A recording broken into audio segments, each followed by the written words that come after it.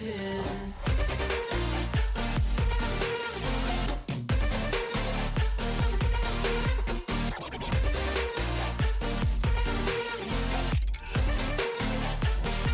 I can be your weapon.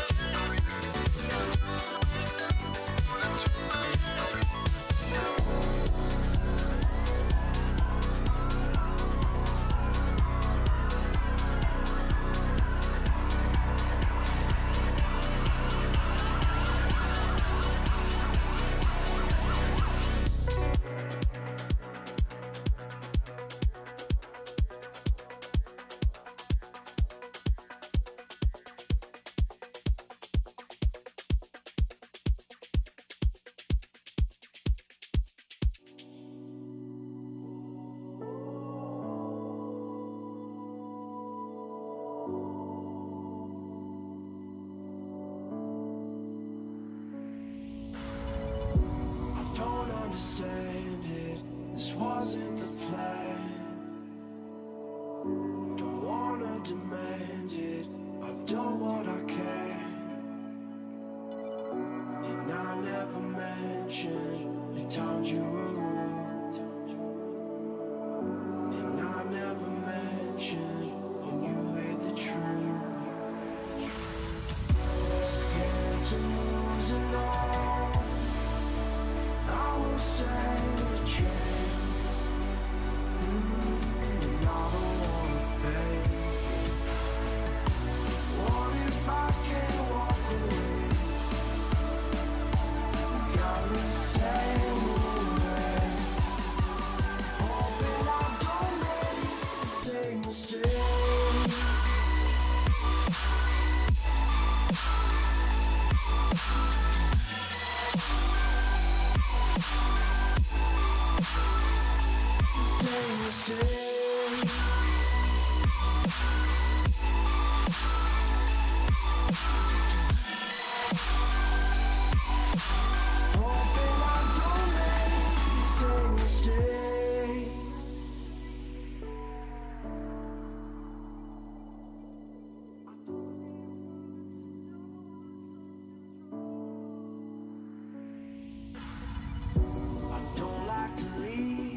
Unresolved, maybe it's madness. I'm begging you, please pick up the call. You're causing me damage. I should've known, wasn't your fault. Don't even matter. I wasn't thinking clear, trying to take it there. Scared to lose it all. I won't stand a chance. And I don't wanna fake it. What if I can't walk away? You got me standing in the rain, hoping I don't make the same mistake.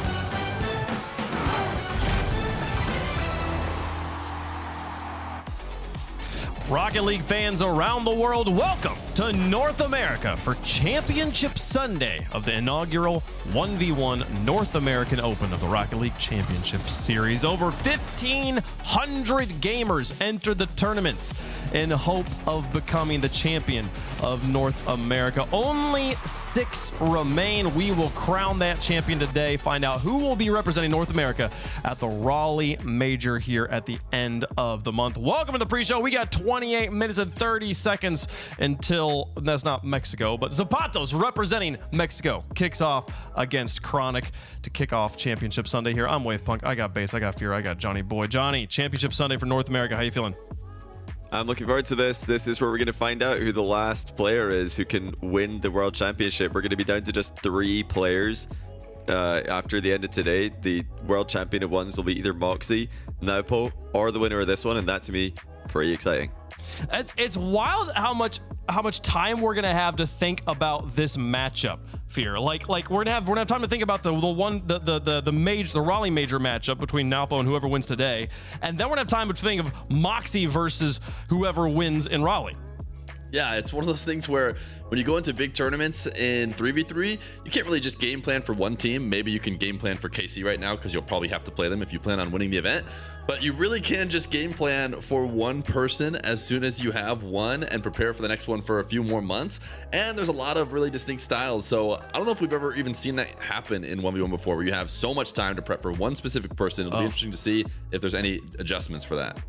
Bates, how hyped are you? We got this. You're always touting league play. And the thing that's great about league play is you know when the matches are going to happen. You know who's going to. We're getting that for ones here.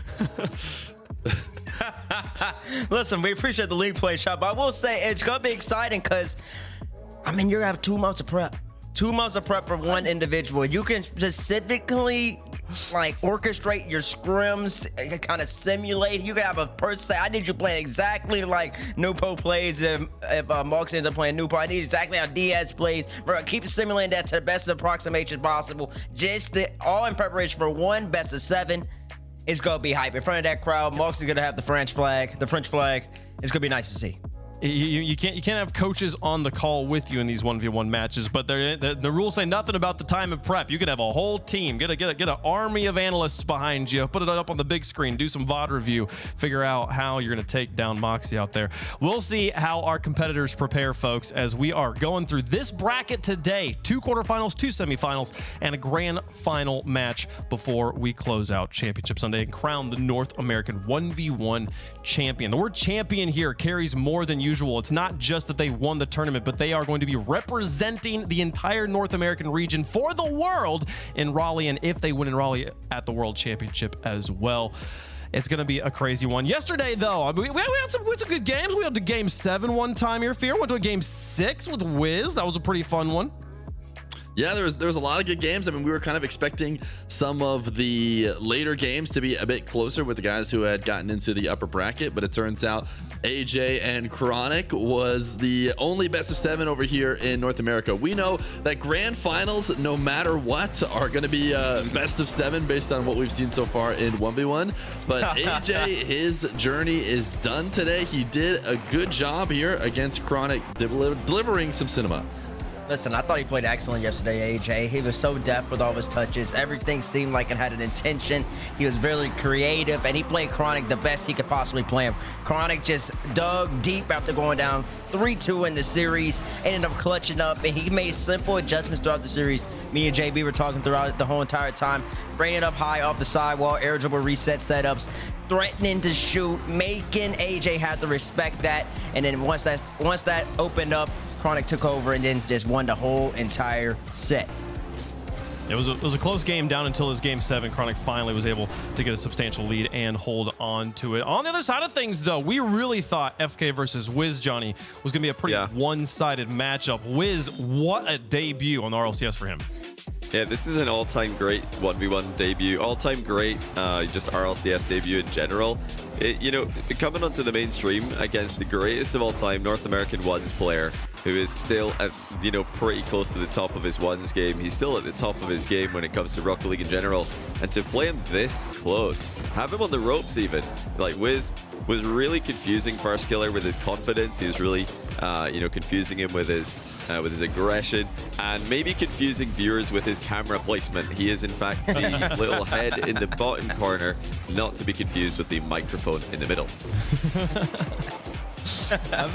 He had such a good attitude through the whole thing too. You could definitely tell Bates at the end there was a little bit of disappointment there. I mean, surely you get this close, you start to really believe, so it hurts when you end up dropping the series. But throughout the majority of the series, great mental, and I think really a great case for what a player Wiz is.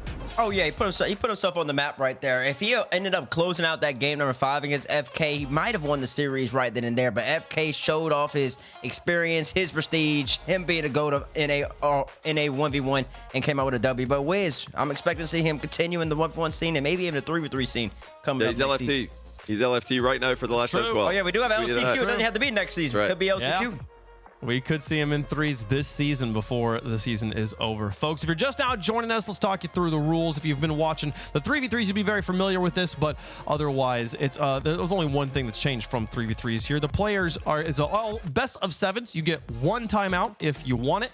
And also, the main rule difference, players are allowed to forfeit after halftime in a game. If you get past the 2 minutes and 30 seconds on the clock, they're allowed to say, hey, let's go next. I don't need to play out the rest of this. This person clearly has won this particular matchup. And just go to the next game. So we'll see who is able to keep it together today in our bracket as we head forward. But yesterday we also had some exciting action, not just in North America, but in the Middle East, North Africa. They played their grand finals yesterday. We watched that match on our stream as well. It was awesome to get to see how close that was. And what a run from Mr. Nupo here, as he made it all the way to the grand finals without dropping a game, Fear. Yeah, without dropping a single game. I mean, we had a feeling that Rawas was going to be able to give him a run for his money. I think he gave him even more than a run. He had him absolutely on the ropes before forcing him to call a timeout and get, you know, his head on straight. But I was excited for either one of these guys to come out and potentially face NA or maybe Moxie. I think there's going to be a lot of hype around that matchup, and people have been asking to see Nupo. So Nupo, a high flyer, a fun style. Rawas, he was showing maybe what you have to do to beat a guy like Nupo for a bit, but I'm not sure. You guys were talking about having people scrim and simulate people. I don't know if you can simulate Rawas's defense. I don't know if you can simulate Nupo's offense to actually train against. And Nupo, for game 7, he clutched it up. A nice double here to really solidify it. He will punch his ticket to Raleigh. He got it through there. Roas did have to fight through Nush in that upper semifinals there, did manage to take that one down. Ops also made a big game out of it. A lot of big names really establishing themselves in the 1v1 scene in MENA as well, and solidifying their place in the lexicon of 1v1 players through this tournament there. Roas was incredible stuff there. I want to quickly highlight, Johnny, we were talking about Roas and how good his defense was. There's the air dribble button, maybe the most difficult play to defend in 1v1s, and he's still finding a way to keep the goal out of his net. Yeah, definitely. According to a lot of people in the community, a lot of streamers talk about how hard this is to play against and how annoying it is to play against, but Rawas always saves his dodge. He always has one way to adjust, and you know, he just had some crazy saves yesterday. Look how willing he is to get over the top of the ball and save it downwards. He doesn't really care how far away from the net he puts it. This time he goes under the opponent to get the save, but this is just, you know, a short selection. We could have made 30, probably, maybe not 30, but there was multiple per game, and they're not bad attempts. They all look really on point, but he's still getting stops on them.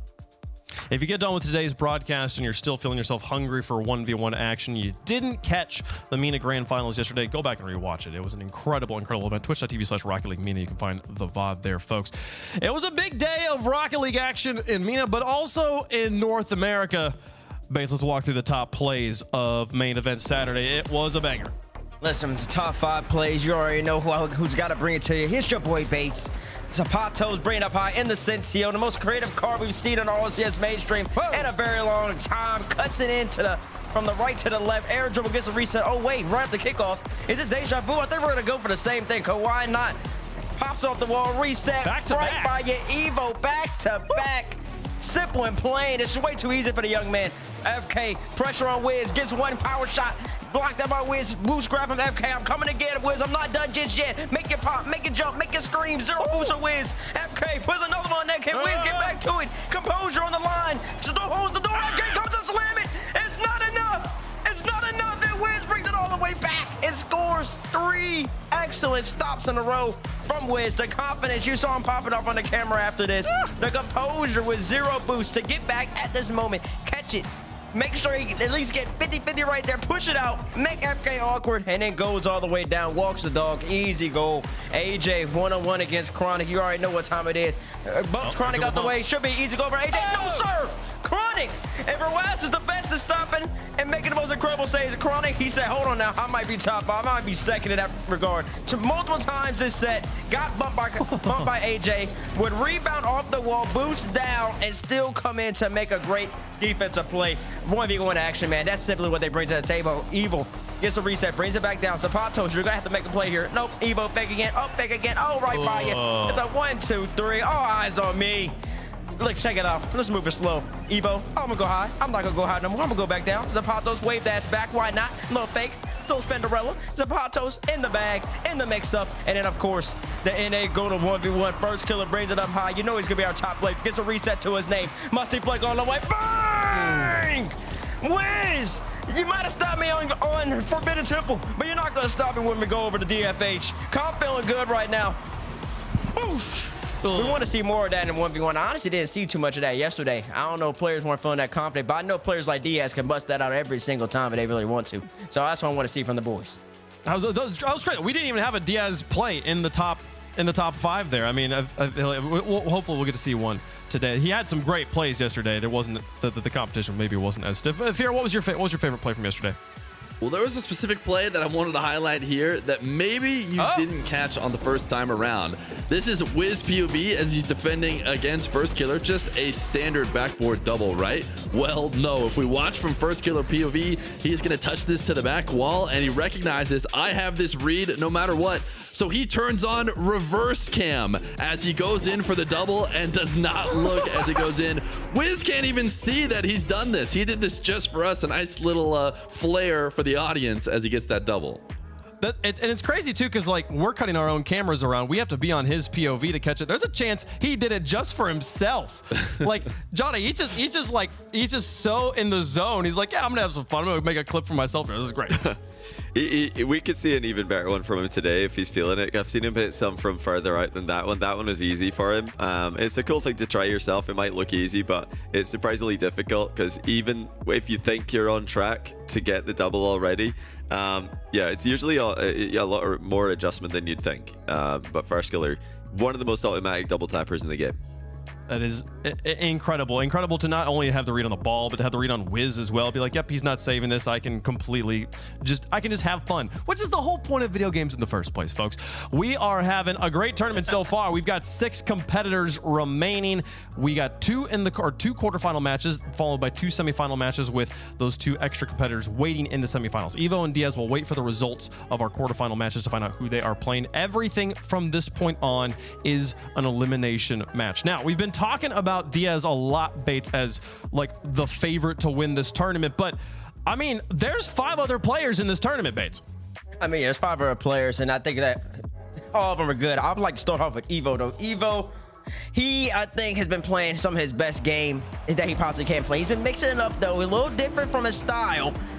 He's been playing more defensively, I should say. That's different from his style, and he's been so effective at it. And you talk around the NA discourse, along the pros, and along anybody who's high level, they'll say Evo's one of the smoothest, most mechanical players in NA. He just has to put it all together on Saturdays, on Sundays. He's consistent in what he does. He knows exactly what touch he wants to make every single time. And in 1v1, that makes it his playground. And when you see him in this comfortable in a situation against Zapatos where he's losing the match, and he's still that comfortable to continue to fake out, continue to make plays happen, fakes the musty, gets underneath Zapatos and makes a play. Evo, he's looking great. We've got to talk as well about the ones GOAT, the NA ones GOAT, of course, is Firstkiller. And he said it himself yesterday, he's not done. You know, a lot of players with the ones career he's had would say, that's good enough. I'm just going to, you know, ride off into the sunset, play some 3v3, hit some passes. But no, he wants to prove that he's the best in North America. He's the best in all of the Americas with Diaz playing. And now the chance as well to win the World Championship of RLCS. Be the best in the world. Well, if you're a North American fan and you were hoping that the North American 1v1 representative would be from North America, you might be in trouble because Diaz, the Brazilian, is absolutely the favorite. You guys talking about everybody else. There's a reason why we're talking about Diaz, and there's a reason why we didn't have a highlight package for him, probably because it's so easy. I mean, he's just walking the ball in against every opponent he's had so far, and it looks like a foregone conclusion. So sure, maybe it's not a top play, but it's a winning play, and Diaz is a winner. I do feel like, though, I mean, just based off what we saw yesterday, our stocks on Diaz are maybe a little bit inflated right now. We felt like there wasn't really a strong competition there. His gameplay looked untouchable because he was untouched there. I mean, if we're saying like for FK, right? I feel like FK is maybe the second strongest player still remaining in the tournament. Like, Fear, if you had to give like a percentage chance of Firstkiller winning the tournament, like what would you put it at right now? I would give Diaz almost like a full 70%, which is a lot considering there's 6 people left. And then I would split it between Firstkiller, Wavy, and Evo in terms of who gets the rest of the big chunk. So as far as who would I give to Firstkiller, I could give Firstkiller as low as 15 or 10. I'd have to think about it a little bit more, but having to go through Wavy and Evo and Diaz, Firstkiller actually has one of the tougher runs available for him. So it'll be huge. It'll be epic if he does it, but not a great chance. So what I'm hearing is Zapatos and Chronic have a 0% chance of winning this tournament. They have to go through Diaz. I mean, it's tough. I think Chronic you have to give Chronic a small percentage, I reckon, because he has won you know, some tournaments in the past. He's got the experience. Zapatos, you know, he's just the true underdog story though. This guy has to just enjoy the experience because he's got just a run of death ahead of him. Chronic, Diaz, and then the winner from the other bracket. I mean, come on, he would have to play his best Rocket League of all time. I'm really happy that he's top 6, and everything from here is a bonus, I think, for Zapatos. We might. There's a world if Zapatos beats Chronic. We've got it's Brazil versus Mexico as a semifinal, right? Like, we're guaranteed a non-US player in the NA Grand Finals. Which, I mean, is that a harder run than making the South American 1v1 run? Right? North America, very, very strong 1v1 scene here. Which would you say that it's comparable, or is North America Zapatos dual national though as well, so he's got the Mexico and the USA. I think he's got both. Yeah. So you know, if he does make it through, I think Diaz is the only one who doesn't have US or any North American nationality. Yeah, I think this is harder because Diaz is here, and Diaz, he was the best 1v1 player in SAM, came over to NA, now he's the best 1v1 player in NA, so this is definitely a harder event to win. But yeah, SAM is pretty hard to make top 6, top 4 as well. Like, none of the 1v1 events are easy. When you're in the top 6 in a day like today, usually by this stage in a tournament, you're in a grand final. RLCS 3v3, this is the grand final, the best 6 players. It's just the top 6 players. So it's extremely exclusive to be this far in the tournament. That's why players like Zapatos have to be really proud of themselves. Well, of the 6 players left in the tournament right now, one of them will compete in Raleigh for the chance to be one of the representatives fighting for world champion, 1v1 world champion in Lyon, France there, folks. So get your tickets if you want to go to Raleigh. See this competition go down live, see who Nupo takes on here in just a moment. Should be a lot of fun. Now, here's the crazy part, because I just kind of alluded to it. You get... If you win today against the 6 best players in North America, congratulations. Your reward is playing the best player from the Middle East, North Africa, and the Raleigh major there in the orange bar. Then there's some 3v3 nonsense with the last chance qualifier, and then you go back to the World Championship, and your gift is congratulations, you're the best in North America, you beat the best in the Middle East, and now you get to play Moxie. This is such a gauntlet for whoever wins today. I mean, you want to become the first ever RLCS 1v1 world champion, you're gonna have to go through the gauntlet. And Moxie, he had to go through the ringer and beating Yan all the way in Champions Field. He was up 3-1 in the series, or was it 3-0? I can't remember exactly. It was 3-0 in the series. Yan bounced all the way back, and the nerves were setting in for both of these great players in Game 7. Moxie, I think, was the favorite going into this match, I believe. All right, Johnny, you can correct me if you correct me now. Oh, for sure, yeah. He ended up getting the W. He got the W sure. there, but I think this was the thing, Fear. I feel like if Moxie loses here, it changes the whole story, right? He doesn't go to France. He had the one chance to be the first ever 1v1 champion at the World Championship in France. Like all the stakes change if he comes back the next season. It's just not quite the same the next season because he won in Birmingham and he gets this opportunity. The pressure is, on one hand, I feel like the pressure is like light, and he's gotten there. He's done it. He's gotten that experience of being on the stage. On the other hand, you're now in France in front of the French fans trying to win a world championship in France. Like, I don't know, which is it, more pressure or less pressure? It's got to be more. It's a world championship, right? I mean, he might be more used to it because he's had a chance to do it on land before, but playing in front of France, I mean, that's a win for a world championship on land in the 1v1 game mode that he focuses on so exclusively. It's one of those things that are kind of interesting because we have a lot of players who are in the mix today from NA, and Nupo is this case where he'll be representing Ones, but he'll also be representing Twisted Minds, which is a really strong team at the World Championship. Right now, Diaz, our favorite in NA, with Complexity. Unless Complexity makes it through an LCQ, you know, that 1v1 might be the only thing he's doing there. So there might be an extra bit of pressure. It's his only game, no warm-ups, no way to feel the land at all in any other way, which is how it worked for Moxie when he played. So lots of pressure playing in France. Maybe a France versus KSA final in France. It's going to go wild. It'd be crazy to think about like Wavy, not like for like Wavy, Evo, and Zapatos in particular. Like I feel like Complexity Bates has a really good shot in the LCQ, right? So if Diaz doesn't make it here, there's a really good chance Complexity is going to get an opportunity to go to France. But those other three players, it is anything but guaranteed. This genuinely might be their only ticket there. And this is such a long road. You gotta win the grand finals today, and then you gotta beat Nupo. Like it is genuinely gonna be quite the battle for whoever makes it through our gauntlet today. I mean, you brought up a great point. Complexity, they do have a realistic chance of making it through the LCQ. None of these other teams, for the most part, have a chance. And so, these players do want to make the lands. They gotta get the job done. But before they even start that, they're going to have to level up their performances from yesterday. If I want to see Wavy, you're going to have to be more threatening. Zapatos, I'm going to need to see the top 90 flicks. You can't have a day off today. And then if you end up beating Diaz today, or FK, or maybe the Evo, then you're going to have to level up again in about a good 2.5 week span, because that boy now supposed to come across the pond, and he's going to be on one. And you're not going to be real ass on defense. So what are you supposed to do? It's not going to be easy. That's what I'm saying. It's not going to be easy.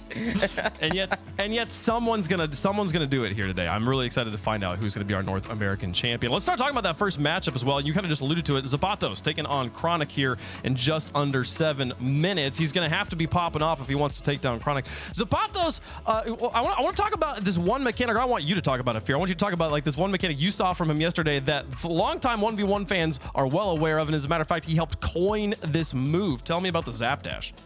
Yeah, we are going to talk about Zapatos and a specific dash that he likes to use a lot. He's been in the 1v1 scene for a few years, and in a tournament hosted in Michigan Turf Wars, he had some dashing that people took notice of and have started calling the Zap Dash. It is the landing wave dash that he uses a ton here. We actually have a ton of clips. This is one of the moments where he was able to use it to get going and get a nice 50 in the air and score off of it. No direct opportunities to kind of win a race to the ball in this one, but it's something that he does love to do, and it's really different than regular wave dashes. If you might just be thinking of, there's also a Swick Pogo. I couldn't resist putting a Pogo in, but there's a guy there. Nothing not related at all. AJ used the Zap Dash there's one to catch back up to him, and there's another Zap Dash up the side wall. It's specifically when you go to land on the ground and pop up your front wheels, just your front wheels, in order to throw it down. People call it the Zap Dash. I'm sure Johnny would like to point out as well. These mechanics have been discovered long before. In fact, Halfway Dead even released a really in-depth video on how this empty jump into wave dash forward worked. It's not Zapatos' fault, by the way, but people just recognized he did it and decided to call it Zap Dash. I don't care what you call it, landing wave dash, curve dash, Zap Dash. There is one thing for certain, and that's that Zapatos is going to be doing it a lot today, and I hope he does it more. When I was going back through the replays, watching him doing it against AJ versus doing it against Evo, it took him a while before he was even doing it in his series, and it's one of the staples of his gameplay. I think he was playing really nervous. When he was not on the mainstream against AJ, he was doing them like crazy. Hopefully he comes out and rocks him right from the beginning. The big one to look at first, that landing, actually, that is game breaking. You know, when you're just landing from, like, I don't know, any aerial where you don't have a flip and you have little momentum. If you can just wobble the landing and wave dash flip, you're supersonic. Whereas other players land, flip, they're not supersonic. So that's the one that's absolutely game changing. You know, the one off the curve is an advantage, but not as big of a deal. I think he's got both though, so he can pull it out in any situation. He's got all is it easier, quickly here before we move on, is it easier for him to do that in the Sentio? Like, why do we see him do it so much more than everybody else?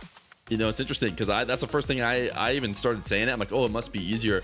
If you ask Zapatos himself, he actually thinks it's harder to do in the Sentio for whatever reason. He says when he's in the Octane, he feels like it's even easier to do, but he clearly coined it and has no trouble doing it in that long plank car.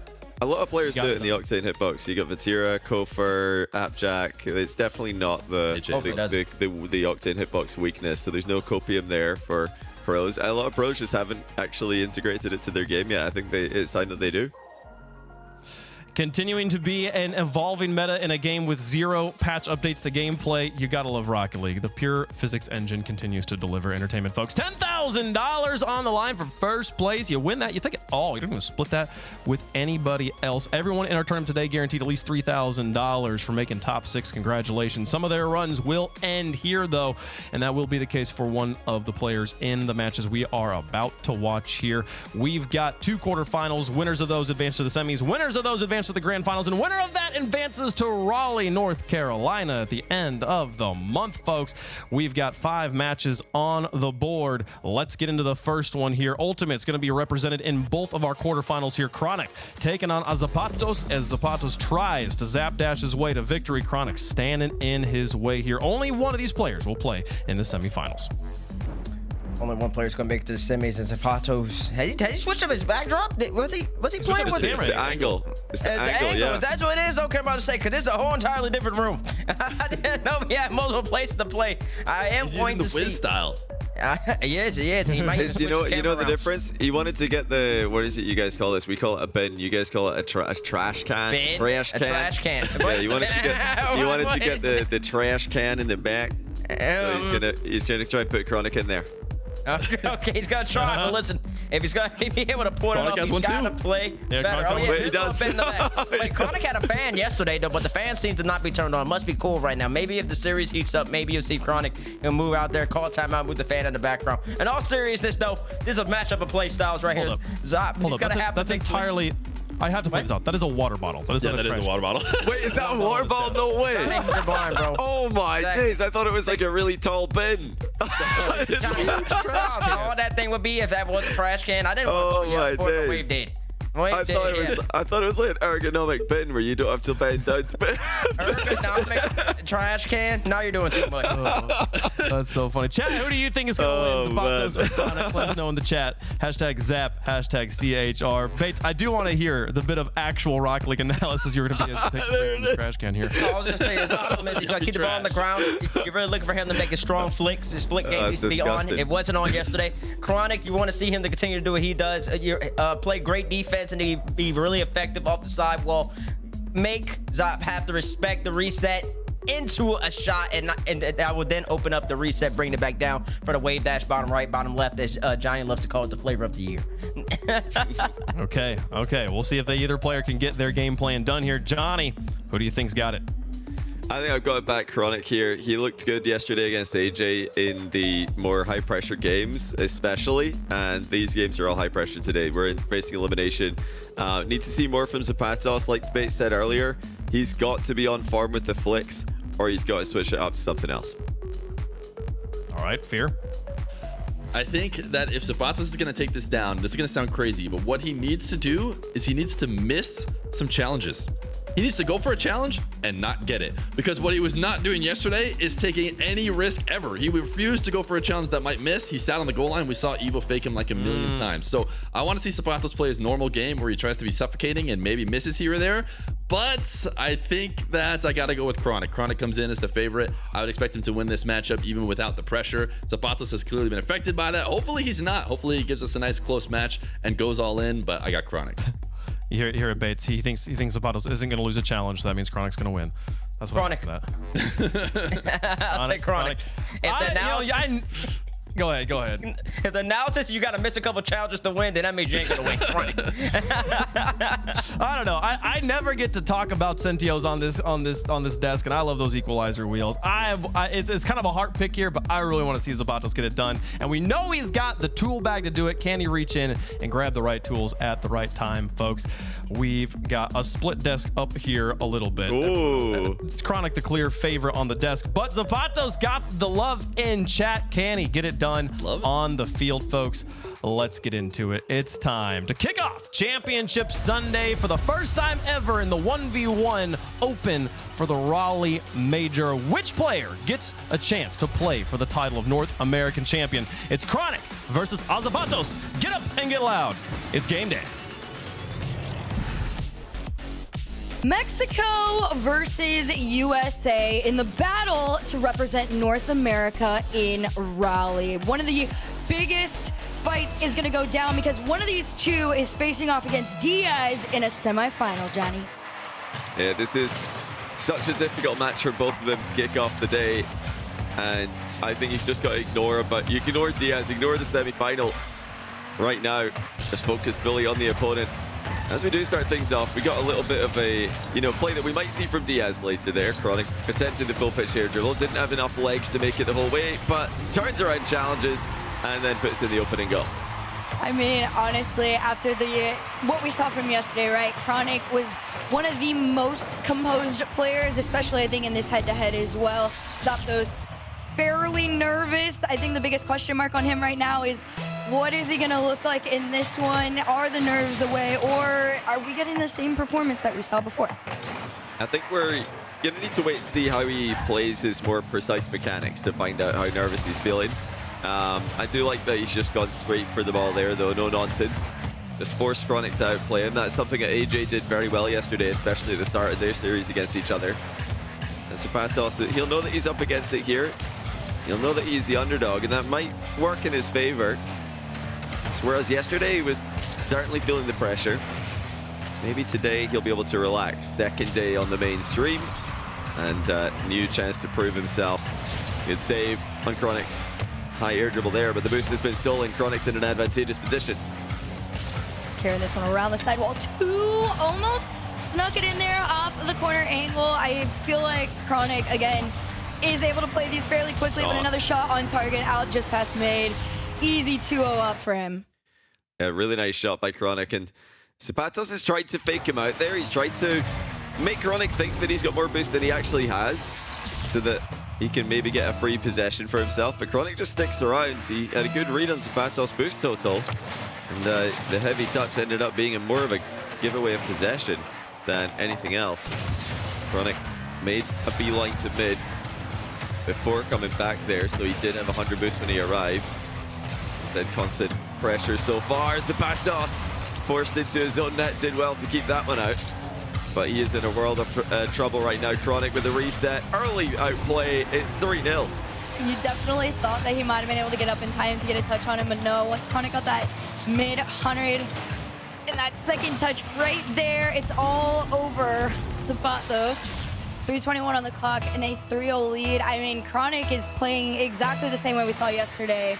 Just straight, full confidence coming in. I will say, though, Zapatos, like you said, coming in a little bit stronger, having his moments here. A couple of pretty decent challenges, at least in my opinion, as compared to yesterday. I felt like yesterday was very focused on trying to hit those monsters. Oh. Like, ooh, the challenge back and enough boost to hit a little tap in there. Chronic just putting a stop to everything he's attempted to do. I love that. That's the fake challenge there from Chronic. He made it obvious that he was turning around after driving into no man's land. But no problem, holds power slide just a little bit and then hits reverse to get the challenge in reverse. And it's a really nice thing to show early. Now every time that Chronic actually does fake a challenge, Zapatos will be remembering that fake into reverse challenge combo might start to panic. Oh, just off the post there. Again, these resets from Chronic, very clinical right now and consistent. You wouldn't expect anything less. Now, for those of you at home who might have missed the rules in the pre-show, although, okay, I was gonna say, surely, I was like, that one's going in. At the halfway point, throughout these games, you do have the option to forfeit, but I think this goal might have started to get the wheels turning for Zapato. Oh yeah, I think he's going to keep going a long way from here. You know, the game hasn't started off well for him in terms of the scoreline, but he'll know that he just has to get some ball control. He's not had much of a chance to control the possession, and here we go. Now he gets an opportunity to control it, puts another shot on net, and that's a really smart play. It was a little flip reset 50 mid-air. Didn't actually need the reset, but doesn't hurt to have one as he cuts the lead in half.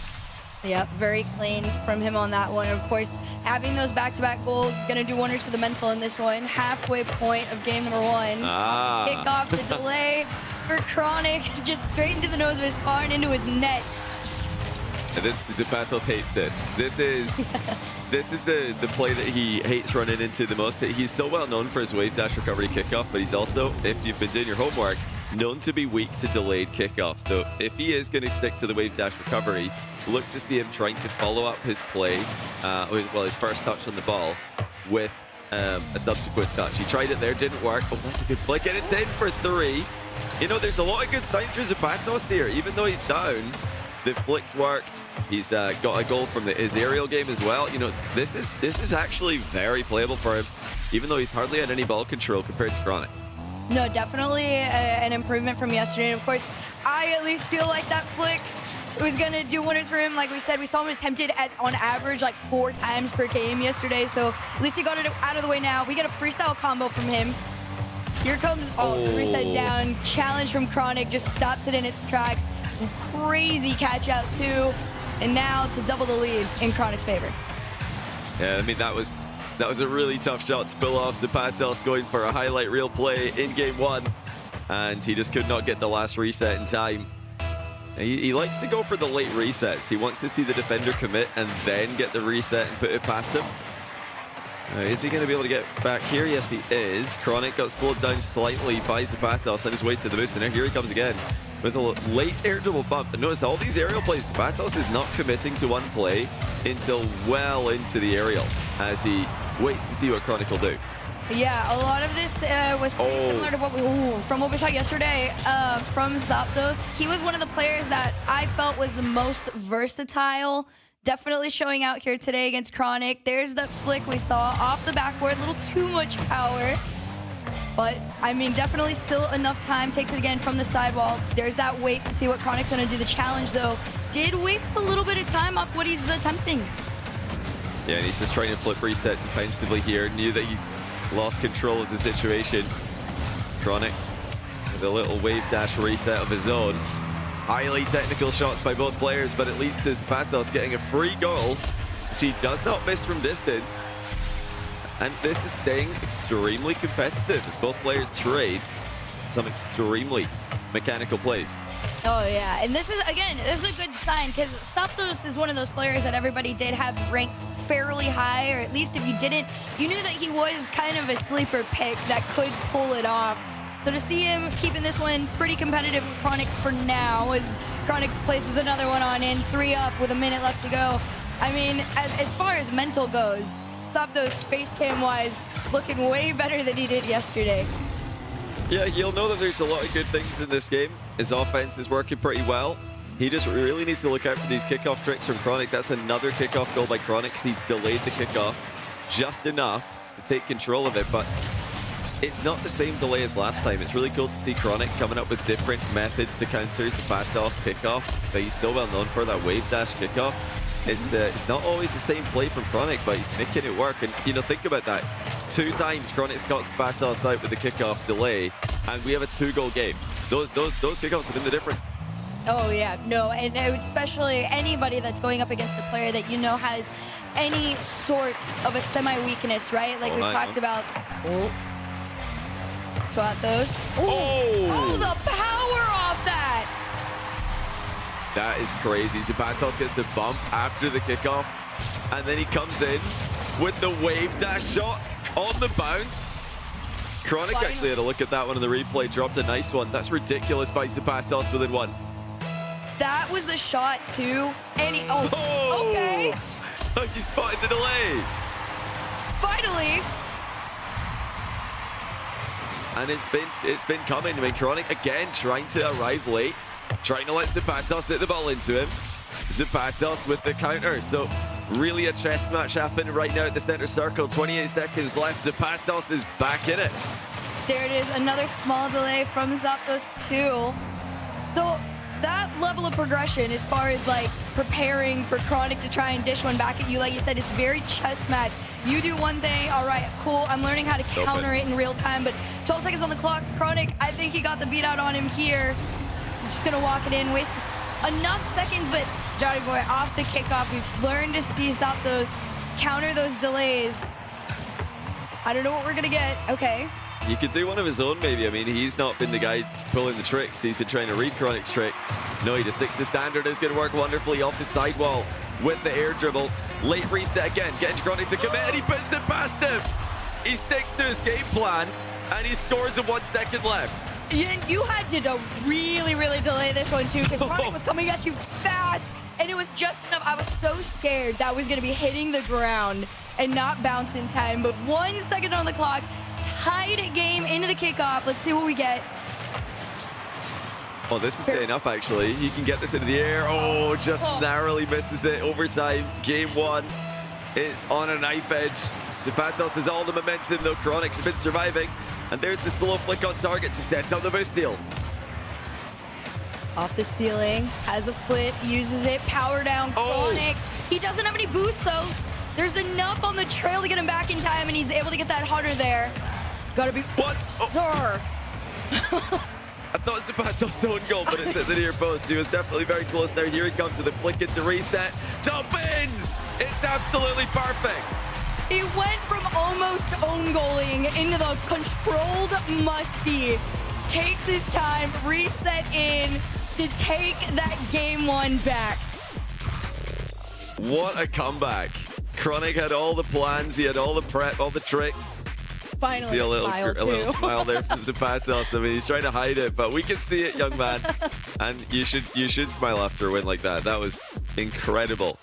To stick to his game plan and to execute to a higher level. We wondered if it was going to be a switch up from yesterday or just confidence to just go for it again. And if you missed his performances yesterday, what we're referring to is, you know, his flick game wasn't working, his flip resets weren't crisp. And did he back off from that? Did he make it more simple? No, he didn't. He's still going for the flick, still going for the late resets, baiting those challenges, and then getting the outplays. Thumbs up from me as well. Great game. No, definitely a great game. This is a player that truly has so much potential, and I think a comeback like that really sets the tone for what the rest of the series is going to be like, especially for what Chronic is going to have to go up against next. Because like we said yesterday, he had a game plan. It was not working. He had to kind of like reel himself back in a little bit and play a little safer just to get himself through what he needed to do, right? But as far as today, it's swinging out the gates, level 10 the whole way through. Yeah, I want to see more of that, please. The reset game in ones is usually all about just getting the reset as early as possible to keep the defender on the ground. It's almost a constant threat, saying, hey, you can't jump because I've got a reset. Zapatos is doing it differently. He's waiting till the jump, and then he's getting the reset on demand. It's a different type of skill, and it's wonderful to watch. I don't hate what Chronic did in game 1 either, though. I think he had a good plan with the kickoff strats, how to counter Zapatos' preferred options. And I think if he can just make a couple tweaks in his own defensive game, you know, Zapatos will have to level up again. No, I absolutely agree. I think now Chronic's going to be a little bit more mindful of what's coming his way. There's no way. Honestly, Zapatos is one of the flashier ones that we've been getting throughout this weekend. I absolutely love the potential clip farms. Yeah, that was, you know, what happens if Chronic doesn't commit. We're talking about Zapatos trying to get Chronic into the air so he can flip reset on his head. Well, Chronic doesn't jump, no problem. Pogo shot. He's always got another option. Here's Chronic with the grind game. Oh, early pop. Zapatos spied a mile away, but the bump actually buys him time to get back. Chronic hit the bar. That was a good try. Not low enough to get in the net, and now the demo lands. How's the bounce? It's going to go up in the air. Zapatos reset near ceiling height. Tried to get another one. Actually has a dunk attempt here, but Chronic barrels through it. Unfortunate, then just gets demoed off for it. Chronic's going to try and get the beat out. I don't think Respawn is in time, even with it. Chronic still had more power. Opening lead is going to go to him. So both players get a demo in midfield play, and then they have kind of an open net on the counter attack, but Chronic did well to make that absolutely safe. Well, looks like Zapato's tried to bump him here. Chronic avoids it, gets the second goal, and he's actually just played heads up, wave dash, recovery kickoff against Zapato in that exchange. He says, you know what, I think I can single jump into the ball harder than you and more precisely. And in that case, yes, the answer was yes, you could. Back into his own corner here. Does get that boost out over his Zapato, so he's gonna have to go back mid and turn around for that challenge, but Chronic already popped it up. Has his flip, one touch down, a little awkward on that one, so Zapato has the time to clear this one out, and of course, that one's going straight in. It was a little catch out there. And a great opener, too, for Zapato, not staying behind for too long. A smart wall shot by Zapato. Just a little short flight, completely in line with the ball. Just textbook stuff for all of you guys wanting to work on your own wall shots. Make sure to just match the ball's momentum and then had his dodge to do the rest. Chronic off that corner wall now. Well, he's mind game Zapato, something we saw Evo do a ton yesterday. Zapato will be desperate not to allow that to become a weakness in his game in today's top 6. 3 minutes on the clock here. Still need another one to really get back into this. Couple flashy plays, a couple attempts to fake out Chronic, but Chronic's not having any of it. Instead, he's just gonna take this one out to the side, get that boost. That pinch back, though, kind of slows it down a little bit, gives Zapato time to reset, to get into defensive mode. As Chronic comes forward, it's still not enough to stop him. That's a great shot by Chronic. Zapato did make an awkward touch to try and keep Chronic at bay, but it more helped him with the setup. He rifles it past Zapato to take a lead by 3-1. This is a very low-scoring game. Both players have had a lot of success in defense. Chronic's gonna follow this. Zapato calls himself off. Hasn't been too much backward play. A lot of these resets carry all the way down to the ground, and I think Zapato is recognizing that a little bit more frequently this time. Halfway point of the game is officially here. Let's see what Zapato can do with it. I think he's trying to set up for the flick. A little slower. Easy read there for Chronic to the backwood. This is still good for Zapato. It led to a boost steal, and it kept Chronic low.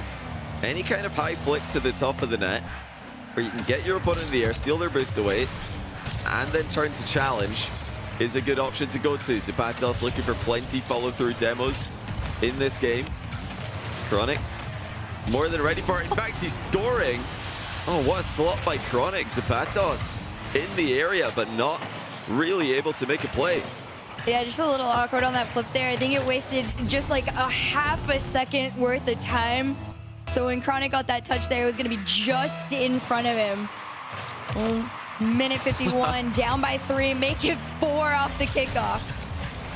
Zapato is he's messed up mechanically on this one just a little bit. Whenever you're bouncing off the top of the ball, you've jumped into the ball too high. So that was just a small mechanical mistake by Zapato. The only thing that he may have been thinking there is that Chronic might be trying to chip it over him with a delay, in which case going high would counter it. But you can get the same effect without going that high. So he's probably gone just a touch higher than he wanted. I like that challenge from Zapato too. Just great recovery off the sidewall. More challenges out in this corner, though. I feel like for some reason recently, Zapato has done a really good job in that corner there on his 50s, getting it out. But Chronic usually wins that race back to his own half. Another battle, pop up. Demo opens this one up, and it's just a touch on in.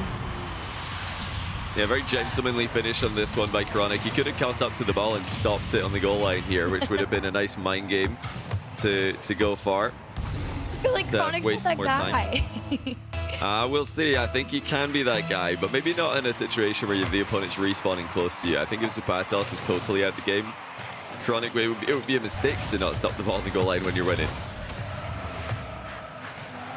Definitely winning by a fair margin. 1 minute mark, down by 5. And the 50 back, it's gonna make it 6.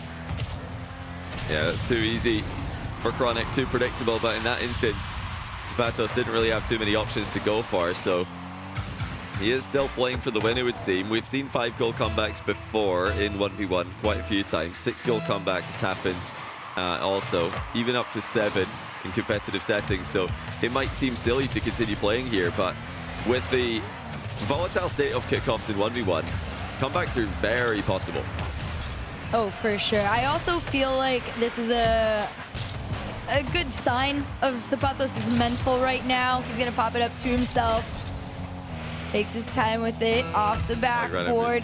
Yeah, I was like, you ran out of us on that one, unfortunately, but to be fair, Chronic was already set up pretty decently.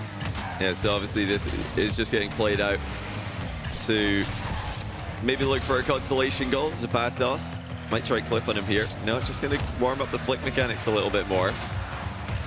That's still something that we haven't seen him peak with. I've seen some world-class flicks from Zapatos in the past, but none of them have been on the mainstream today or yesterday. So this is one aspect that, as we want to refer back to in the pre-show, you know, he could either switch it up or keep trying. It seems like keep trying, because, you know, sticking to what you know, sticking to what you want to do. That seems to be his playstyle, but there are many other ways to dribble in ones. And in Rocket League, bounce dribbling, just rolling the ball in the ground and trying to hook shot, trying to go for mind games. He could play for low 50s. I think he's going for the flick a bit too much for my liking. Yeah, it's also the same vibe we got from him yesterday in his series, where you felt like there was a point where it's like, all right, at some point in time, you're gonna need to try something else. This is clearly not working for you. But I will respect the fact that he did play out the second game. So, you know what? You can have a couple more tries in that next game. But I think if it does start to get away from you, like you said, start going for other options on it, especially if Chronic starts to view it as readable. Yeah, and right now Chronic is pretty much just shadowing against Zapatos ball carry. So one of the plays that you guys, I'm sure, all know is good against that. It's, of course, the little pop bump, air dribble demo, anything in between. Zapatos could even go to that if he wants to. Decides to bail out on that aerial play. First chance of the game. Does not yield too threatening of a shot. And now this one might, though. Flick into air dribble. No reset yet, but you know he's going to get one at some point. Oh, he opted the mind game instead. It's going to be low 50. And he puts himself up 1-0. Tricky Chronic to thinking he's going high. Just a whole clip from one end to the other. I swear, there's moments in time, Johnny, where I'm like, I feel like I'm back in a freestyle event watching him.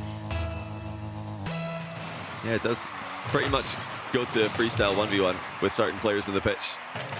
Both of these guys are more than capable. That's going to be 2-0. Zapatos with a super open net. He confidently hits it on target as well. And it might not seem like much, but that's a good sign. Just confident open net finishing is another thing you can often look to tell how comfortable a player is feeling. Oh, for sure. 30 seconds into this one and a 2-goal lead. Potentially 3 if he can get back in time. Takes his time with it. Gets that little pad there. Chronic, though, gonna have his way with this one. Doesn't go for the mid boost, but it is still a catch out nonetheless. Zapatos was playing for the boost deal. I think he didn't really read this one correctly. He thought Chronic was going to try and take the ball back. But that's not back corner Barry, that's front corner Chronic. He was going the other way, and Zapatos making a boost deal. More like a 2s or 3s play than a 1v1 play there. Now we're gonna see what Chronic does to get back into this one, just even it out a little bit. Takes his time, plays it low. The 50 does get red. And trying to make another couple of those quick cuts. The good thing, though, for Chronic is all of his challenges keep this one blue side.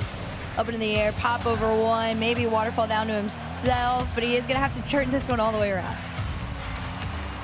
This is where Zapatos wall dash game comes in handy. We're talking about all the different ways he could produce wave dashes in the pre-show.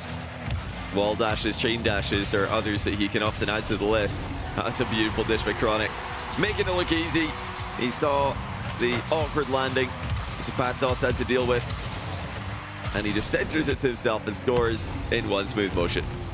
Very, very clean on that one. Tied game here at 340. Chronic definitely getting back into this one. Not as, ran away with as it was in that second game there. Zapato trying to take his time through this one. Flip forward. This one gets sent out into the corner. Chronic definitely going to play the patient game and allows Zapato to almost wear himself out a little bit. And then all it takes is that one little pop-up and he catches him out almost every time this game. It's getting a bit worrying for Zapato. Chronic's starting to get a good read on him. He keeps going back to that flip reset 50-50 with his aerial game. Chronic is going to adapt to that if he doesn't switch it up at some point. And Chronic spotted the early challenge as well. Takes a 3-2 lead. Zapato has given himself a great showing today, but he'll need to keep adapting. He'll need to keep making necessary changes to his game. He's completely missed everything here. He tried to get the boost down the ball and he got neither. Instead, he gets to watch Chronic rolling another goal into his open net. I like fully was just jaw on the floor that even became a possibility again. And 2 up to Chronic off the kickoff. Chronic's just going to send it back into his own side, gives him time, gets bumped into the boost there, and gets the ball handed straight to him. Takes his time. Maybe a chip shot. No, it's just a low attempt on net, but a good read from Zapato. That's a great save. That's a tough position to be in. Chronic threatening at all sorts of angles with the shots there. Instead opting for low 50s. That's 2 consecutive attacking plays that Chronic's low 50'd from. He does get back and stop the counter attack from going past him. Oh, what a touch by Zapato though. He's tripped up Chronic as well and even tried to pull shot him into the ball.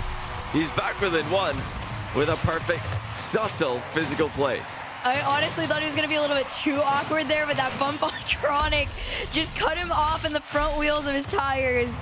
Puts him back in contention here, just under 1. But, I mean, that's definitely a good way to get going again.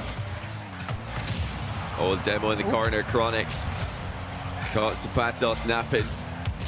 And Zapato thinking about the ceiling challenge. He's got to get lower than this, though. Chronic's got a good hitbox behind the ball. Zapato running out of boost, and luckily for him, that boost is not spawning for Chronic to steal. Bit too soon on the arrival. He wanted to take that one away. He's going to have to flip back on this one. No boost. He'd already fully committed to the initial play there. And this is another one of those moments where Chronic just enough in the tank to recognize when Zapato has just outplayed himself a tiny bit on something. And that 2-goal lead goes straight back to Chronic. Very, very much in line with keeping your confidence up. The attempt to take this game number 3. Shot is wide. Oh. Okay. Well, he missed the shot, but he got the follow-through. Demo chance to redeem himself here. This time it's a low 50. Zapato has to score from this attacker. His confidence is going to be destroyed. He should have scored already. Will he get the goal? No, he won't. He can't find a way through. And Chronic going to get that small pad. Might actually get the angle. He does. Unfortunately for him, Chronic is just beating him out in every single race right now.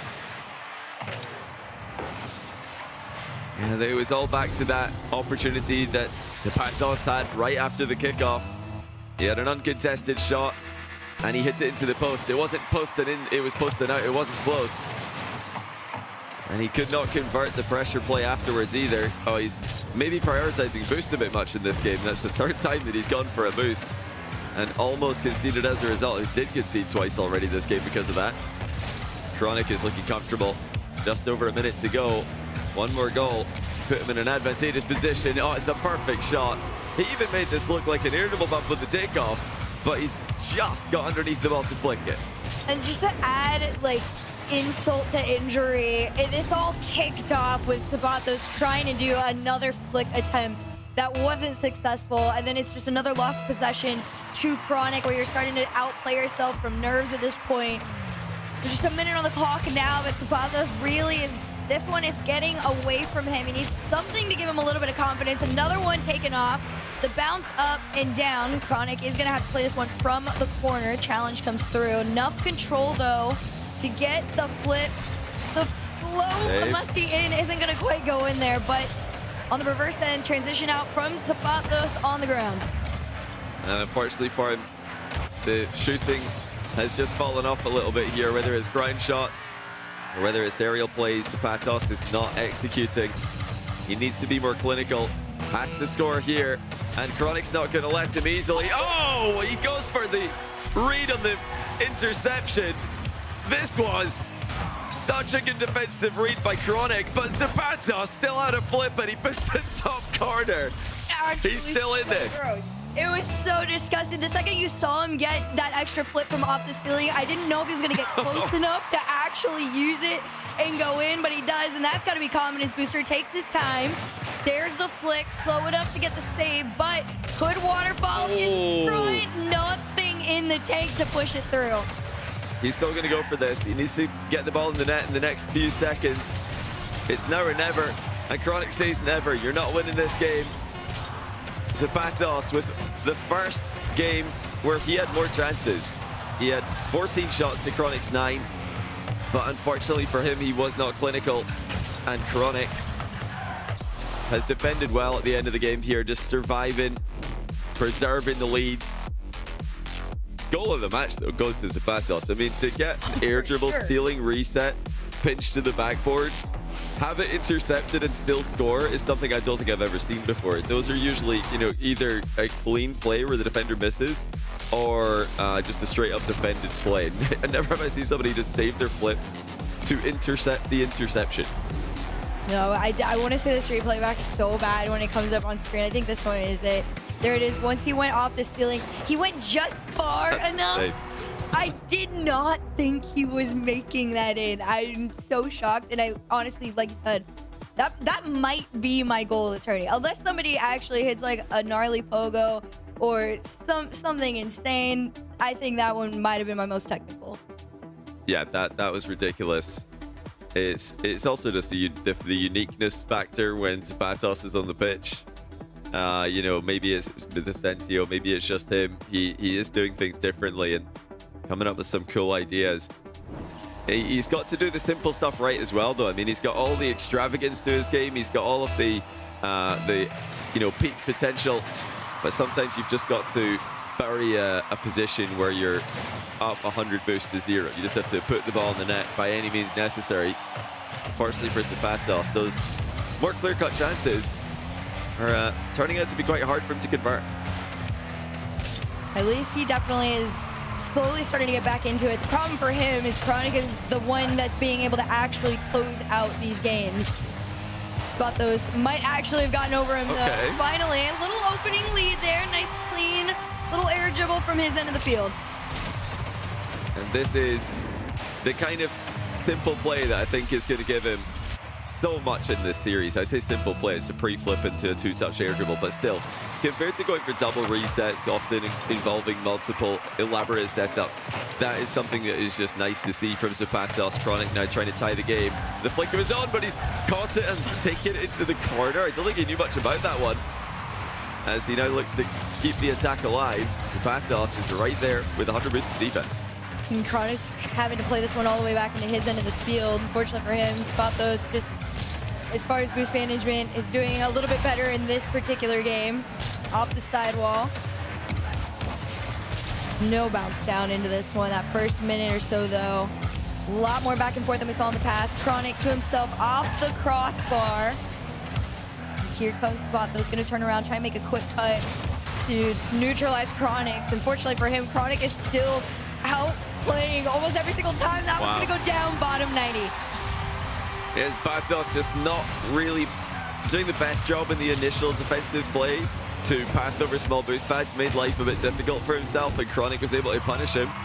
It gets awkward for Zapatos in defense sometimes. He just ends up in these weird positions where he's sideways to the play or loses momentum or forgets about his boost management for a second.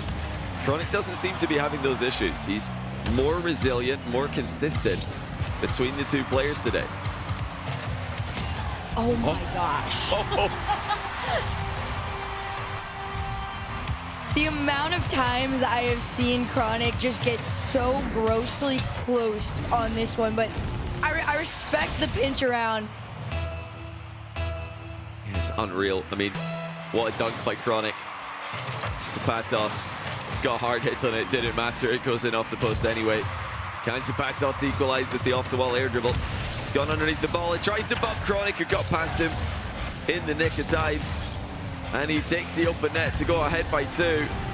It was a nice idea by Zapatos, but it wasn't premeditated. That was more of a reaction to a heavy touch that he made, and he ended up going all in. Now you got to get yourself back into it. Couple of mistakes definitely are making Zapatos fairly inconsistent, I think, in his eyes as well right now. But this might get him back into it. Quick little cut around, shot on in, down by 1. Okay, well, there's the simple conversion we're talking about. You've got the boost advantage, just get a quality shot on net. He does. Chronic didn't even have time to pick up a small boost pad. That's the way Rocket League could be sometimes. You forget about the big one. You don't even have time to go to the edge of your box and pick up 12 before the shot's on target. Now, Zapatos trying to park in front of Chronic and slow him down. But Chronic has a pretty direct route to the bottom corner there. Zapatos can't really prevent. Again, it's a cool idea by Zapatos. You know, I can't get to the ball, but I can stop Chronic from getting to it. Unfortunately, you know, getting chain bumped in Rocket League is a tricky position to recover from. Oh, for sure. There was no way. He was half flipping back in time for that one. Ball was already on the nose of his car, just like it is here. Out into the corner. Demo is going to give some time. Chronic's going to turn around on this one. Has that mid boost to work with there. A little bit lower for Zapatos. I expect the challenge to come through. Flick up on it, though. But still, Chronic's patience, I really think, is what's been paying off throughout the majority of the series. Yeah, it's his patience, his awareness. He's not getting caught out. Again, he sees the Zapatos coming, and he's able to come out of these tussles as the stronger of the two players. It's getting slightly more and more out of control the longer this series goes. Zapatos took game 1. Game 2 was close, game 3 as well, but now things are getting away from him. You know, the scorelines don't always tell the full story. This has been a close game, but he needs to find a way that he can create quality chances on repeat right now. That's what he's lacking. He doesn't have a go-to play that he knows is going to make Chronic uncomfortable. Yeah, unfortunately, that really has been also the thing that has allowed Chronic so much success in this series. He's found that he can just kind of let Zapatos wear himself out, take this ball from him, although this time might be a little bit different. Oh. The bump play comes through and also kind of forcing Chronic to own goal on this one. He got the ball right behind his car. You'll see it after the flip over and just crossbar down. I thought Zapatos saved his own shot, but then Chronic was there to finish it off. I think Zapatos, with the momentum he had, would have probably made it back and either bumped Chronic away or scored anyway, but no time wasted. 2 goals in. It's Zapatos. He does put Chronic under pressure every now and then. Chronic with a pre-jump now, shadowing midair. Late pogo shot attempted by Zapatos. Oh, Chronic's missed, and Zapatos hits the crossbar with the open net attempt. Actually, so unfortunate. Now you just got to turn around and try again. Air dribble all the way. It's going down. Easy read out into the corner here. Going to play this one out into his own half. Does get that mid boost to maybe slow Chronic down behind him, but it's not going to do too much. Again, that patient game really has been playing off. And of course, you're down by 2. Maybe the flick attempt. This one, not enough power, not enough height. We still stay where we are. Oh, and another catch out. Yeah, good shot. That's a great shot by Chronic. You know, I hate to keep saying it, but the flick's just not working today, Zapato. It's not been working on the whole weekend, at least, yesterday and today as well. I would love to see him just do something different as his main source of ground game. He's got a quality ground game already, and he's got Chronic backing off in a lot of these positions. Oh, open double. Doesn't look away, but he still scores. And I think he even got a reset for fun on the goal line. I was going to say, I know for the most part, a lot of us are like, all right, your ground play is fairly solid. He wants to also do the flicks off the ground as well. But for the most part, honestly, the very simple aerial gameplay we've gotten from him has been the most successful at this point. So honestly, simplify yourself a little bit, because Chronic's going to attempt to do the same on you. The bump play comes in. Oh my gosh, the nosedive! Zapatos hits Chronic with his own save idea. Get bumped to the backboard and then dive bomb the save off his own post as well. Zapatos is just hanging on in this game, but he needs possession. He needs a goal. Chronic baits him into the air and blocks him to all but confirm the game win. Nothing Zapatos could do. Chronic has flicked it up and over him, just a waste of time. And he will be winning his 3rd game in a row. Zapato has had heroic moments, but it's not been enough against a player like Chronic. That's got to be so frustrating too. We also do get our first timeout from Zapatos, but to really, like, he keeps getting into it like far too late into the game. And then right when you think, all right, he's found a bit of momentum, he's starting to, you know, lay off the flick shots, right? Another aerial play that we were talking about, the simplified ones really have been working for him, but Chronic, at the end of the day, patience has been a virtue and kept him winning this entire time. Yeah, Chronic knows right now that he's got a good enough read on Zapatos that he doesn't need to do anything too crazy. He's matching Zapatos kickoff well. He's also, you know, earlier in the series, he was struggling against Zapatos, air dribble dunks, air dribble 50s. So now he's just mostly going for the ball in every play and ignoring what Zapatos is doing. It's up to Zapatos to move the ball around Chronic. But it's going to be all about the ground game for me. You know, Zapatos, I've seen him do it before. I know he can absolutely play the rolling dribble very well. And especially in a car like the Sentio, you get some nice slice with your hook shots. You can get it up in the air. I want to see hook shots from him. I want to see just ground shots on the bounce dribble. And I even wanted to see pop bumps from Zapatos as well, because Chronic is shadowing almost exclusively whenever Zapatos puts the ball on top of his head. If he just has the ball on his head and he's dribbling, Chronic's shadowing. And that's a vulnerable position against air dribble bumps, pop bumps, if you're not named Rawas. Yeah, fair enough on that one. I also think, you know, I think Zapatos also, there's got to be some sort of like a breathe in, meditate, like find yourself sort of moment, because you can also just physically see when he starts to get really antsy. He is a very solid defender on top of all of this, right? Like, bottom line, he can defend against Chronic. It's just him getting away from himself in some of these very, very crucial moments. And then after that, it's like, all right, off the kickoff, Chronic's just gonna come in and, you know, delay it. And then it's the snowball effect of stress. But I don't know, we're gonna see. This is the most high pressure situation, I think, for Zapatos. It's only one last chance. Yeah, can he make it work? Can he survive any longer against one of the best players in North American 1v1 history? A player who, despite being still quite young in the scene, has so much experience being a top player in ones way before he could play RLCS. And he is giving Zapatos headaches today. Chronic, triple match point. In that corner, little battle for possession, pops up in favor of Chronic. He's gonna pop this one up to himself as well. Zapatos already up with the reset faster. Wow. Crossbar down and in. Chronic's playing exactly how he has been the entire time. Look at the power he got on that shot after getting the reset on the ball. He used it pretty quickly.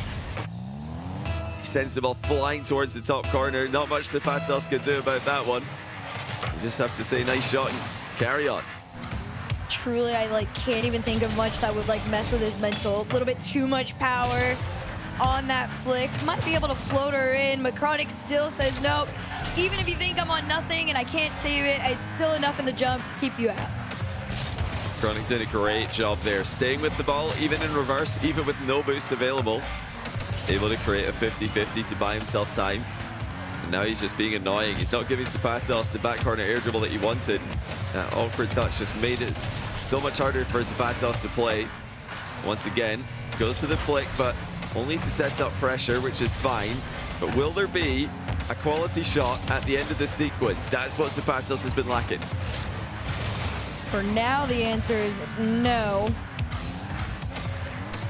Chronic might get the pop on this one. He does a lot of power. This one played to the backboard there, out and around.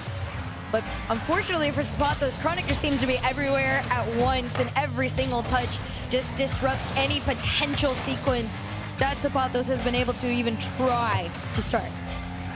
Oh, miscatch there by Zapatos, concedes possession. Chronic just gonna hit it to him and see what he does on the turn. Zapatos handled it pretty well. Avoids the bump, and now he's got a chance to do pretty much anything he wants. He opts for the ground game. There's that simple flick on target again. It sets up a boost steal, but will he get a good shot off of this? It's just not happening. Chronic is surviving. And even if his boost gets stolen away, he's still able to get the next stop as well. And usually counter-attack or clear and lead to a goal. It's Chronic who's playing just solidly in defense. Zapatos cannot get the ball past him. He's just, again, that patience really just continues to play off. Even in these micro moments, you felt it. He just let Zapatos go and defend that first one. And as soon as it floats down, it's just a sneak in under the bar.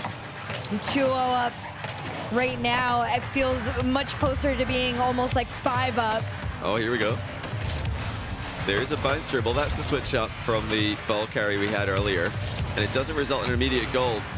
And in fact, Chronic has just smoked him on the follow-up challenge. I mean, he is just defending everything Zapatos tries with the ground game. But, you know, credit to Zapatos for trying. I'd like that he's done something different there, even though he kind of telegraphed where his shot was going to go. Yeah, you do gotta respect the fact that he is trying to do something a little bit different. Unfortunately, it just isn't the right thing to be picking out a bag of tricks. You just gotta keep finding new combos, new mechs, anything to try and slow him down. But you also do gotta respect the fact that Chronic defensively is so disgusting. But not only that, his transitions out are so fast that you aren't even back to prepare in time. It doesn't even give you the space to think. With 2 minutes left, it is still all to play for. 3 goals in 1v1 is a recoverable scoreline. This is probably similar to 1 goal in 3v3. So he's just got to think about it 1 goal at a time. Oh, it could easily have been 4 there. The Chronic went for it, top shelf. But he hit the bar with the reset. Zapatos going to try and return the favor, except bar down and in perhaps. And it's off the post. Chronic with another great save. He tried to commit to it too. There wasn't going to be a touch on him, but this one will. No touch needed, just some accuracy and speed to really get Zapatos back into this one. Good turn. Zapatos sticking around in low boost.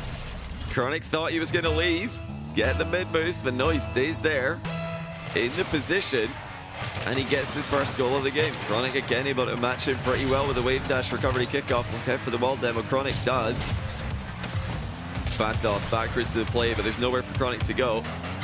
He somehow still almost gets the goal out of this, but Zapatos chaperones the ball clear. And just a tiny bit of boost, gonna try and follow this one down. Chronic reads the attempt. Plays this one back into his own side. No space given to really set himself up. Instead, it's just another 50 forward. Chronic might take a shot on it, plays it back, and there it is. Zapatos, I think he just tried to do a bit too much here. Panicked, hit the ball to Chronic, and then he's jumped on the spot while thinking about ways to get back into the play more quickly. And for once, the guy who seems like he could pull a wave dash out of anywhere doesn't have one available. A minute to go. He needs control of the ball. He's going to need to just go for a demo in Chronic here. There's no other way that he can really challenge this. Yeah, he just turns away. He doesn't want to go all in. He does still have enough time. But that is about to change. The time's definitely going to be getting away from him very quickly here. Follows the pop-up. Chronic was already up. Might have to play it down. He does. Oh! I was like, I feel Chronic coming behind this poor kid. It's just so close, but so far, it seems like it's been the story at the end of the series. Oh, hang on, open net. Chronic's missed his sidewall double. Zapatos slots him just inside that near post. And now this kickoff is really going to be in everything because we don't know who's delaying, who's staying, what's going to go through, but Zapatos needs something off the rip. I can't believe Chronic tried to precisely hit that. He tried to shoot it. It's going to be Chronic with a delayed kickoff again, though. This was the bane of Zapatos at the start of game 1, and now Chronic's hitting it the whole series, only to bring it back in clutch time. He completely blocks Zapatos and makes it 3. You know, the good news for Zapatos is, though, we've got another kickoff. So if he can return that kickoff goal with one of his own, he is still in this. He's not going to get one. Chronic fakes him out. Surely that's going to be game. I think it might be here as you count down that last 10 seconds or so. Zapatos tried the hardest he absolutely could, but Chronic showed everybody a defensive masterclass and an offensive surprise. And now we will see him face off against Diaz later on today. GG's, Zapatos, top 6, a fine showing in his first ever RLCS main event. I think he could be extremely proud of that achievement. And to only lose to players like Chronic and Evo, I mean, there's nothing to be ashamed of there. Some of the absolute best players in North American ones right now, and for a while, these guys have been at the top of the game. Zapato is such an entertaining player. It's the reason he's got so many fans. It's the reason everybody's talking about him. He just plays such a unique brand of Rocket League. I hope he keeps going with his unique style, makes the necessary tweaks to perfect it, and I'm sure we'll see him again. Yeah, I think this is an incredible player. So much potential. Only the beginning. Now the eyes are all on him finally, and well deserved. But Chronic is going to continue on NA's hope to try and take down Brazil in the semifinal.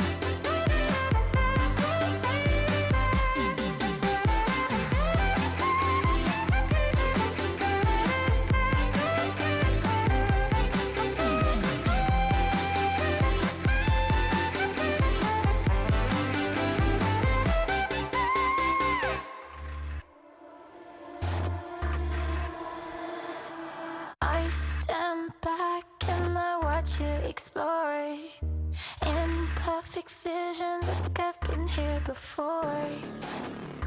Falling faster, I try to ignore. I see you, I see you.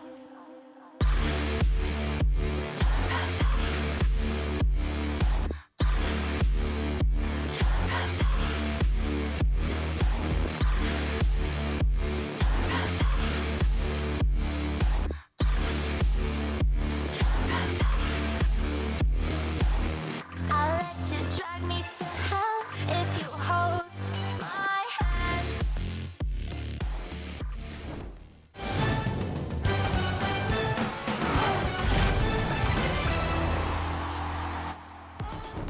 What a way to start off Championship Sunday. Zapatos gave it his best effort, and what an effort it was. Pop-off reactions from both players throughout the course of those games. Game one, I really thought we were in for an instant classic after coming back from being down. I think it was 4-0 to force overtime and then win it with an absolute freestyle of a goal. Herc, that was a crazy game one, but Chronic did get it all done in the end.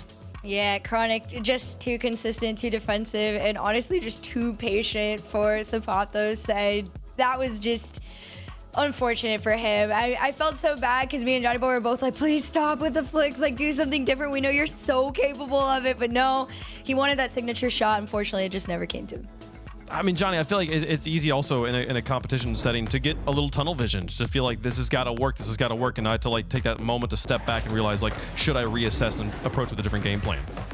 Well, it's happened to some of the absolute best players in the world, some of the players with the best flicks in the world. Sometimes it's just not there, and you've got to go to something different. And I think it was game 5 that Zapatos realized that, tried the bounce dribble, which also didn't work, but you know, you just have to have that experience to, you know, have more than one shot available to you. It's hard to just, it's easy to say that, of course, and hard to do it, because he's probably thinking, my goodness, I'm so close to winning these games, and my flick isn't even here yet. When my flick comes online, GG's, I'm going to dominate, because all these flicks are going to be top left unsavable, top right unsavable. And unfortunately, they just continued to be, at least from Zapato standard, mediocre. All the flicks, I'm sure for a lot of you guys watching are thinking, yeah, that's my best flick of the month right there. But, you know, for him, those were just 75%. He was missing a lot of power today and yesterday. Yeah. That's how good these players are. But Zapatos' run ends here in the quarterfinals. A top 6 finish. Respectable and wonderful. We'll see him in future tournaments. Chronic advances in the semifinals to face off against tournament favorite Diaz. That'll be coming up a little bit later on. We got Evo waiting in the wings for the results of our next match. The players are on the pitch and getting ready to go. So let's get into it. Wavy trying to bounce back after a lackluster performance yesterday. Firstkiller trying to continue his momentum here, Herc. Yeah, this is, I feel for him. He had, again, another one of those performances that was such a good qualifier, and then we finally see him in, like, the first day of our, like, you know, main event, and it was just, he fell flat, and it was frustrating. It was kind of very similar along the lines of what we were getting from Zapato. So, I think in this case, we're just hoping maybe he does switch it up. I do feel like Wavy is a little bit more free-minded in terms of that, especially because he is aware that Firstkiller can do the same thing. Yeah, Johnny, I mean, Firstkiller, we've come to know him as the GOAT of 1v1s in North America, but somehow not the tournament favorite at this point in his career, given how good Diaz has been recently. And we heard from FK yesterday, he feels it's so important to him to be that North American representative. He would love to, as the greatest of all time in North America for 1v1s, be that representative in Raleigh. Oh, absolutely. This would be the crowning achievement on top of an already great one's career, and I'm sure he wants this more than anything. But for his opponent Wavy, this would just be the crowning achievement in his career, like as a whole. Forget about the game mode. So, you know, a ton to play for both players. Wavy, of course, not out of the threes season just yet, as you know, as the fact that we've got the last chance qual that I hope he'll continue to be a part of. Maybe with this team deleted, maybe not. I'm not sure. We'll have to wait and see. But yeah, Firstkiller, he has to prove something here, because he's been challenged by a lot of the guys in NA, and now I think we're into the expected top 5. The 5 remaining are the 5 that I'm sure a lot of the Ones fans watching would have picked out as the top 5. Will Firstkiller be able to continue to elevate in the elite? I'm excited to see if he can get it done here. Johnny, who do you think is going to win? I have to go with Wavy, and the reason is he's won the last 4 series against Firstkiller, so I'm going to pick it. You beat him in this tournament, beat him in the Swiss stage, and he's won the last 3 series in the off-season against him as well, twice in Arm the Rebels, once in Salt Mine. So, you know, all time, they're actually really close. Firstkiller won the first 3 series they played. Wavy's won 4 since. Hark, who you got? I feel less crazy because I was also going Wavy on that one, and I was like, I'm not sure if I'm going to be able to justify myself enough to everybody, but Johnny Boy did it for me perfectly, so thank you for that one. So I love how strong Wavy is, and the results with Wavy here are amazing. But what we saw from FK yesterday was a determination to win, and what we saw from Wavy yesterday wasn't a caliber of player who seems like he's going to be able to beat FK. I feel like it's recency bias for sure, but I think Firstkiller is going to be moving forward in our bracket today. We'll see if he can get it done on the pitch against the players. How does chat feel about it? Firstkiller, a favorite for a lot of times, and he's going to continue to be a favorite here. One of the best players in North America. Let's see if he can get it done against an opponent who's had his number of late. Let's see if he's still got that number in the bag. Winner advances in the bracket to take on Evo in the semifinals. Long road for these players. This is the first step. It's Wavy versus Firstkiller to stay alive on Championship Sunday. We start off the day with 6, vying for to be the NA 1v1 champions. We're down to 5. Chronic just advanced to the semifinals. Firstkiller would love to join his teammate in the other semifinal. In his way stands the man who's strong with the tide, Wavy. I'm your boy Base, joined by Fear in the commentary booth yet again as we're into the match. I'm excited to see Firstkiller versus Wavy. Firstkiller on Championship Sunday in 1v1, something we have yet to see. We've seen Firstkiller on Championship Sunday all the time in NA, but how is he going to do against a guy like Wavy? You heard Johnny talking about how recently the matchup between Wavy and Firstkiller has been favoring Wavy, but I tell you what, this is Firstkiller's home. Championship Sunday. Wavy maybe hasn't been here yet in a big game, especially not in 1v1 because it's never happened, so will Firstkiller be able to clutch up? That'll be the big question. Another question mark that we will be looking at seeing here, Fear, is how does Wavy bounce back from yesterday against Diaz? He looked a little tame, looked a little timid, and he didn't really prove to us that he could really compete against Diaz. So this will be a good test, though. He did start off this tournament beating Firstkiller, I believe 3-2 in the Swiss stage of this. So that was a big W from him. Yeah, if one of these guys wants to take down Diaz, we might need to see them separate from each other a little bit more, because the way it's going right now, if Wavy puts up a good fight against Firstkiller, this one goes the distance, and then another one where, you know, the same thing happens against Evo, which is who the winner of this match will play. I think Diaz is just going to walk through everybody because he made Wavy one of these challengers look nice and easy. Maybe the best chance if you're trying to root for an American to win is to see Firstkiller have the same kind of performance against Wavy. Maybe he's going to look strong. Right now, he's going to cut in the midfield and he's going to make it a 2-1 lead. Yeah, he catches Wavy out with no boost. Realizes that he's got a challenge and just gets a good strong flick over him. Yeah, no, Fear, you're one of the best this time around, so I'm gonna ask you a question for the people who are watching might not know it as much. If you had to break down this match or a preview of what fans should expect, what would you have to say to them? Firstkiller loves to play quickly. He wants to try and move around, get the ball speed high. He can bang the ball harder than anybody else, really. I know it's easy to think like, wait, shouldn't all these guys be able to hit the ball as hard as possible? Well, Firstkiller somehow surprises us here and there. Wavy is your 1v1 type main. Now, he's not a 1v1 main. What a shot. Really solid as Firstkiller, almost able to get a double. Does have the follow-up for a third. But Wavy is the kind of guy who is going to be down to take it into ball carries, play, you know, some shadow defense, and look for air dribble bumps, look for all the classics of 1v1. Expect really safe gameplay from him, where he does not dispossess himself very often, and look for almost the opposite for Firstkiller, who is down to slam the ball over to Wavy and just expect that he'll be faster to make it work. Anything about the kickoffs people should be watching for? Wavy's going to love the wave dash kickoff. I think right now in the ones meta is he's going to shoot on an open net. You will see like Moxie and many other 1v1 players default first to the wave dash recovery kickoff. It's important to be able to throw tons of different kickoffs into your game, whether that's, you know, the standard flipping left and right, maybe half flipping and not even going for the kickoff at all, or a delay. But the wave dash recovery is going to be Wavy's main. I think Firstkiller is not going to get stuck too much like we saw in the MENA Grand Final, but I think he'll be, you know, a little bit more preferential to the standard if I had to guess. Well, there you go, people at home. You got the Fear analysis. He broke it all down for you. If you weren't listening, I don't know what you're doing. Get your popcorn ready, because we got a set going. As we're doing all that yapping, 2-3 set so far. FK's hit Wavy with a couple quick shots, a lot of speed, a lot of aggression. Wavy's came back with a kill goal himself. Wavy with possession right here, flicks it out. FK is there to beat him. It's just a really neutral ground in the midfield right now. Some space for FK, a boomer shot. Wavy there to meet him every single time. And this is what Firstkiller's going to do. The question is Wavy going to be able to escape easily enough to end possessions? Firstkiller actually did a little camera check because he expected Wavy to come get him, but oh my goodness, what a save.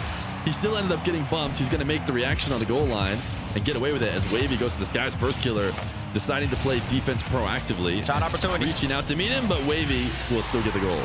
Great recovery there from Wavy. Took a little and1 finish from FK with the contact. No free throws, though, but I don't think he'll mind it. As he gets the goal to his name. As we reach the halfway mark, both players seem to be evenly matched. Wavy already putting up a way better fight than he did yesterday against Diaz. I think he's moving around faster, more confidently. He's not doing that slow dribble he was doing yesterday. That thing was not threatening. Oh, and he's actually performing on defense as well. FK has yet to really bust out the mechanics so far. Everything's been real quick, real powerful. And he tries to go from one side of the map to the other side of the map. That's never going to work. Wavy punishes him as he should. Yeah, Firstkiller is in deep on Wavy's corner. Sometimes it can be hard to find an angle, and you'll see players try and pull the ball out to try and create an angle back towards the net. Firstkiller was really aggressive, trying to really swap the field. Wavy will just delete him off the map. And Firstkiller is going to regret maybe not just going for a pretty tough, tight angle. It's going to be better than getting scored on. As Wavy goes for an air dribble off the side wall. Too far of a setup towards the opposite side to really ever threaten on net. And now he's trying to make something out of this possession, but he's probably going to have to back off. Close shadow as Firstkiller brings the ball on top of his car. He's staring at Wavy behind the play. This flick is not looking strong enough to get past. You're going to need to do a little bit more than that. As Wavy, nice cut, and he's looking at an open net. That's an error in the midfield. Getting too greedy for his on him. Wavy's going to play with him a little bit. So that'll take an extra 2 seconds off the clock. FK tries to back him. Can't even see it in the replay. And Wavy just hits him with the right to left crossover. Gets right by him. FK seems to be a little frustrated doing that spam camera thing that these one players love to do in between games, in between goals. He's gonna have to bounce back though. He started off hot, Fears. He had the lead early on, 2-1, 3-2, but Wavy's been on fire ever since. Nice dunk down. Credit to Firstkiller for finding a way to save that. Wavy's gonna miss this on the follow-up. Firstkiller, he wants to punish, so he's trying to take it straight down the center of the field. Wavy has the first save. Firstkiller is hoping to lock him in jail here around the net, but Firstkiller doesn't have much boost of his own. He's actually hitting the zap dash to try and stay near the back wall. But Wavy does escape, but not fully, because now he's all the way in Firstkiller's corner with no boost. So chances are we're going to see Firstkiller right back in control, and here is his air dribble. He got a little bit out ahead of himself. He tried to air roll through to get just a bit more space, but this one is also saved again. Wavy is known for his defense in 1v1. Can Firstkiller break through? Nice wave dash cut, and he's within one. That's a crossover if you know it. Come on. FK says, mama, let's have this dance. Wavy comes back, no boots. Wave dash cut to get to his right. Wavy lost. He got put away. And FK, best goal of the game so far for him. Still down by 1. If he wants to tie it up against Wavy, kick up on the way. Ooh! It's a good wet ball. Ugly bounce though. Wavy should, I believe, take possession away right here. And he does. Yeah, in this corner, Firstkiller is right to dive before he can really get a shot attempt. He's so fast. This is the Firstkiller 1v1 gameplay. He is going to be so much quicker than his opponents more times than not. And Wavy trying to come off that side wall. It's really hard to recover when you're in that position, and you're never going to beat a Firstkiller in a race to the ball. Exactly. You said it. You're never going to beat him. So I don't even know why Wavy's jumping. But we always say put a hand up in 3v3, hand down, man down, went once. When you're playing for FK, run away. Run away. Yeah, all right, there's a run on sight. Can you try it again? And look at that. Wavy puts himself in a great position, gets a great 50-50 on FK, sees him coming from a mile away, doesn't actually try to beat him, just tries to get the 50-50 in the midfield, which he does, and then he automatically gets a wide open net, kills FK's momentum, 6-5. Yeah, I mean, Wavy makes Firstkiller look silly, but the reality is getting that perfect touch off the 50 with a diving challenger like Firstkiller is not easy to keep around. Firstkiller's hoping for any sort of bounce that takes it to the sidewall or anything to buy him a bit more time, but Wavy perfectly killed it with a mistake from him in the corner. Can he get back to make the save? He can't. Firstkiller will dunk it in. Wavy, where's the composure? You're up by 1, baby. Ozzy's passing. Slow down. You hate to see that from Wavy, man. That's a giveaway. That's a blunder. And now it's anybody's game. 15 seconds left.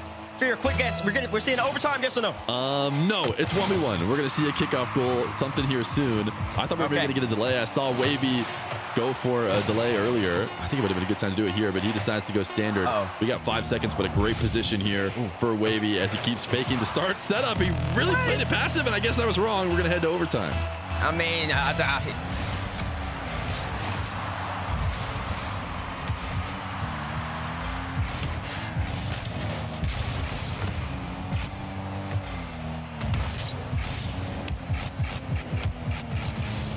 Wavy on the air dribble, going to get denied by Firstkiller as Firstkiller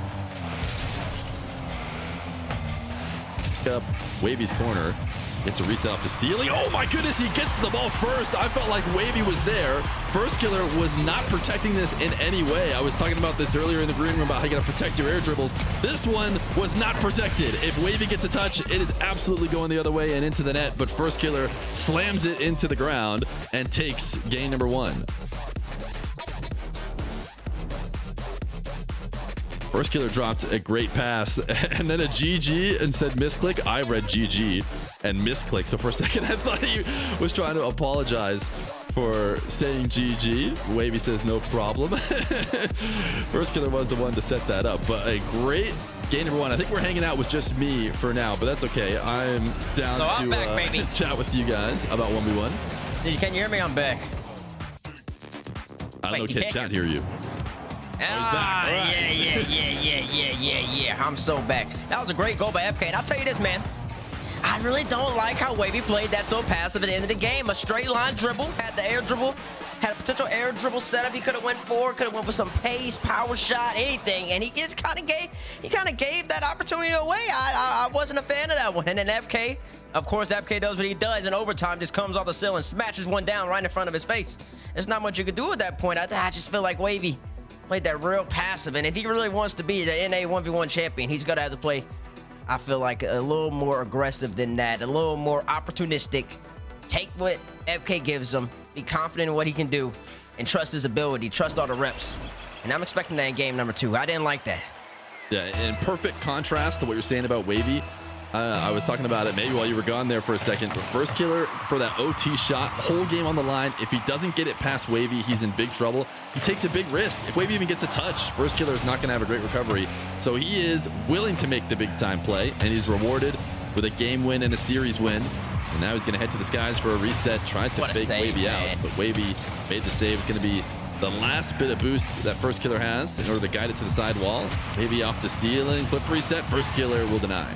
Too tame right there, but Wavy, impeccable save. Stop at FK's setup right there. It looked like he could get by. I wasn't on his player cam, but based off of FK's POV, it looked like Wavy might have jumped down on the last second or or just barely shifted his card air roll just to get the downward thrust that he needed to stop FK right there.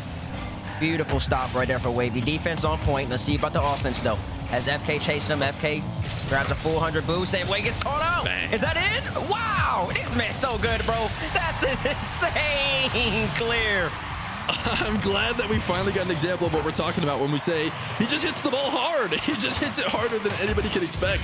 Wavy has played so many 1v1s. He is grinding his 1v1 rank. He's grinding every single tournament that has any amount of prize pool in it. He's played against everybody. But what he hasn't seen is that ball just getting slammed across his whole field in a position like that.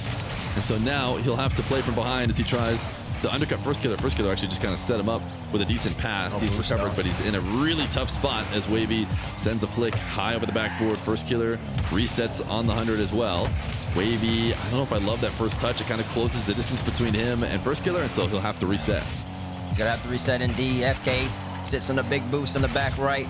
Collects 100. Let's see what Wavy could do. He was in the situation last game. Dribble to his name on the way.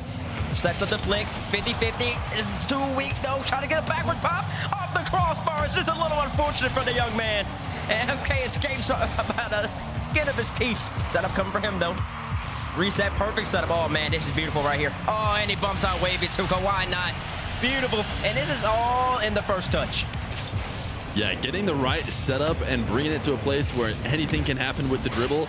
He recognizes Wavy flying in from the high right, gets a reset and forces it left. And it's a 2-0 lead for Mr. Firstkiller, who got away with one when Wavy was so close on his last possession, but he's been a little bit more effective when he's had control, converting on his open possessions as he drops this ball down. He's going to try and reset back into the corner. And in fact, Wavy doesn't feel like he can get the boost and the ball and stick around. So he's going to go all the way back. Firstkiller dives. Wavy, can he accelerate this ball? He will. I think Firstkiller was hoping for a demo that did not connect. Listen, I hope he was hoping for a demo, because otherwise I'm confused why he's there. No, I mean, yeah, okay, that's why. Yeah, you're right. He was hoping for that demo, because that is Rocket League 101. You don't want to go all the way up right in front of your opponent's net, or even honestly in your opponent's back third, I would say, back quarter, without making a challenge on ball. But it doesn't matter, though. FK responds right off the kickoff with a top left power shot. Yeah, there's just, if you try and prep for this, if you're Wavy and you go up there and defend that top left with that kind of power, you're leaving everything else available. So Wavy is really not even making the worst decision as he creeps into net there. Problem for him is Firstkiller has that shot consistently. And now going to pinch this one away as he loses a kickoff possession. Wavy, first touch, has this ball controlled, but couldn't quite get it into a spot where he felt like he could flick. I felt like he knew Firstkiller was coming to challenge, but didn't want to launch the ball. Firstkiller trying to pass to himself off the back wall. This is the speed from Firstkiller. Can we get an FK POV, please? Look at how fast this wave dash.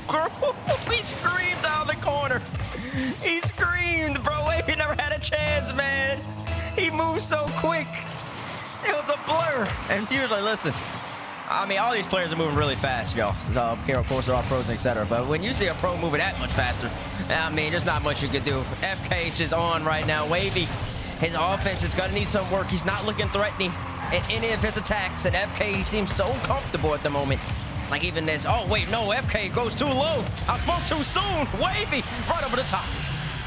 Yeah, Wavy didn't like his first setup, but Firstkiller allows him to go to the ground and start up again. You can see Firstkiller expecting a fake. He thinks that his pre-jump has done enough to convince Wavy to go to the ground, but sometimes just taking the dribble and keep on going is good enough to beat out the defender, especially when these guys are just playing so many mind games with each other. They're so deep back and forth, expecting the fake, fake, fake, fake, fake, fake, fake, and sometimes just dribbling is the right answer, as Firstkiller gets a demo and is now trying to stick around on offense. Wavy feels like he had separated from the ball and has to rush out to make a play. A little undercut might make it possible for him to get something going, but it can be awkward to control off the side wall, and he ends up just rolling it straight at Firstkiller. He's hoping for a panic. Firstkiller does not panic.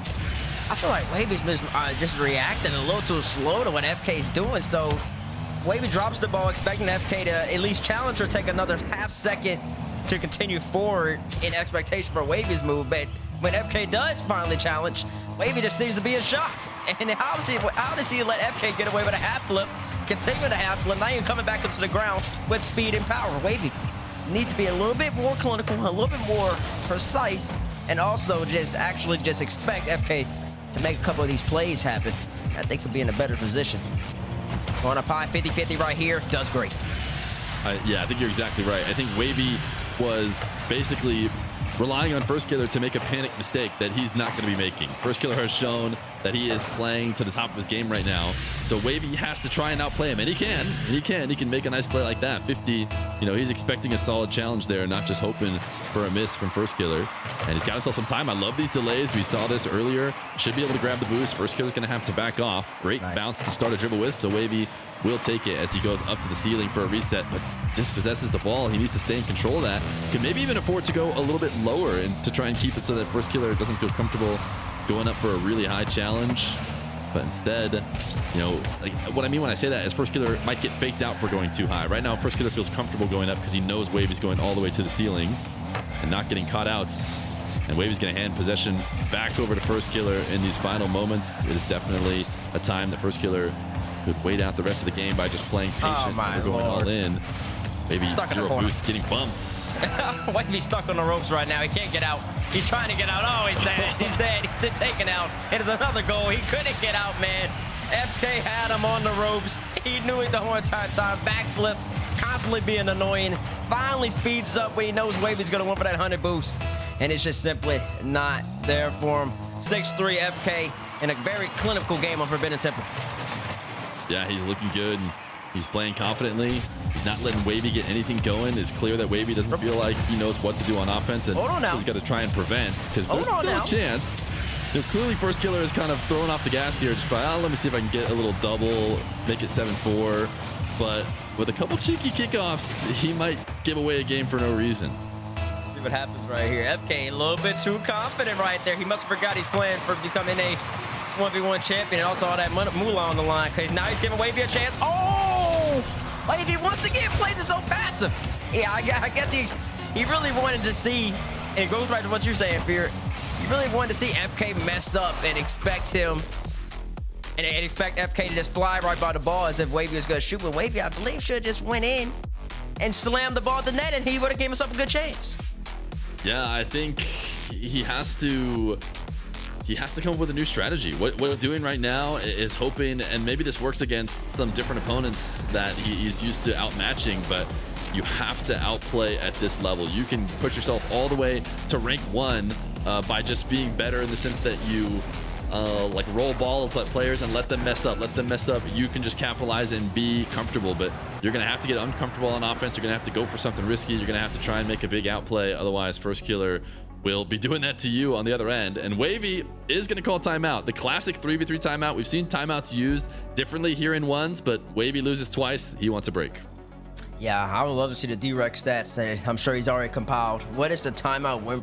What is the win percentage coming out of a timeout for a player in a 1v1 setting? I know in threes that it's more often than not that the team who calls timeout ends up winning that next game.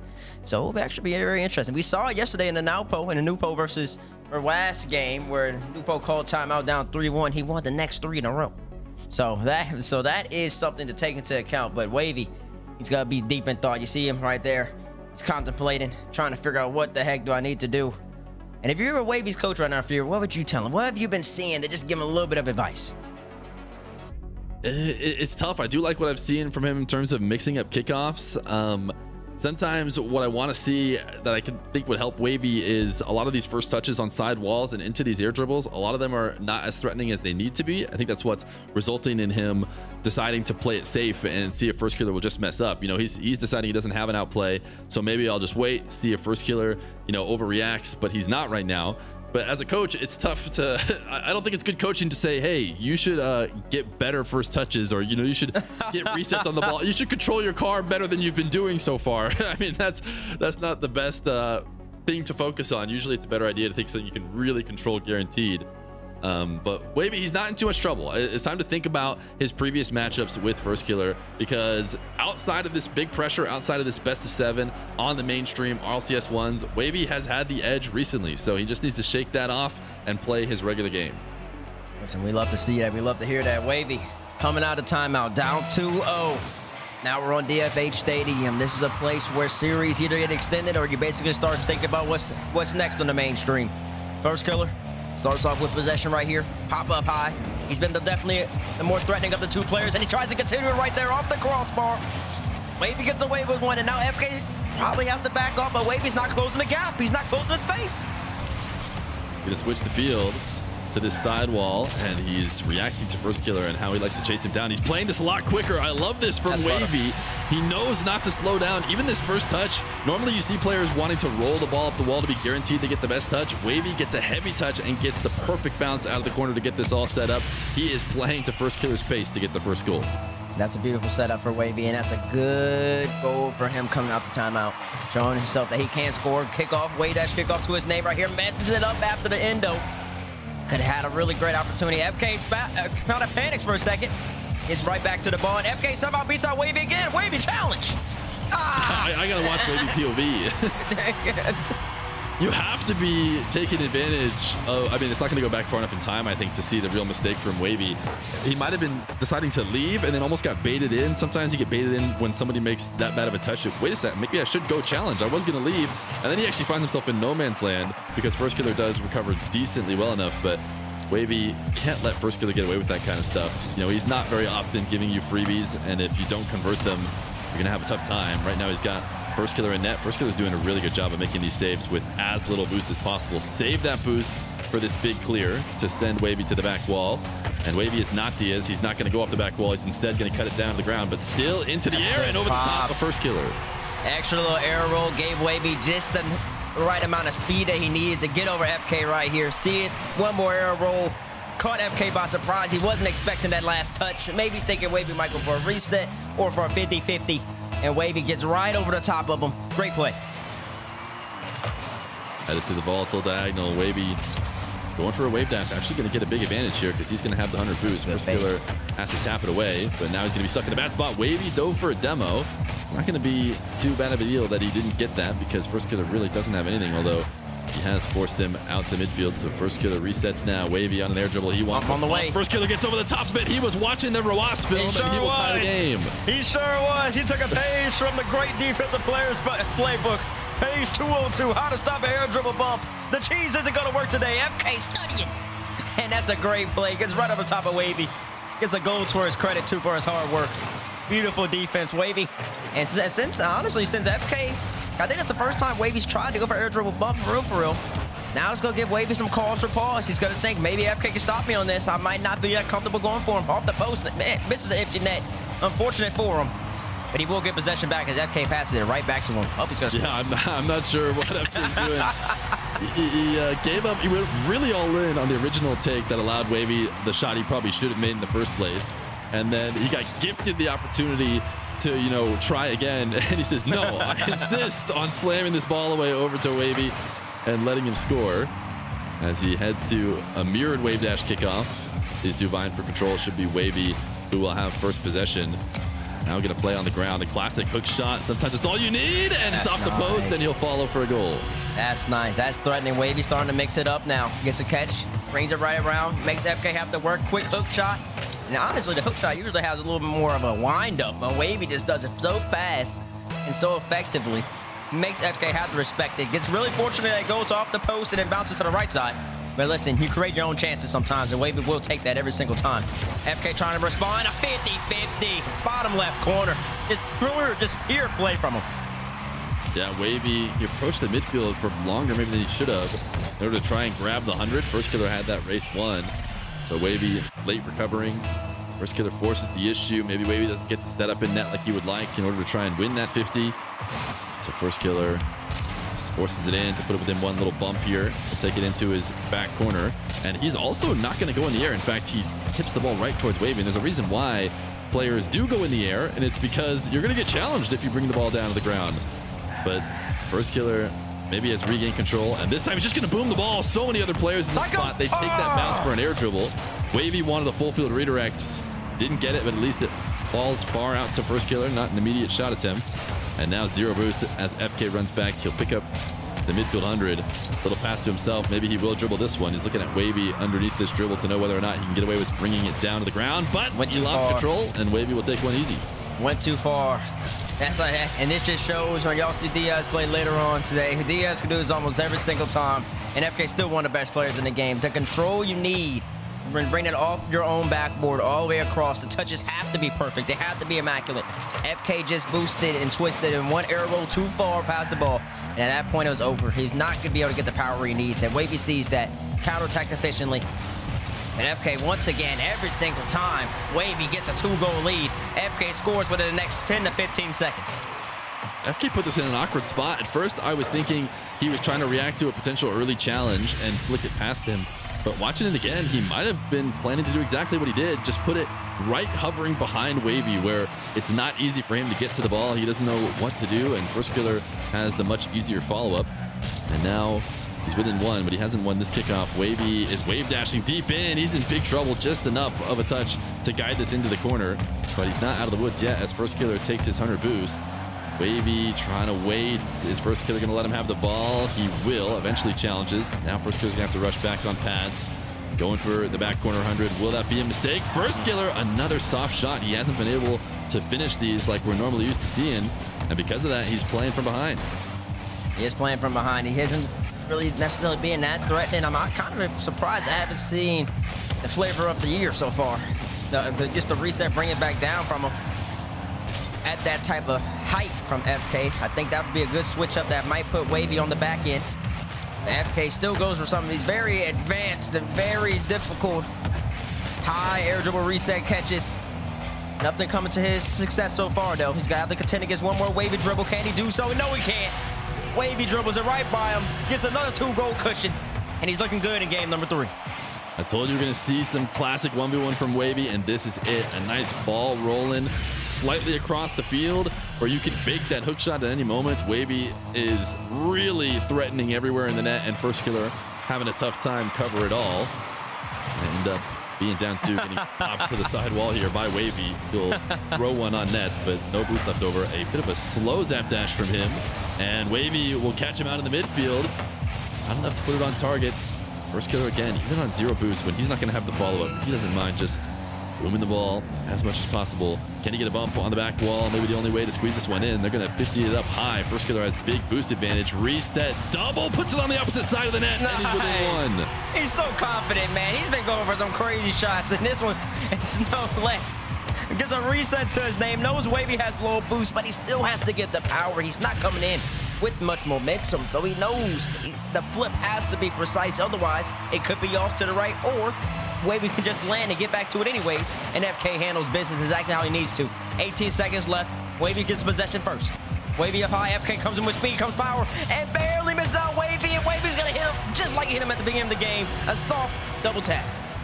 Yeah, Firstkiller, he decided that the game was going to end here on this challenge. Either he was going to make it through and he was going to win and it's going to be OT, or if he missed, he was just going to chalk it up, because that was definitely a very high-risk challenge. 11 seconds, probably a cheeky delay. That's really all you can do, but even that's not going to work. So Wavy, looking like his timeout has been effective. Firstkiller has lost a little bit of that firepower on offense through his air dribbles. He's got maybe a chance to exit this game with something nice in order to build the confidence, but Wavy will even stop that. It's GG's. It's Wavy on the board in game number 3. Yeah, big credit to Wavy right there coming out the timeout. The adjustments that he made mentally while he sat there looking and contemplating on the camera clearly have worked out for him. His offense was much more threatening, much more poignant. Also busted out a couple more variations of his dribble with a quick hook shot, quick threatening straight dribble, line drive dribble, I like to call that, or if it has a name, I'm just gonna call it that. That's what I'm saying. And then for FK's purposes, he actually went for way more high up air dribble type plays this time around. Less boomer ball from him, less power shots. I think he was really successful. Them first 2 games were catching Wavy with just a whole bunch of power and speed. And this time he was really trying to keep possession and control of the ball and trying to just outclass Wavy in the air. And I don't know necessarily if that's the best way for him to go about attacking Wavy, but he's on the field for a reason, so we'll have to find out. Yeah, Firstkiller needs to get the right first touches is probably the big difference. I can think of one specific kind of first touch that he ended up having to use 100 boosts just to correct, not to score a goal, but to, play defense. Sometimes when you don't make the right play setup, you go from playing offense to, oh no, I just need to make sure that I don't let him score. But Firstkiller will score first as he gets a nice catch and uses the speed once again. He's back. He said, I don't need, stop going up in the sky. Stop going up in the sky. I'm gonna go back to the ground. I'm just gonna catch it real fast and just zoom the ball right to the top right corner. Wavy, you better respect me.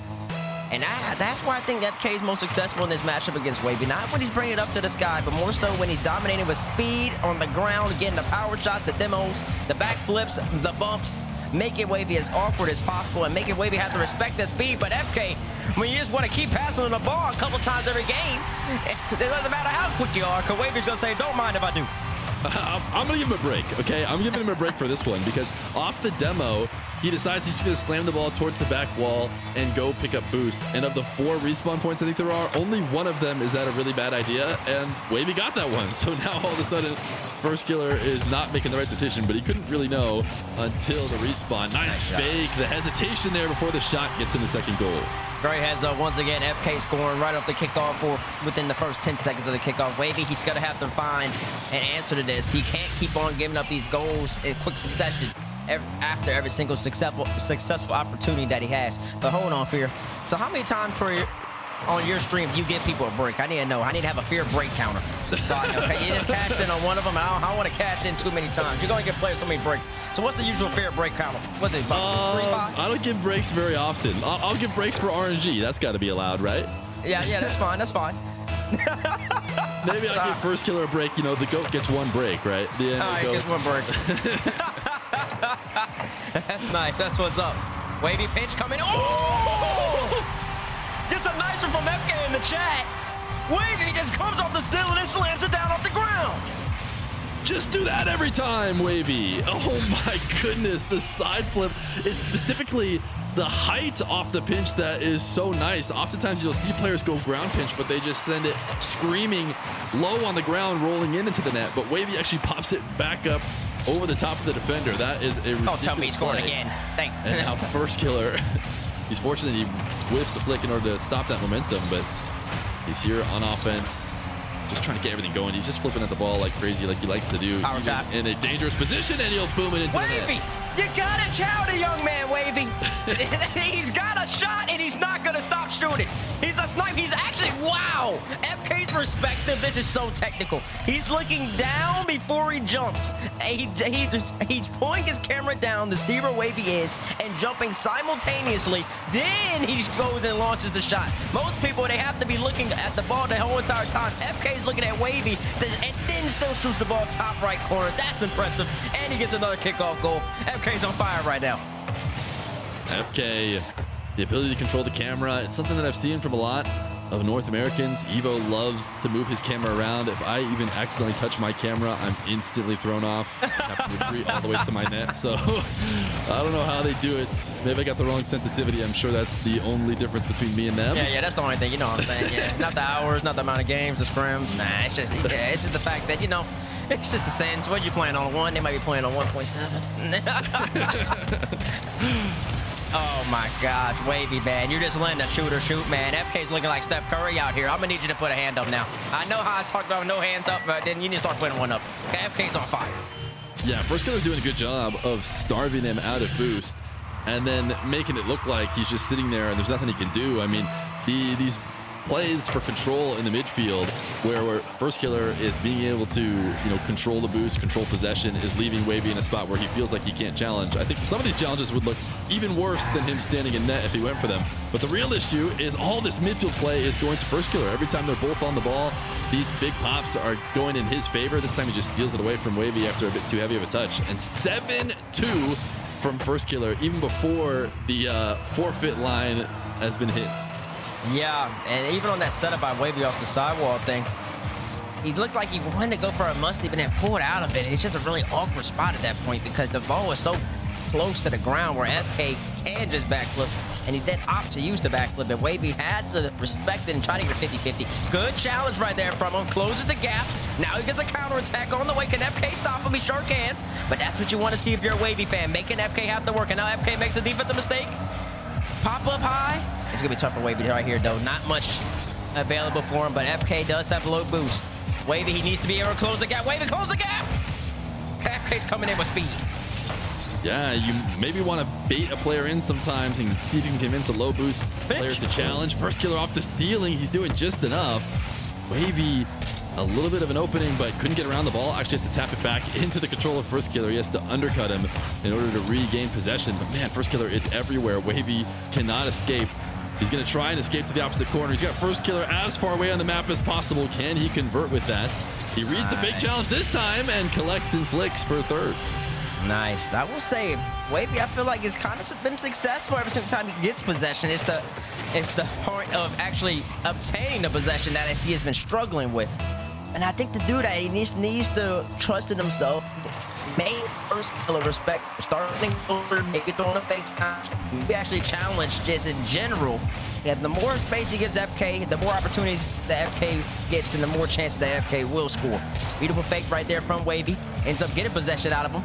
And now here we go, reset, 50-50, and yet another successful opportunity. Wavy, he's starting to figure him out. Yeah, he's getting over the top of this 50. I want to watch from Firstkiller's POV. These dribbles, Wavy has actually been sticking to these straight dribbles, but dropped it down underneath where Firstkiller was expecting it to go. He is definitely within striking distance. I mean, 7-2, we have seen big comebacks in 1v1. A 5-goal lead is definitely time to give up in threes, but we talked about there's 3 minutes left. You fix up the kickoffs. If you could just get first possession, ooh, nice demo. First possession on every kickoff could help out, but Firstkiller got the possession this time, and a demo puts it back to 4. Now, how the heck am I dying when he has no boost? Wavy, jump off the ground! What are you waiting for? He keeps expecting Firstkiller to make a mistake. Firstkiller's a trained man. You sit on the ground for that long, he's gonna gather momentum, and he's gonna come hit you. Because why else would he be there? There's no other purpose. If he's gonna stay there, he's gonna come hit you. Oh, good bump right there. He's so used to playing 1v1 against maybe other kind of 1v1 mains. I mean, Firstkiller's been the 1v1 player from North America for a long time, but he doesn't play it like how a lot of the players who get a ton of reps in it do. There's almost like a, you know, not an agreement, but respect to like, let's not go for it. Let's play really slow. Let's catch it on the goal line. Firstkiller's not doing that for you. He's going to dive. He's going to dive. It's the kind of ones where, you know, streamers go, what was he thinking there? Why'd he go? Well, Firstkiller's going for a reason. Wavy is flicking for a reason as he will launch a musty in the bottom right. Now, earlier in this match, he did get scored on. And he kind of attempted the musty, but he didn't commit to it. This time he says, nah, I'm going to go all in. Bottom right corner, that's what you want to see from him. Down by 3, a minute left. He's been losing the kickoffs. FK's been killing momentum delay kickoff to his name. He's going to be able to get possession over here on his left side boost. Here we go, pop up high. And like I said, he's been successful so much. Good 50-50, but FK's there to meet him this time around. And he's got a lot of work to do.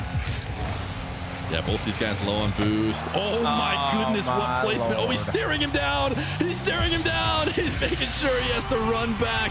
Firstkiller found the absolute perfect spot on the crossbar where Wavy does not get a save and the ball stays on the goal line. That's the crossbar cheese, man.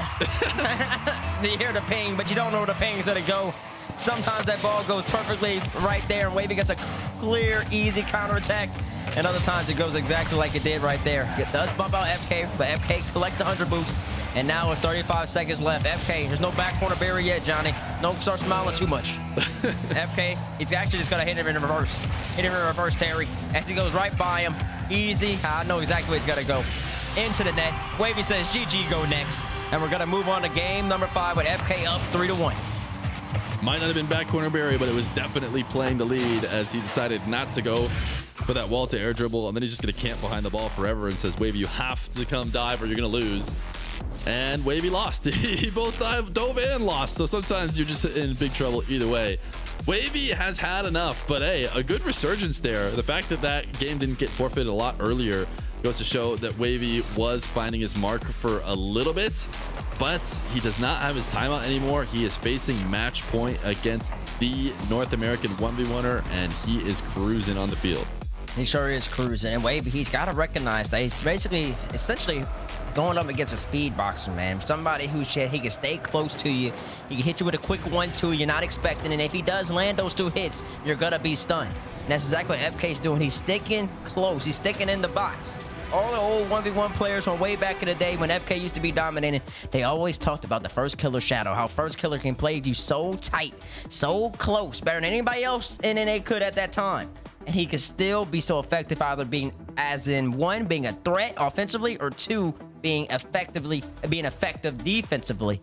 And FK definitely hasn't lost that. Wavy, need to make the necessary adjustments on Aquadome. Let's see if you can do it. got to get in the driver's seat for the rest of the series.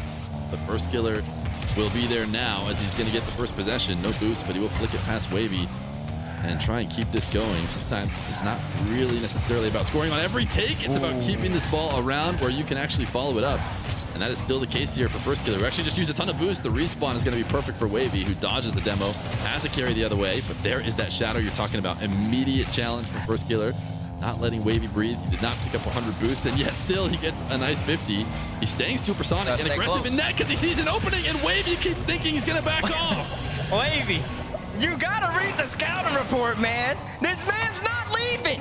You leave the ball for half a second, and he's coming in like a snake, coming in like a viper. He's gonna hit you in the mouth, Wavy. I can see what you're saying, though. I don't know how much ranked ones Firstkiller's playing, but it's definitely catching by surprise. I think catching him as a Wavy, because that's like the 16th time this series where he's driven to that corner boost expecting FK to leave, and FK just not leaving. He's sticking there the whole time.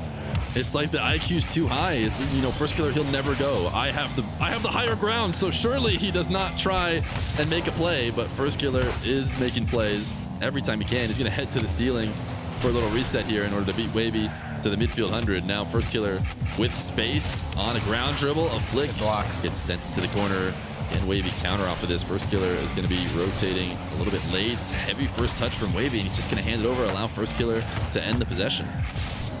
Does allow him in the possession. FK going side to side, collects both big hundreds. Wavy gets the mid.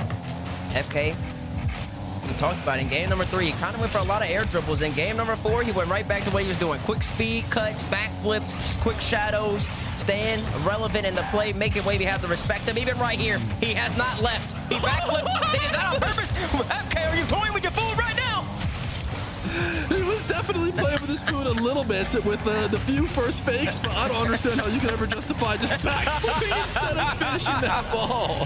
He gets an oops in the chat. Okay, I think we have a confirmation that was not intended. I don't know. That would have been kind of funny, though, if he backflipped and Wavy went flying, trying to block it, and he smashed himself into the goal. But yeah, FK with the oops. Wavy hit him with the This Is Rocket League. And Wavy gets away. That's a 2-goal swing right there. Would have been 2-0 in favor of FK. Now it's tied up 1-1. And I know Wavy will be appreciative of that.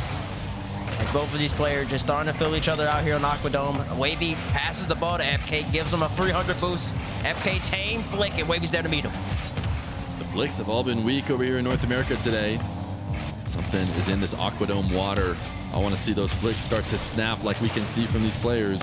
As Wavy is going to tap one to the back wall. He's in a really tough spot. Firstkiller actually did not get enough height on it. Normally you're trying to tap it high, keep that low boost defender having to make double jumps over and over. But Wavy got one with a single, but on the next attack, he scores anyways. He does score anyways, and for you're on the money, the flicks have been very weak. I'm actually kind of surprised that Wavy let this one get through. But they didn't really commit to the challenge. It's kind of in no man's land. Didn't double jump, didn't close the gap between FK, and FK just took the opportunity, put one on net. Sometimes you just got to see if the opposition can stop you, and Wavy couldn't do it this time around. Wavy, again, having to deal with a close shadow. Firstkiller, whenever he has the opportunity, closing distance between them two. But sometimes you can just walk it in. Wavy just goes all the way down the field. Firstkiller isn't going to backflip this time. He's not doing that mix-up. He's dashing away. He's waiting to react to Wavy, but Wavy's just going to do nothing.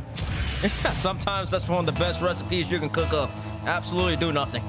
And it'll end up coming out in your favor. Wavy, great play, ties the game back up. And you gotta remember, y'all, Wavy's tournament life. Both of these players' lives are on the line. FK has a couple games to play with that. He's on match point. But Wavy, he needs to get this W if he wants to continue. And if he's getting boxed out by FK like that, it won't be happening anytime soon. I love a good box out. It's not often you see box outs in Rocket League. I know I'll sometimes go for a box out and then remember that demos exist, and then I just get deleted. What was I thinking? But Firstkiller at slow speeds is able to make sure Wavy can't get back. Man, So another boomer of a shot to take a 2-goal lead. I mean, this is just clinical, y'all. I mean, y'all go open up the training packs, air roll shots by Yiza or Whey Protein, because that's exactly what FK's doing. That is a beautiful power shot, man. He gets the angle he needs with the Fennec, too. He's sniping it like he has an Octane out there. And that's just impressive, man. Wavy, there's not much he can do. He's got to respect it. FK just being a sniper. Thought maybe we'd see the ground pitch again. It worked earlier. Wavy doesn't find it. Firstkiller is going to dive in. Wavy trying to collect and clear the ball. Firstkiller chasing him off. Good demo. Demoed on the follow-up, but does force Wavy to reset again. It's actually going to take him a bit to get boost. Neither of the boosts are going to spawn. It was going to spawn last second there for Wavy. So now Firstkiller is already here. You thought you were going to have space? No. Firstkiller shadowing, although he's giving a ton more opportunities for Wavy to dribble the ball. He's wave dashing away on his shadow, which is a very easy thing to read, but then he mixed that up with an immediate challenge. Diving for boost, has left the net open, and we're within one. I could have sworn I saw some sparks right there. I gotta watch it. Oh, never mind. He barely got by. Barely got by him. I thought we had a little bit of client shadow right there. Wavy got away with one, but nope. Never got touched. Base might be blind. Wavy ends up pulling it within one. Kickoff, he ends up winning. Let's see what he can do. Wavy straight towards the net. He's going to score immediately. And I think this is almost just a testing shot. You know, after winning the kickoff, you kind of have to force that defender to play defense, make a save, and then score later. But Firstkiller turns in immediately to try and challenge, and that will be good enough. So a tie game. Wavy, his life's on the line. Like you said before, Firstkiller maybe not sweating as much. Big kickoff win for Wavy to the side wall. What can we see from him? He's going to go to the stealing for the reset. He's got Firstkiller waiting. Nice fake flick. He has him going for the front flip to tap it forward. Oh my God, that's a beautiful first touch by Wavy, and then that settle off the ceiling. You're so right. Fakes the Mustang, goes into the front flip. Wow, the technical control and composure that a player needs to bust that out at this stage, at this moment. That's incredible by Wavy. Wavy staying locked in. A weaker mind gives up with Firstkiller up so many games and up on Aquadome. Firstkiller's got a strong mind as well, a good mental as he starts from the back corner. Reads that challenge from Wavy, and a little wave dash pop will be the recipe for a goal. This man's just successful, bro. He's just a successful player. He just wins every single close quarters contact they have. Wavy tries to come in. FK says, don't worry, I already knew you were going to do that. Quick pop by you. The first time he's busted out the single jump pop the whole series, and he saves it right for this moment, and he might even get rewarded for, oh yeah, of course he is. It's an arrow shot. What am I expecting? It's not even going to hit the ground. It's just going to go straight to the net. Yeah, top shelf as well. As these guys both go standard kickoff, Firstkiller able to force it into the blue half. And yeah, never stand a chance. I mean, I think most people are finishing it there, but especially with the way Firstkiller likes to do it. Another slightly staggered kickoff.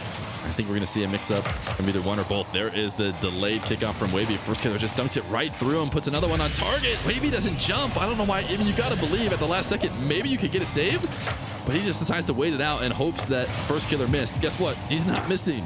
He's not missing. He hasn't. I don't know why he keeps hoping that Firstkiller's going to make a mistake. There've been very few for him and in between.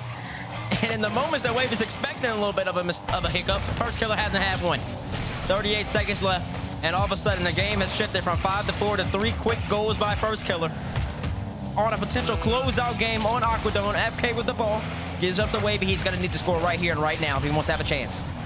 Got chased down in the demo. Wavy escapes, but it's Firstkiller with possession, and he's low playing it. Wavy has to dive. He doesn't have much time, and he has decided to call it there. Firstkiller is going to advance in the bracket to play Evo. Wavy has had enough. He's not going to play out the last 19 seconds. I mean, there's a world in which you can get 3 goals, but the mental has been destroyed. Firstkiller has won this game through and through. I guess he has won the game. I don't know why we're saying GG's with 19 seconds left in this much prestige online, Wavy. We got to finish it. We got to see this through, but it's okay. It's okay. We'll see you in the LCQ. Firstkiller was definitely the better of the two this whole entire set. I mean, and honestly, it really was a tell of how FK was playing the series. The first game and the second game, FK was just playing with speed, with power, with aggression, and with great shadowing. The third game, he wanted to try to go up into the sky, start getting open to resets, air dribbles. None of that was working. Wavy was successful in stopping all that. FK immediately makes an adjustment right back to his game 1, game 2, 4. In game 4 with a quick catch, power shot, and he never looked back since then. He's going to move on to play Evo. He's looking really great. And Wavy, he's been really good at 1v1 in the 1v1 scene period. You would know it, but he's going to have to make a couple adjustments, and he's going to have to bounce back for the next season in a 1v1 Rocket League. I feel good about the Wavy bounce back. He is a hard grinder. He seems to have such a good attitude. Nobody wants to lose. Nobody's going to look happy in defeat, but he seems to get right back on it. He was joking around because I think there was a tweet about when you would forfeit in a 1v1. He said, "Is this trash talk for me?" After his match yesterday. Oh, but yeah, they did I tweet think he that likes out. to have a good bit of fun. You know, he doesn't take himself way too seriously, and I think it shows in his gameplay and his ability to stay grinding and having a good time with Rocket League as much as he has. And we will see Wavy in the future. If there's more NA 1v1s, Wavy will definitely be back. But for now, the king of 1v1 will advance in the bracket. You will advance. Next up will be Diaz and Chronic right after this break.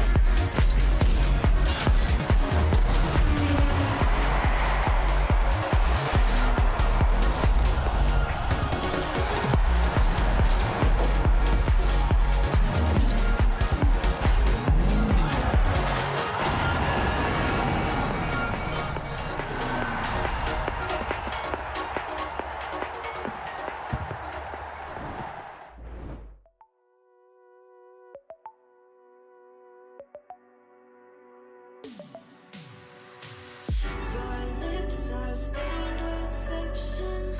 You always have your reasons, and I spell you rotten. Your hands are sealed in pockets. You fill them with your secrets. To you, I am nothing. I am.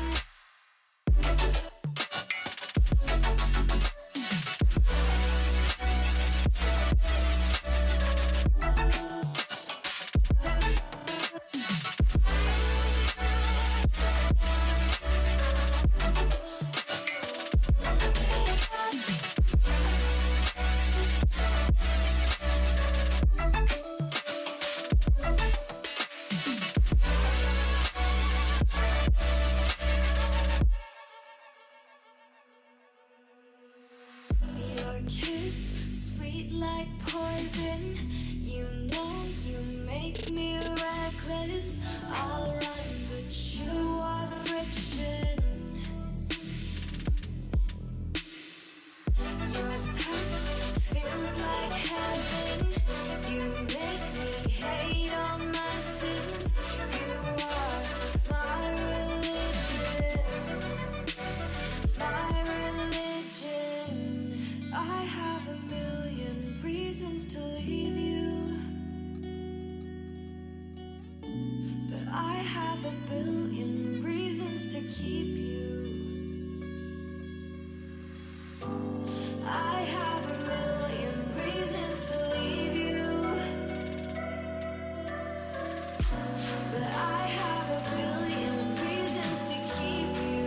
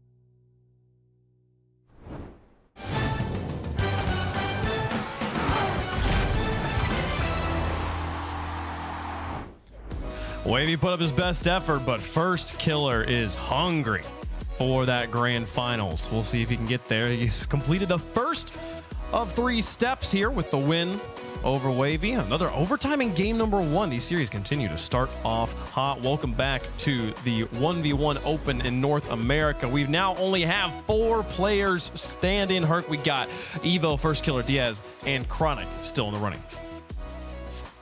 Oh, okay. First, I should be able to talk, but oh my gosh, that is a very stacked group of people, and I feel like with what we've been seeing over the last 2 days, this could actually go an infinite number of ways. I know that we do feel like Diaz is a quote-unquote clear favorite, but I feel like Bates had a point yesterday. I don't think there is a clear favorite anymore. I wonder. We still haven't seen Diaz play today, Bates. It's Championship Sunday. It is Championship Sunday, and already I think FK's shown that he's leveled up today. I think that he went more so back to his true play style, aggression, keeping everything tight, close quarters, power shooting, accuracy, and efficiency, and really making you have to worry about that quick, viper-like instinct and ability that Firstkiller brings to the table. That will be something that will definitely give Diaz some cause for pause. We're about to see Chronic. I think he actually played better today than he did yesterday as well. Way more clinical, way more precise. And we still haven't seen Evo play yet either. And Evo's been playing real defensive, real great Rocket League so far. And if he can be a little bit more efficient in his offensive opportunities, it'll also make Diaz work. So Diaz is the favorite. Fear gave him a 70%, a big chunk of the circle. I will say that much. But I think that young man will get pressed by these players, and it's going to begin very, very soon with a Chronic, 1/3 of the Ultimates going up against him. I think it's a good testament to why we rate the Ultimates so highly in North America. Despite not having a regional win, the team has been considered the number 2 for so long, and only recently has that started to really be into question because of the individual skill of the players. Chronic and Firstkiller really demonstrating that here, as 2/3 of their roster have made it through to the top 4.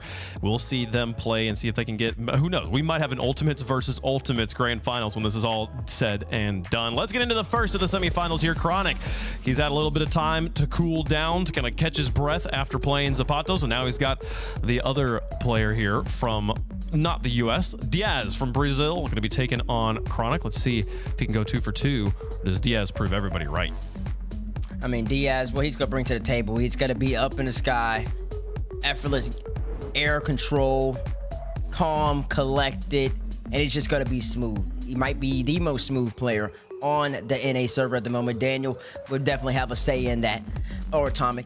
But I will say that Diaz, he looked real good yesterday, but he didn't necessarily he wasn't necessarily that challenged. And that's why the question marks still remain. When he went up against Wavy yesterday, Wavy didn't really give him much fight. And we just saw FK, Wavy had a better chance against him. And FK kind of slapped around Wavy as well right there. So the question would be, Diaz, how in form is he at the moment? Was it really just him outclassing Wavy that much? Was it Wavy not being up to speed?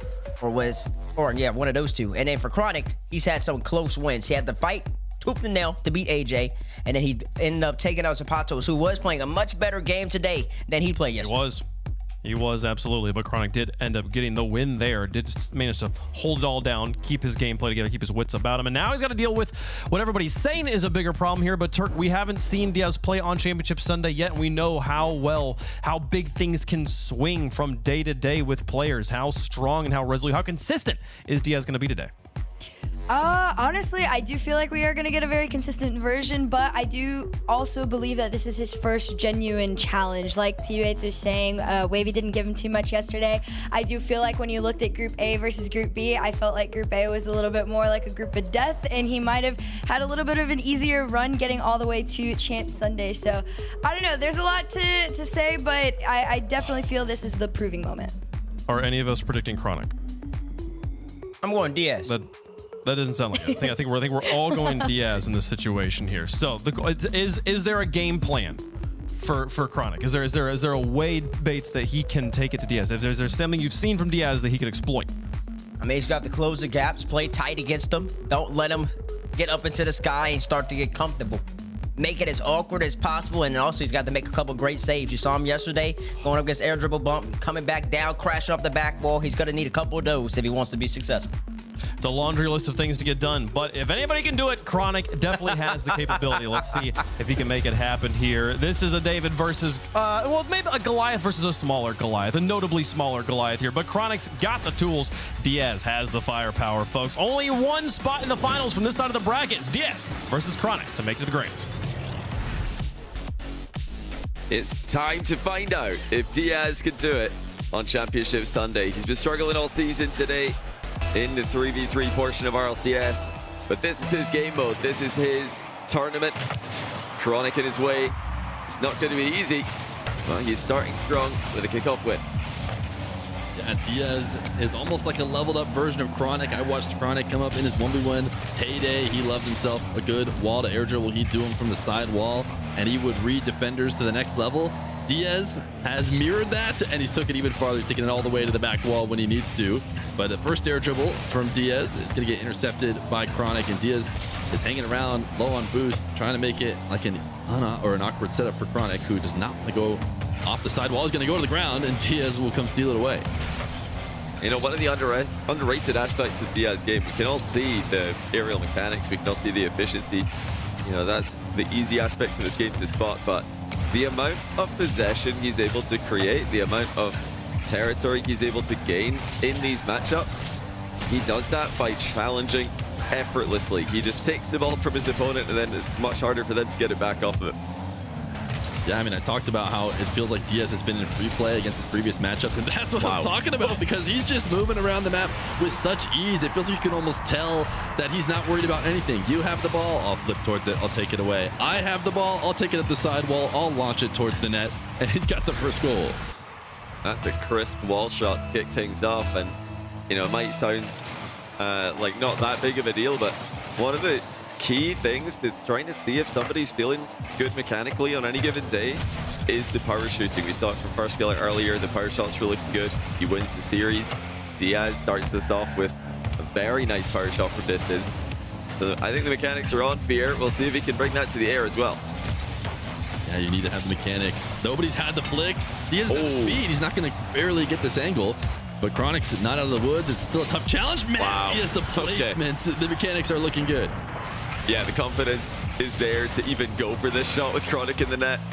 And yeah, the power shots are looking very nice right now. That's a great shot. Top shelf, accuracy on point. All time. Chronic's only ever beaten Diaz one time. They've played one series. Diaz has beaten him 6 times. I think that does come down to largely what you mentioned. Diaz is just a better version of Chronic's 1v1 style. He's more efficient, he's more dominant, and right now he just looks so confident. I can't believe that we have seen no nerves, nothing from him. I know he's been playing with complexity on the mainstream. He's played in big games. Oh my goodness, he's so far ahead. I mean, this guy, he looks like he's another rank above. Chronic trying to get something going his way with a kickoff, but he's completely messed it up. Left a gap between himself and the ball, and Diaz just chips it right past him. You can see that Chronic wasn't arriving fast enough. He's all over him. Chronic's yet to get a shot. Diaz has 6 to his name. 4 of them are goals. It's a continuation of yesterday's strong performance. Just the ease of movement from Diaz. Every single touch seems like you got fortunate. Like, oh, it's so nice that it bounced there and just went into your control. But when he does it every single time, you know he's completely the one who's making it happen. As he tries to go for a goal line 50, that doesn't bother him. Back to the side wall. He'll attack again. He reads Chronic going high, so he just pushes it hard forward. He is just clinical right now. This is brutal to watch. Chronic expects the air dribble because he's up against Diaz, but Diaz saw the ceiling challenge coming and just shoots it on target. And you know, Chronic's not really trolling there. That's a great play against Diaz off the wall air dribble to go up off that ceiling for the challenge. But you've got to wait just a split second longer or else he's going to take you out with another play. Chronic spawning, doesn't matter. Oh, he's just no one goal, but there's not much he can do. 6-0, 10 shots to Diaz, nothing for Chronic. This is as one way as you get. Yeah, Diaz, I can't believe it. We keep thinking, you know, eventually someone's going to put up a fight against him, but there's definitely no fight yet. Chronic hasn't put one on the board. Chronic is the kind of guy who is willing to leave games early when he thinks they're out of reach, but Yeah. he's got over half the game left and he still hasn't scored yet, though. It's not often in 1v1 ever that you hold somebody completely scoreless. I mean, there's just so many goals. You end up finding one here or there, but man, every single touch works for Diaz. Oh, Chronic even got the slightest piece of this one, but it's still not enough. He must have just rolled barely around the ball here. Yeah, just couldn't quite get it, and that's another painful one to concede. He's going to stick in this and just try and figure out something that works. I mean, if he's not going to win this game, he at least wants to get a shot on target. There we go. Surely that registers. One shot to Chronic. He's on the board. I can't believe it. I mean, I've been watching the game, but you're right. That is the first shot. Chronic has some offense going. A little reset denied. 2 by Diaz. 2 shots. Doubled up his shots. Oh, Diaz missed. Oh, and no follow-up either. A rare miss. He's human. Chronic is not moving. And yeah, there it is. He's got it next before he gets scored on again. He says, no, pause it faster. Oh, he's on the air dribble. He's like, I can't even be bothered. I can't be bothered defending whatever this guy's about to do.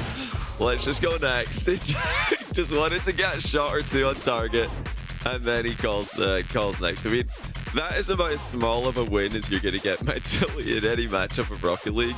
Chronic's he's smiling to himself a little bit. That's such a hilarious time to call next. I think it's fair enough though. He's like, nah, I'm not going to give him one more like swing of the momentum. I'm not going to let him score on me while I'm trying. I'm just going to call next and sit still. I had a crazy read that I was going to say when it felt like he was getting his first shot and maybe going to score.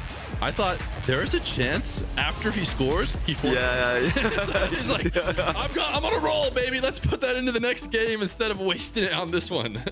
It's just 100. He said 0 boost to 100. Diaz with the ball. He just says, nah, I've had enough. Next game, let's just go next. But, you know, this has really gone wrong in every possible way for Chronic. He was getting dominated in the kickoff battle. Even when he tried to switch it up, Diaz read his mind. He couldn't stop Diaz's offense. He couldn't counterattack him with the defensive style. He couldn't even score on him when he got a couple chances at the end of the game. So absolutely everything needs a revamp here. Chronic just has to try and level up. And that's, easier said than done. The way I would describe Diaz playing the first game was as if he had a superpower where he could retry every take until he gets the exact perfect play.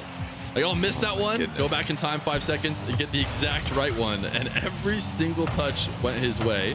We'll see if he can keep doing that. Chronic is going to save the first attempt. But the thing about Diaz is he does such a good job of making sure he gets control again and doesn't seem to be bothered by any take that doesn't pan out.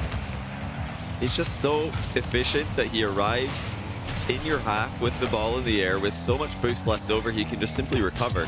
And even the very best players in the world struggle to do this. He's just the most efficient player when it comes to the aerial game, in my opinion.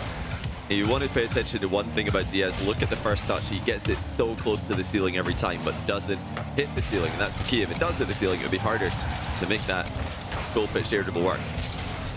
He is out of position here. Is there a chance? Oh dear, oh dear. Got a little bit of a flub touch, so we're not going to find out if he had fully boomed that ball. Firstkiller style, maybe.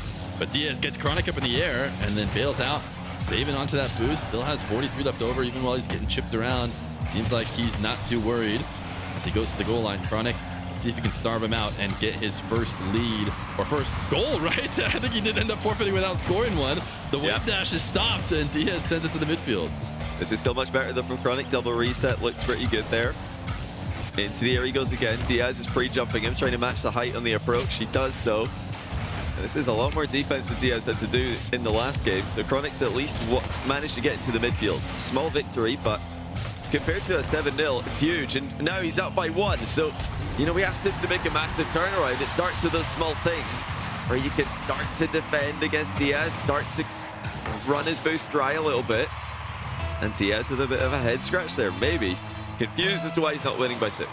I don't understand. It doesn't normally take me this long in order to get 6 goals. But Diaz is just going to boom this one. This is a big mix-up from what he normally likes to do. He loves the high air dribbles every time. So maybe trying to catch Chronic off guard. But he's got him around the net for an air dribble, and he did not protect the ball. Chronic's looking at an open net. Yeah, not enough time there for Diaz to get under the ball, get the reset, and then right his car again. He's landed really awkwardly. and Chronic's up by 2, so that's a big mistake by Diaz. Yeah, I do like that he's tried to go for some long shots just to keep Chronic from pre-jumping everything, but he's not made the air dribbles count when they have come around. Diaz has to get some offense going. Surely we don't see an 8-0 game the other way. He has to get a goal here the way he's been playing. He gets forced to his back wall. Awkward for some. The sweet spot for him as he chips this one off. Only gonna get one more touch. It's a reset. It's a fake, and it's on the board. And it's all Diaz once again with the aerial game. Just look at the efficiency. I mean, he's arriving with 30. It's the standard stuff. Every time he does a full pitch air dribble, he still has 30 boosts left over. It just gives him so much flexibility. Does he full commit? Does he just let the ball go towards the opponent slowly and recover? Well, that's up to him to decide, and he often makes the right choice. Chronic tapping this one to the backboard as Diaz, such a great reverse half flip there in order to land perfectly aimed at the net, and he's gonna use that position to follow up for a second goal. Yeah, that's such a nice flip cancel by Diaz. Just gets the center ball just that little bit earlier, but you can see how much of a difference it makes. If he didn't center that ball to himself, when he did, if he waited another split second, Chronic's there. Chronic's able to get a clear ball. Diaz is right back in it. We knew he was going to get rolling at some point. Diaz almost wave dashing a fake like he's going to go leave the net, but does stick around as he looks to be a pest, wants to take the ball and bring it to his own back corner. Chronic's going to help him out, but he's not going to be able to pick up the 100. So instead, he tries to pass to himself off the back wall. Chronic is flopping around. Diaz didn't get the pace he needs as Chronic has to go up. Otherwise, Diaz will make a play on this ball. So finds himself in control again in the orange half. Chronic turns to shadow, and it's just going to be a heavy touch from Diaz.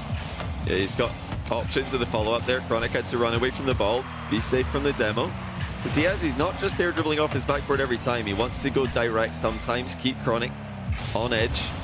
Make sure that he has to worry about retreating as a priority whenever Diaz is in defense. Oh, big cut in field. Diaz in the reverse challenge position. Nowhere near Chronic. Saw that one a mile away, and he puts himself ahead again. Yeah, Chronic. I mean, Diaz, he was nowhere around when he went for this half flip. But every other time he's gone for a challenge like that, it seemed to pay out. Maybe he's trying to read to the future, expecting Chronic to bring him the ball. But he's down. He's down as we get a little bit later in a game. It's time to actually start thinking about maybe him dropping it as he's deciding whether or not to stick with this ball. He will leave as he was on 0 boost. Chronic trying to catch him out with a power shot, but Diaz collects it, controls it. Didn't get the best first touch in the corner, so if he wanted an air dribble, he's not going to get it. He's going to have to go to the ground and make a play happen from there. A little bit too forward in order to get a real movement on the ball before Chronic makes a save, but here is, the back corner Barry of a different variety. Diaz just wants to get some offense, and that's where he feels best about getting offense as he goes stealing height, the length of the field, the roll. Oh, that's a huge save. Diaz thought that he could get one more touch on the ball to put it over Chronic. He was hoping Chronic would be over covering on the reset angle. Chronic pulled some power off of that shot. He was worried about missing it, getting hit on the counter attack. Maybe he should have fired as he's now in a bit of trouble. A great defense again. He's going to be first to this one. Open net. Chronic ahead by 2. What a response to one of the most one-sided game ones we've seen. Chronic has completely turned this one around and has been the defense, stopping the dribbles, stopping the air dribbles, put Diaz in a whole different level of pressure. Still getting outshot by Diaz, but been able to make some saves. A nice demo. He should be able to walk this one in. And in fact, Diaz is now trying to get Chronic to not score by calling that. What he's done that. Chronic just ruined his stats, man. He could have had one more goal there. Yeah, he could have. As Diaz didn't fancy it. He's already forfeited this game, so it doesn't matter if he scores here. Nothing changes. Even if he did decide to bang in a third goal, we are going to be tied after 2. Interesting game here. Diaz tried to mix in the long shots. He tried to mix in the ground game, and we didn't see the flip reset in his offense as much as we did in game 1. I expect they're going to make a return in game 3, but Chronic is not falling for the mind games. I mean, that's really what Diaz was hoping for here. He's hoping the Chronic will pre-jump nothing, and he's hoping the Chronic will back off and respect him more than he did. Chronic played a really smart game. He knows what it's like to go up against this guy. He has a lot of experience. It's paying off right now. Yeah, the question is whether or not, you know, we're going to see this for the rest of the series. Was this the exception, or was game 1 the exception? I have a feeling we're going to have a closer bout the rest of the way. This game number 2 was more like what we were expecting to see. Sure, maybe Diaz wasn't to the level that we are sometimes used to, but I don't think he outclasses Chronic so much that Chronic can't even touch the ball like he did in game number 1. So game 3 is a new, fresh one here. Diaz is going to win the first kickoff and is going to try and stay on offense despite not having any boost. Now he will leave and allow Chronic the possession. Yeah, couldn't do much with that one, even though he had the first chance. Chronic with a flip reset and doesn't get behind the ball enough. Diaz with a solid challenge makes it 1-0. Chronic didn't have the confidence to pull the trigger after landing the reset here. It didn't look perfect. He was hoping Diaz would give him more respect than he did. Diaz is ready to defend against those resets. He knows how they work. Nobody knows any better than him. As Diaz is going to try and get a touch. I think he would have, if he wanted to air dribble, needed a touch farther away from the net, but he kind of touches it towards the net, allows Chronic to make a somewhat easy save, and the counterattack will be Chronic's. Well, this was something that worked really well for Diaz in game 1, just taking shots from the wall. Chronic was a little bit too focused on defending against air dribbles. He was making beelines to the ceiling pre-jump, but now Chronic is just staying grounded on these challenges. He's not going all the way up the wall to try and preemptively get in position to defend against Diaz aerial plays. Diaz has to actually make some. Oh, that's good flick. Well, didn't have a lot of boost there, didn't need it. Diaz 2-1 as another kickoff goes his way. He's been efficient in the midfield, especially in his game 1 win. It wasn't just the air dribbles. It was every single touch was controlled and exactly what he needed. He's going to cradle that ball into a flick. And now headed to a diagonal kickoff. This one into Chronic's half. Diaz going to try and place it perfectly. Bit high. Has a follow-up. Soft touch to try and lob it right into the top shelf. Chronic is able to save it because it's a bit slow. And Diaz resets again. This time going to dribble from the ground. Chronic pre-jump. Diaz trying to go over the top of it and maybe 50, but Chronic expertly takes it away. Oh, that's actually going in. Chronic's actually, he's managed to score this with a little bit of help from Diaz. Diaz is trying to flip into Chronic and make him lose control, but Chronic just got the shot off in time and ties the game 2-2. He's doing such a good job against Diaz's aerial game. This is by far the best defense we've seen at any point in this tournament.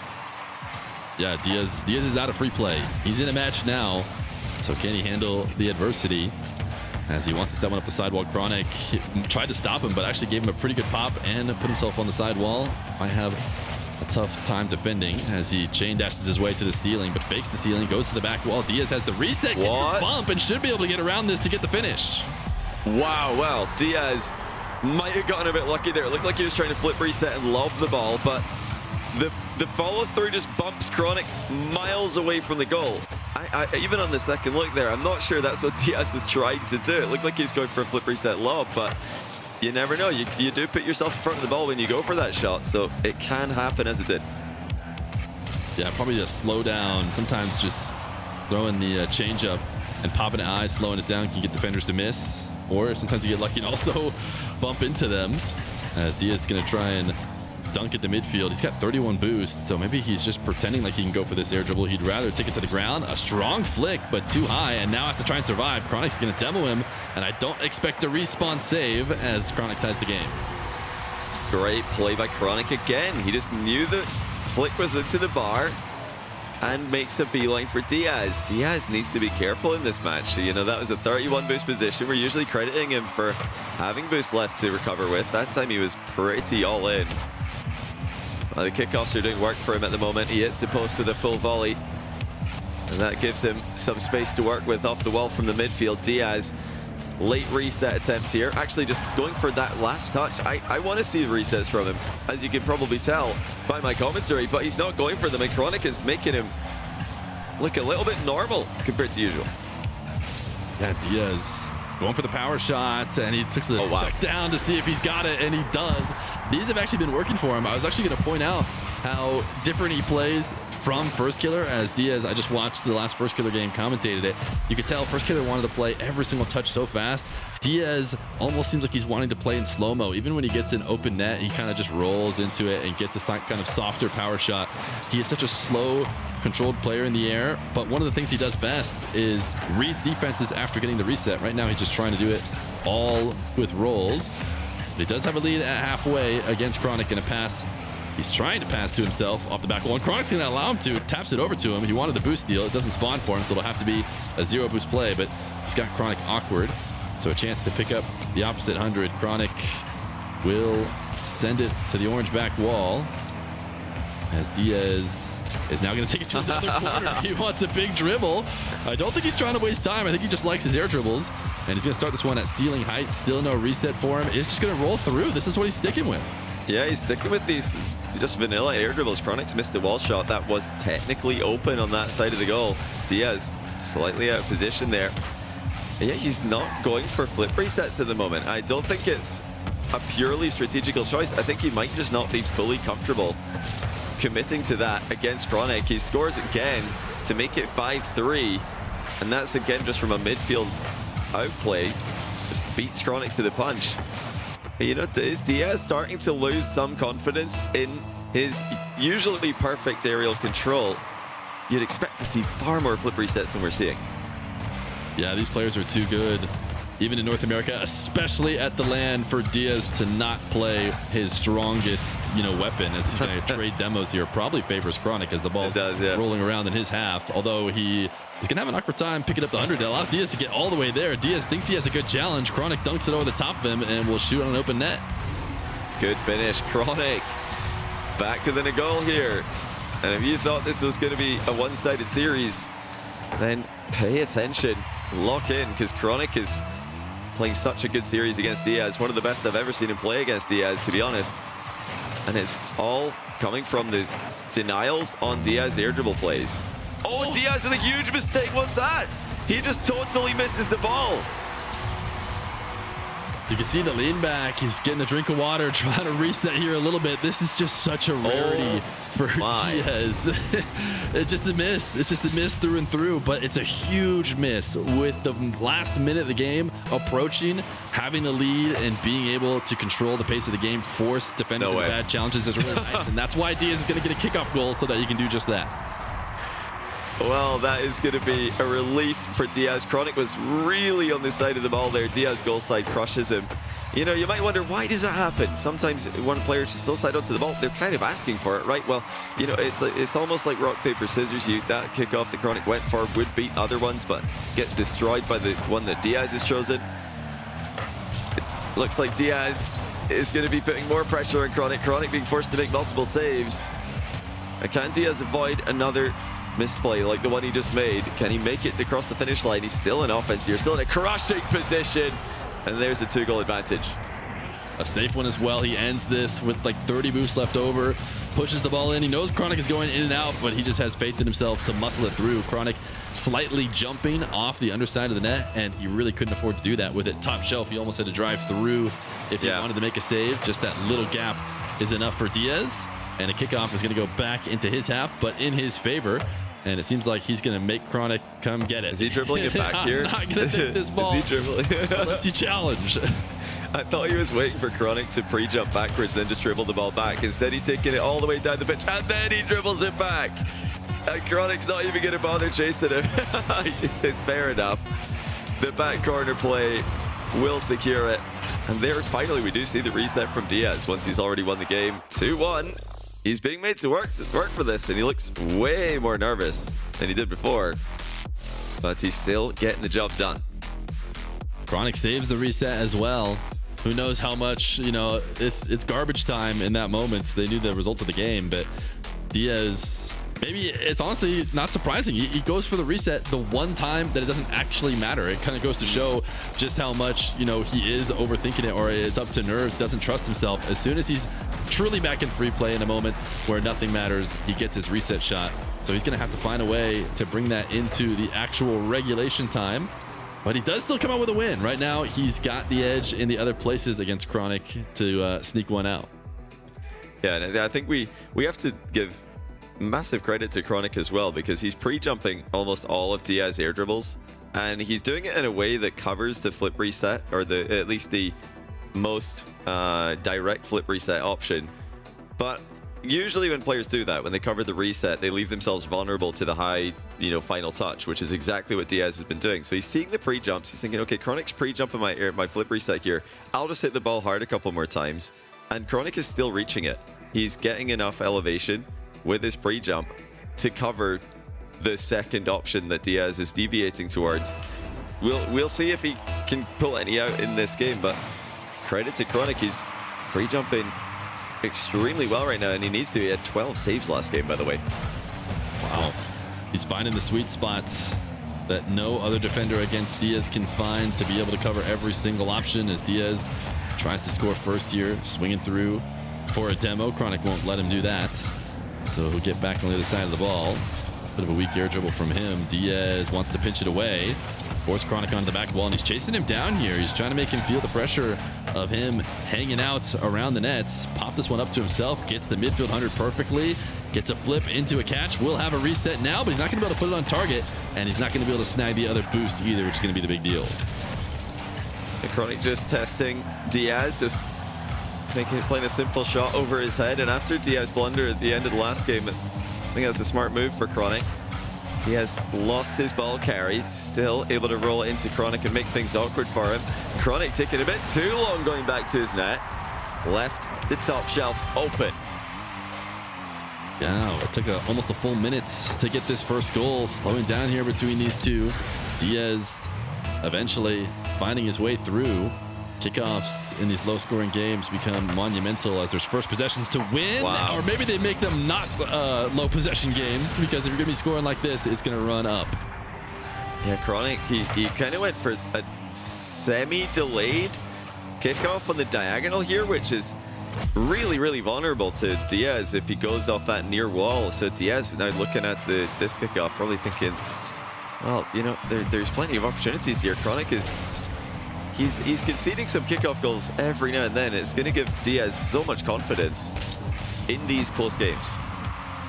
Resets near the corner. Diaz finding a way to make something out of that. That is so tough to do when you don't have a lot of space between the defender. But Diaz is throwing in the ever so random complete miss challenge and just giving freebies to Chronic. Yeah, big time miss there by Diaz. Chronic was out of, not out of boost, but you said he was in a lower boost total, and Diaz is trying to keep the ball over his head. And now Chronic has a chance to tie the game with a kickoff possession play. Catches it, flicks it. Diaz, perfect positioning, gets in the way. Yeah, able to get to the back corner boost first. Chronic's the one falling in net at the end of the result of these plays. You never want to be the one who has to recover from inside. If you can keep yourself out, usually the play will be an advantage of you. Diaz may be trying to hope that goes too high for Chronic, but he was ready for it. As he will send Diaz to the back wall. He's going to bounce one towards his net because he knows Chronic is not there to shoot. And now Chronic is trying to catch back up. A little read off the bump in order to tap this one away, but it is still in Diaz's control. Chronic has no choice to kind of continue to dive because it's a big boost advantage for Diaz. He's waiting for his chance, and now here is his specialty, the back wall dribble. He does have the reset this time. Staring at Chronic, the wing dash ready. Chronic still makes the save. The Chronic is resisting once again, trying to put himself in the conversation alongside Roas for the best goalkeeper we've seen this weekend. And he is racking up the saves to a crazy number. There's that same idea again by Diaz, but this one's going to work out. It sticks around in the middle. And if he can't get it past Chronic on the first try, at least he could force a bad save. Yeah, it's a big nod to Chronic from what we've seen so far. The fact that he hasn't been given these opportunities. He's trying to cover everything. Getting the save is one thing. Diaz can often follow them up, and for the most part, Chronic has been able to end possessions. This time it doesn't work out as he slams one onto the side wall, and now another kickoff in favor of Diaz, who will roll up into a 50 as he gets the reset this time. They'll land right next to each other. Chronic has yet another save and does a great job rotating his car to get this into the corner, but a great little dash recovery from Chronic. How is he keeping these out?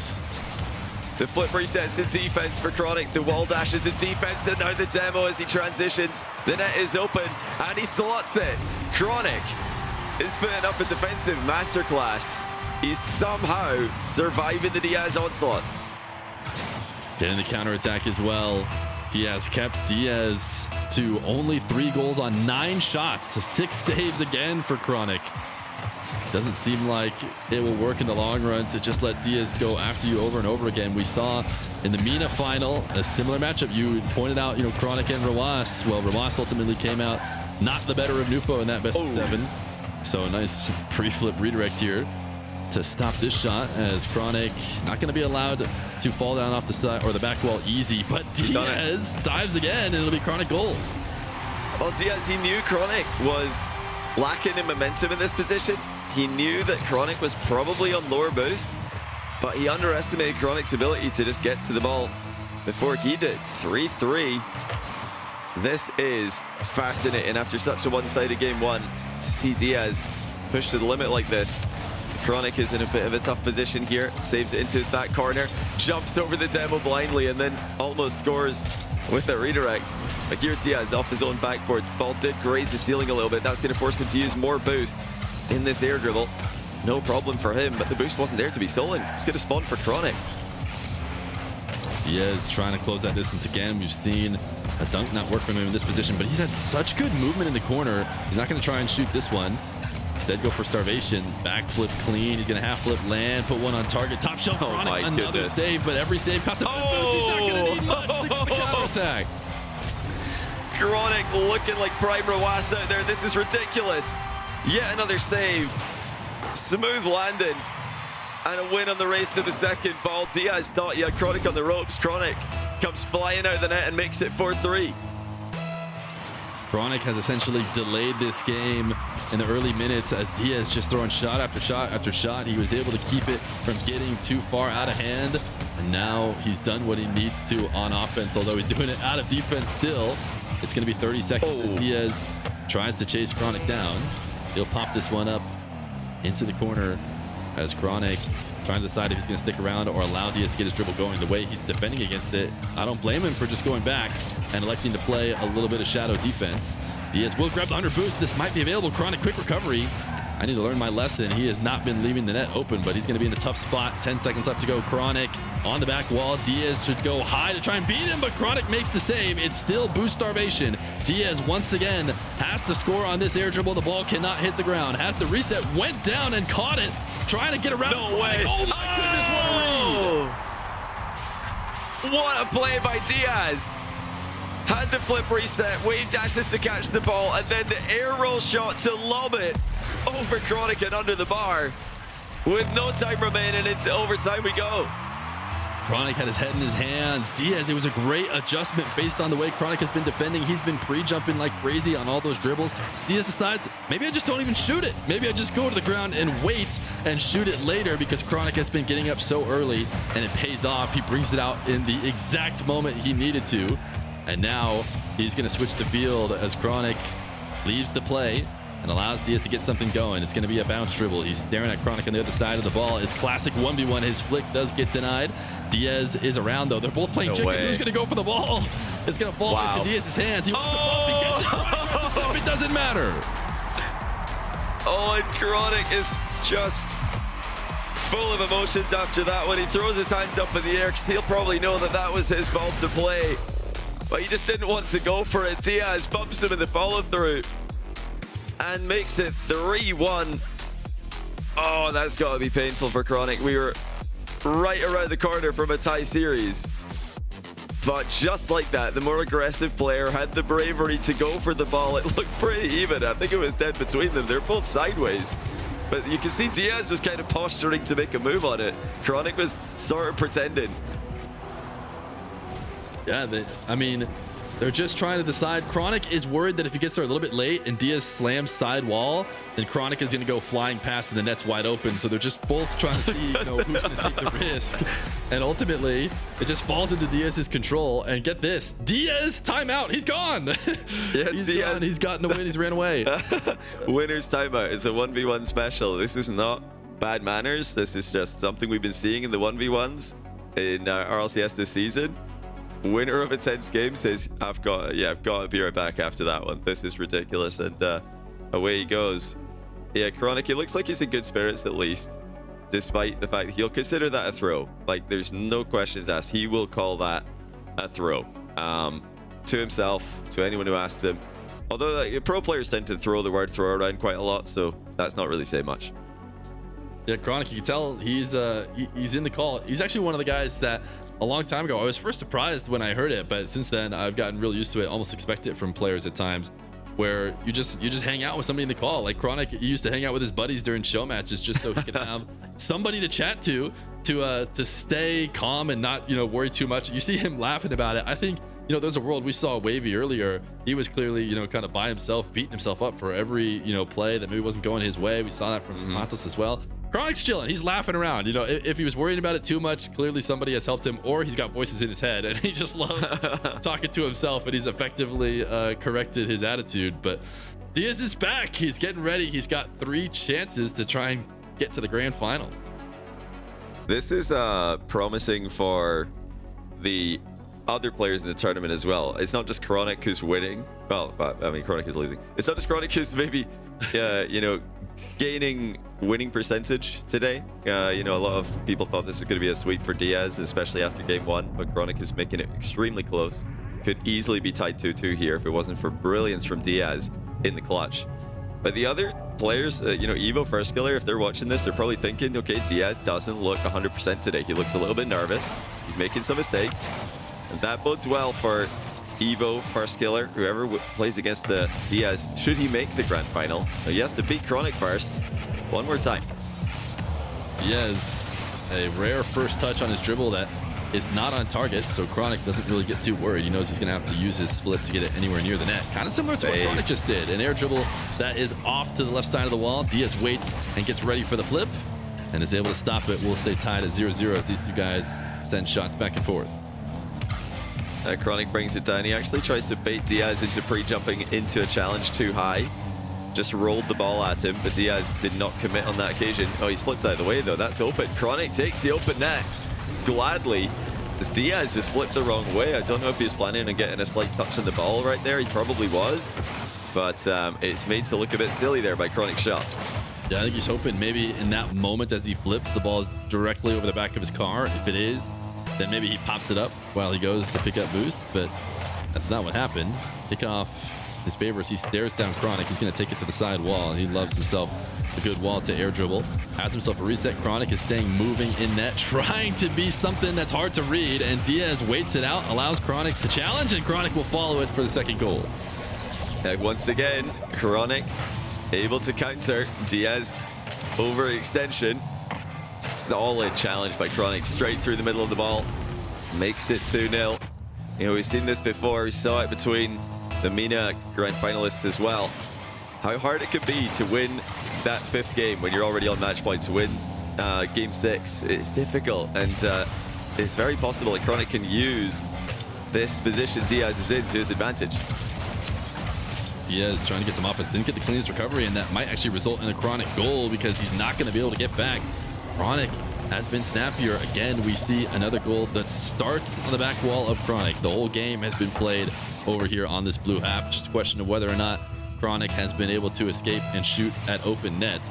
It is 3 saves, triple the saves for Chronic so far, just barely into the game. And it's not, that's been the case even when Diaz has been winning. It's just been way more shots for Diaz. Nice read for Chronic, but he puts it a bit too far. He was trying to get it around the defender. And now Diaz really go back the other way. He loves these dribbles at ceiling height that are so tough to do. A roll through the ball. This is not his best setup, but even then he's still maybe able to keep it away. Didn't pick up the back corner, so he'll have to leave. Yeah, that was wayward by Diaz. He didn't have the first touch in the direction he wanted. He's got to be careful here. Chronic threatening bumps, threatening continuation, more touches on the ball. Chronic's looking extremely good. After a tough loss there, his experience is showing through. He knows that there's no point feeling sorry for yourself. That's not going to help you win the next game. He just gets right back to it. He's in a bit of trouble here, though. Diaz scores his first of the game as Chronic gives him too much space and too much of the goal to aim at. Yeah, just double jump setup. This bounce is so tough to read. There's so many different places that Diaz can put it. Chronic starts to recognize that his only way out of this is to go challenge the ball, but as he does, Diaz will sneak it in behind him. Diaz really has a ton of time. Sure, 3 straight for Chronic. That's nothing here in 1v1 as Diaz will get a corner boost steal. Can he convert this to a goal? He tried to flip out to the ball. Chronic might have a shot. Lands back down to redirect it, but a bit of a dangerous play there from Diaz. He's now going to try and beat Chronic to the ball, but Chronic is way ahead. Has a catch. Can he get the angle? He does! One shot by Chronic as he gets up way too fast for Diaz. Centers it to himself with a deft of touches and a finish to match it. 3-goal gap opens up again as Diaz struggles to close out the series in 5. Chronic is playing, you know, probably his best game we've seen so far. He's been confident. He's been aggressive, even though it's his tournament life on the line. He's in control again. He's going to try and accelerate this out past Diaz. Diaz makes a save, gets a demo, but does not get the boost. Diaz doesn't mind. He'll go to the other side wall like he always does and take to the skies yet again. I like this first touch a little bit better than some of his previous ones. He's going to go for the flick. That sends it down to the ground. He gets Chronic to get into the net, which is huge because otherwise he might have been looking at a counterattack. Yeah, that's good stuff from Diaz. Mechanically, not the execution on the finishing touch he wanted, but still, it's good to see him pulling out those shots that we expect to see from him. The shots that he's always had as part of his offensive arsenal whenever he is peaking, whenever he's winning against some of the best in the world. Here he comes again. Later reset this time. Uses it early. Can't get the dunk. Gets Chronic on the counter for 5-1. Chronic's defense has been the difference, and Diaz is gonna call next. This is more than enough time to make up 4 goals, but it just goes to show the mental battle that Chronic is winning and how Diaz feels like he can just not break through. Oh, no, I have to think this is a mistake. He just gave him that one way too easily. Even if he feels like he's going to, you know, maybe lose this game. 4 goals in 1v1, that's nothing in over 90 seconds. That really is not much. And Diaz could have, you know, just increased the risk, maybe tried some other kickoff strats. I'm pretty shocked. I can't believe he's given him that one that easily. I think that's just going to make Chronic feel even more confident. The fact that he didn't even have to play full game. He's like, oh, cool, I beat Diaz in 3 minutes and 30 seconds. Like, Chronic is going to be feeling great all of a sudden. That's a great point. I mean, based on how this series has been going, I bet Chronic doesn't feel comfortable ever. So he's kind of sweating his 5-1 lead every win he gets. He's, oh, yes, thank goodness. You know, this game could tilt away at any second. All of a sudden, Diaz says, guess what? You have it. You already have it. I'm not going to try and steal it from you, which, yeah, I mean, Chronic might start believing. Maybe he can finally, you know, forget game number 1 and feel like he actually has an edge here over Diaz. Diaz, he's just looked like he is not as comfortable in the air. I mean, he's going all in. Times that he doesn't. I feel like he's normally so good at not allowing counterattacks, you know, saving that boost like you mentioned, but Chronic is forcing him to maybe go all in when he didn't previously, and then he's also converting on those as well. So we'll see if Neo Tokyo can change anything. Sometimes early forfeits, they end up working out, but it'll be one that'll be a head scratcher if it doesn't here in game number 6. I'd be very surprised even if Chronic's ahead with a similar scoreline with over a minute left in this game. I'd be very surprised if Diaz forfeits with that similar scoreline again. You've got to put pressure on Chronic here. You've got to make him defend. Defending in Rocket League is so stressful, and Chronic in this situation can't defend well enough to stop Diaz from scoring.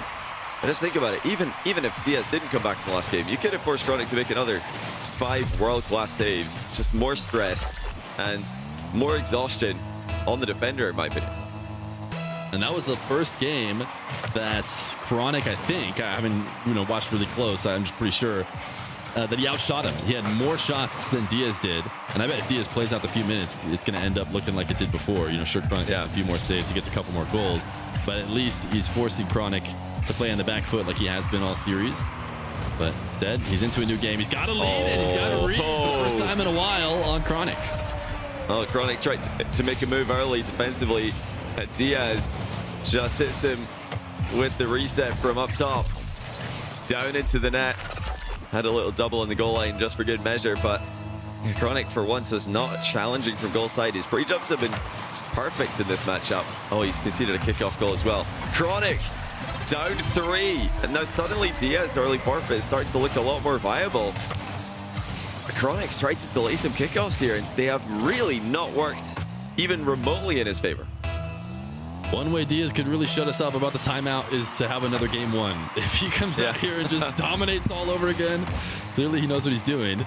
As Chronic should have won this kickoff, but gets a really heavy touch that might take away some of his opportunities. He's trying to low 50 Diaz into a bad challenge, but Diaz has done enough, and now faking here will grab the midfield 100. Chronic has nothing left, so really no choice but to just boom one on target, hope for a boost steal. He's not going to get it. This ball is floating. Diaz is faking the dribble this time, getting Chronic to pre-jump and going down to the ground. Now an air dribble bump. We haven't seen many from him, but he'll connect on this one.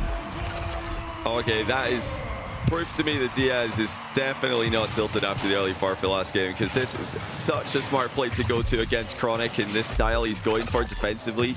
So much shadowing, so reactive to all of Diaz's moves. He didn't have many angles to escape from the air dribble bump. Well executed one also from Diaz. Chronic's had the game plan. I don't know how explicitly he thought about it before, but pre-jump to Diaz dribbles. Diaz tried to pre-jump his dribble. This one is going to bounce off the backboard. Both of them low on boost, and it's going to play into Diaz's favor as Diaz picks up the midfield 100 and now going to get back to work. I like this chip off the sidewall better than what I saw from him earlier. Can he get into the top right? He's put it near the net, but Chronic will be able to clear it away. Diaz trips him up, demos him, and he's got every shot in the entire game available to him. All the options. What's it going to be? It's going to be grind to air dribble. Over the top of Chronic attempted, but Chronic again so easily adjusts and gets that last touch to deflect the ball clear. Look out for the counter down the middle here. Chronic does block that with his presence, steals the ball away. Still scoreless, 2 minutes in. Plenty of time to go for Chronic to work with. Chronic in a good spot. Diaz has managed to hold on to boost. He's going to perfectly shadow and no way. Up, drops the ball and hook shots, and it'll be Chronic's first goal. I love this play from Chronic. Just hiding behind the ball a little bit and showing just how powerful it could be to get alongside the ball, accelerate it to that far post. Not only that, he caught Diaz looking to reverse challenges teams. Diaz hit the brakes. He was about to make a move. Just got the timing all wrong. There's a delayed kickoff again by Chronic. These are not working out very well against Diaz, but oh, hold on. He's ball chasing. He sees an opening and he scores again. Diaz trying to pop this one out of danger. Thought he did enough, but he's not right. Chronic goes up to meet it and ends up getting himself a goal. Sneaking his way through. He's heading to a kickoff again. Halfway through the game, Diaz got himself a little bit of a lead, but it's not another game one. Chronic has kept his wits about him and is starting to come back here with a possession in his favor. Heavy touch into the corner means he's just going to back off and allow Diaz to hand it back to him. Wants to go over the top of the pre-jump. Diaz tries to adjust. Wow. It hits the post and it's not in, and it'll have to be a reset. A good boost spawn there for Chronic to steal away. Diaz rips the wall shot. What a finish. That didn't look like he had much time, because Chronic had 100 boost. Diaz had nothing, but he wall dashes twice to gain the speed that would have otherwise been impossible to achieve. Yeah, you think Chronic has the boost steal. He feels like he's got space and time, but guess what? The wall is boost nowadays in Rocket League. The way these guys throw those dashes, I hop on that wall, I try one dash, I'm flying off. These guys just run along the wall as if it's a boost pad. And now a 5-2 lead. Diaz going into his back corner, but not clearly with enough space, because Chronic will demo him and we'll get a touch off the back wall for a third. Phenomenal read by Chronic. He was so ahead of the play there. Diaz wanted to move the ball across his defensive half, like he's been doing all day. Move to the side of the pitch where there's more space. Chronic cuts him off, caught him mid-flip with a demo. So impressed by Chronic in this matchup, even though he's still down in the series. He's still down in this match. He has been such an impressive defender. Such a difficult challenge for Diaz. Diaz hasn't had boost here for this whole possession. He's finally going to go take a trip to get some. He had elected to just stick around the ball as best he could. Chronic has a reset, but ultimately forced all the way down to the ground. Diaz will challenge, wants a little bump. Chronic gets around it, and now hoping to clear this one out. Diaz is one step ahead. He's got the midfield. He's got the back 100. Chronic wants the opposite corner, and that's where Diaz has been going. So Chronic actually just received a pass from him, although he ends up handing it right back. They pass it back and forth. It'll be a Chronic goal. Well, Chronic is just reading Diaz's mind as Diaz tries to move the ball into offensive positions. He thought he could fake Chronic out there by pretending to aerial. Chronic just makes a move, And it's a 1-goal game. If Chronic can win this, he will have all the momentum going into Game 7. He's going to get 100 boosts off this kickoff. Diaz picks up a couple pads and then stares down at Chronic to see what he's up to. He's going to get himself bumped into the net. He might still be able to make a save, but he can't get back up in time. Chronic rips the crossbar down. What a flick by Chronic. As he bumps Diaz away, there's still a lot of work to be done. That is technically perfect. 5-5 Chronic comes back from behind. He is impossible to tilt out to this match even after all the pain in Game 4. He shows that the flicks are not broken in North America. They are there if you hit them right. Diaz fortunate to bob Chronic away as he did not get a touch on the ball. Now he's going to have himself a bit of space. He'll head to the skies where Chronic will pre-jump. Oh! Over the top of him. So far, Chronic has had these reads. This time, it gets over. I think that's the first time we've seen Diaz simply air dribble over the top of him. A Chronic, yeah, he angled for the reset. Finally, that shot pays off for Diaz. He's been trying it all series. Chronic has read him on every occasion until now.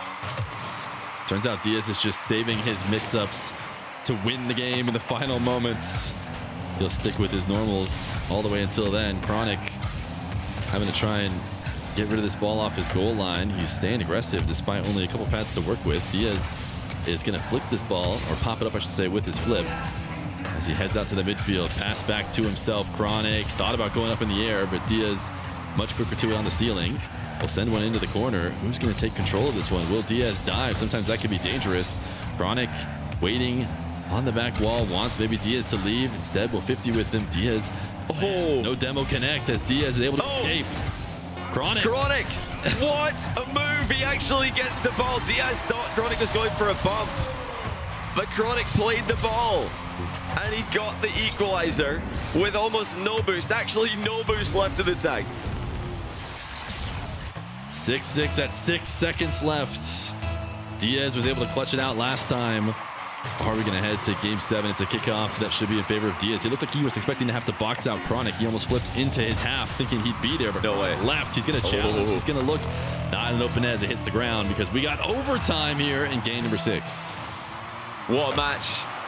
What a performance from Chronic to take Diaz into deep water. Can he take him to Game 7? It's Diaz again. He had the last play in regulation, the first play in overtime. Air dribble dunk. Chronic's been knocked backwards, but he still has some boost left over. He's been tripped at the landing. Diaz walks it home. That's game. Diaz will go to the grand final. Diaz just carries him away. He collects him and says, I don't just dribble Rocket League balls, I also do Rocket League cars. As he takes him out of the play, gets around, and finishes it off. Diaz has been clutch, man. There have been some sweaty moments here against Chronic.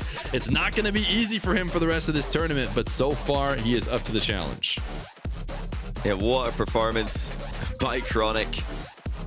You know, if you expected this to be one-sided, hopefully now you have more respect for Chronic as a player, Chronic as a ones player.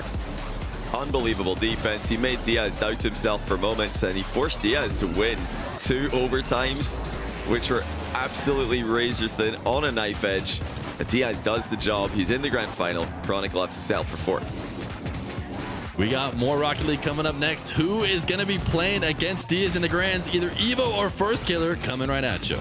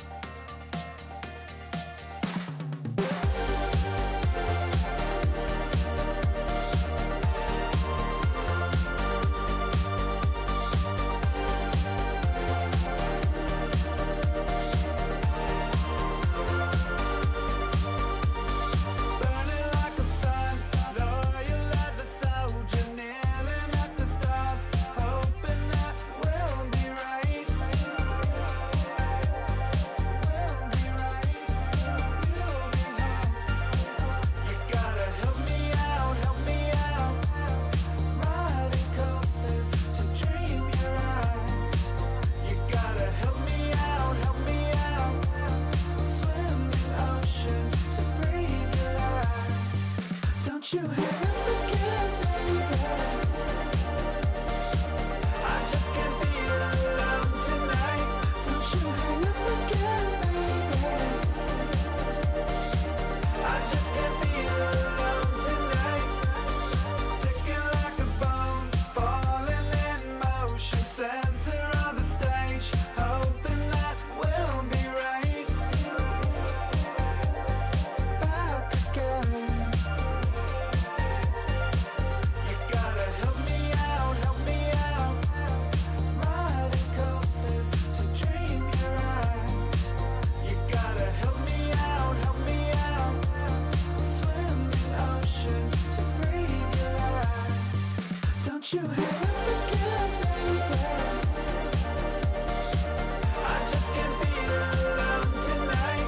Don't you hang up again, baby. I just can't be alone tonight.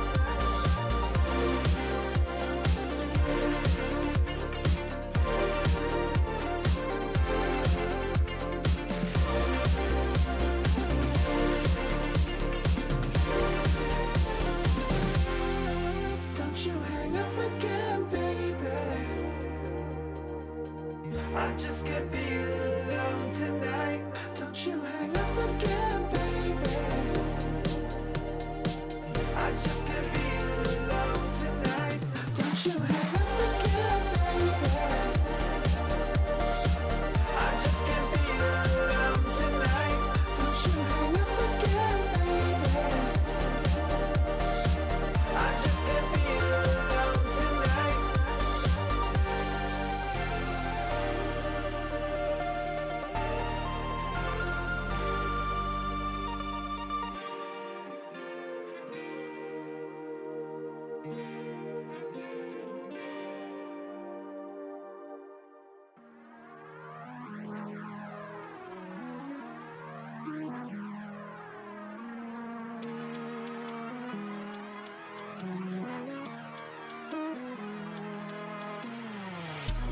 First thing I see when I look at the car are them big boy wheels. Black on black, gotta coordinate when I...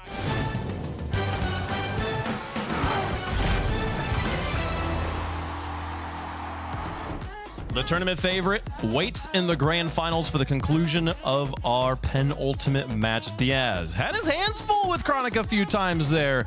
Emotions were high on both sides, but ultimately Diaz able to finish off the job, get the win, and he will play for the title of North American 1v1 regional champion with a chance to play against Nupo, for a chance to play against Moxie. Fear, there's only 5 players left in the world with a possibility of being crowned 1v1 Rocket League World Champion, which is just crazy. Yeah, it's wild to think. Diaz so far has shown why I gave him 70%, and he just keeps creeping up and grabbing more and more percent as there's less and less question marks. Chronic put up a good fight. I mean, I tell you what, 70 was looking really low in game number 1. I thought, what was I thinking with just 70? This guy is just built different, but Chronic played a much better series as it went on, put up a solid fight. Diaz, though, looking so strong. It's going to be tough. We're going to have to see a lot out of Evo Firstkiller. I'm not sure if we're going to expect to see like a whole smackdown to try and give any, ground away from Diaz. But for now, he's looking like the best. Johnny, I mean, I've been impressed kind of across the board with our players this weekend, how well they've continued to play Rocket League despite sincere emotional swings. Yeah, the face cams are just honestly content. I mean, if you guys are enjoying the face cams, be sure to let RLCS know on socials, because yeah, the 1v1 face cams, they don't take up quite as much of the screen as 3v3, so maybe we can get these things up more often and just watch the show, because yes, Chronic especially, when he's lost a 0-second goal, lost a game, wins a game, I mean, the reactions that we're getting are so much more than what we get from him in 3v3, because the pressure is just on a completely different level, and then to defend for the amount of time he did was just crazy to watch. Yeah, it was a very, very impressive stuff from Chronic, but ultimately running into what feels like destiny at this point. Diaz is just on a tear, fulfilling every prophecy that's been foretold about him for the last week or so. We'll see him play in the grand finals. The question is, who is he going to play against? We said there's 5 players remaining with a chance at the title of Rocket League 1v1 World Champion. First ever 1v1 World Champion. Evo and Firstkiller going to be the next 2 players still in that title race. One of them going to be eliminated here. I don't know though. How do you feel like, Fear, you've been around, both of you have been around the block so long here with the 1v1 scene. Do you feel like you're learning anything new about Rocket League 1v1s or about the North American scene throughout the course of this tournament? I think what I'm learning is, and something that we actually couldn't learn really with 1v1 before, is who's Showtime. Who's Showtime? When it gets down to actual RLCS 1v1, there's no question this is the biggest tournament that NA 1v1 has had. Who is going to be able to play to their normal level? And I think that that's going to play into my prediction for this match. This is going to be one of the tougher ones to predict. So I'm going back and forth, but who is going to be Showtime will be the answer to who wins today. I mean, Johnny, you were quoting the stats of, Wavy versus FK. That's been like Wavy the last 4 times they've played. Who is Showtime seemed to be a difference maker in that match. It really did. And, we mentioned the face cams earlier. We could really see on Wavy's expression that he just wasn't enjoying his performance. He wasn't happy compared to Chronic, where although we're getting all of those big time reactions, I think the kids call it crashing out these days. He's getting right back to it, and he's putting up a great plays the next game. That I'm sure he could be proud of, and he's smiling because ultimately you have to enjoy the experience. If you're going to be a guy like Firstkiller, if you're going to be a guy like Diaz, these seasoned 1v1 vets, you need to just stay positive. And it sounds cliche, but it's so important. You're going to get bumped, you're going to get demoed, you're going to get scored on, you're going to be made to look silly at times. Kickoff goals are going to go against you, but you just got to go next play, reset. And yeah, that's something to look out for in this next match for sure. 2 more matches on the day. Firstkiller, the greatest of all time in North America. He's been called many times this weekend. Evo will be the next player taking a shot at the king. Can he make it through to the grand finals to take on Diaz, or will it be FK versus Diaz, as we foretold at the beginning here? Firstkiller back in the zone, back in the hot seat, and trying to continue on the momentum from earlier today.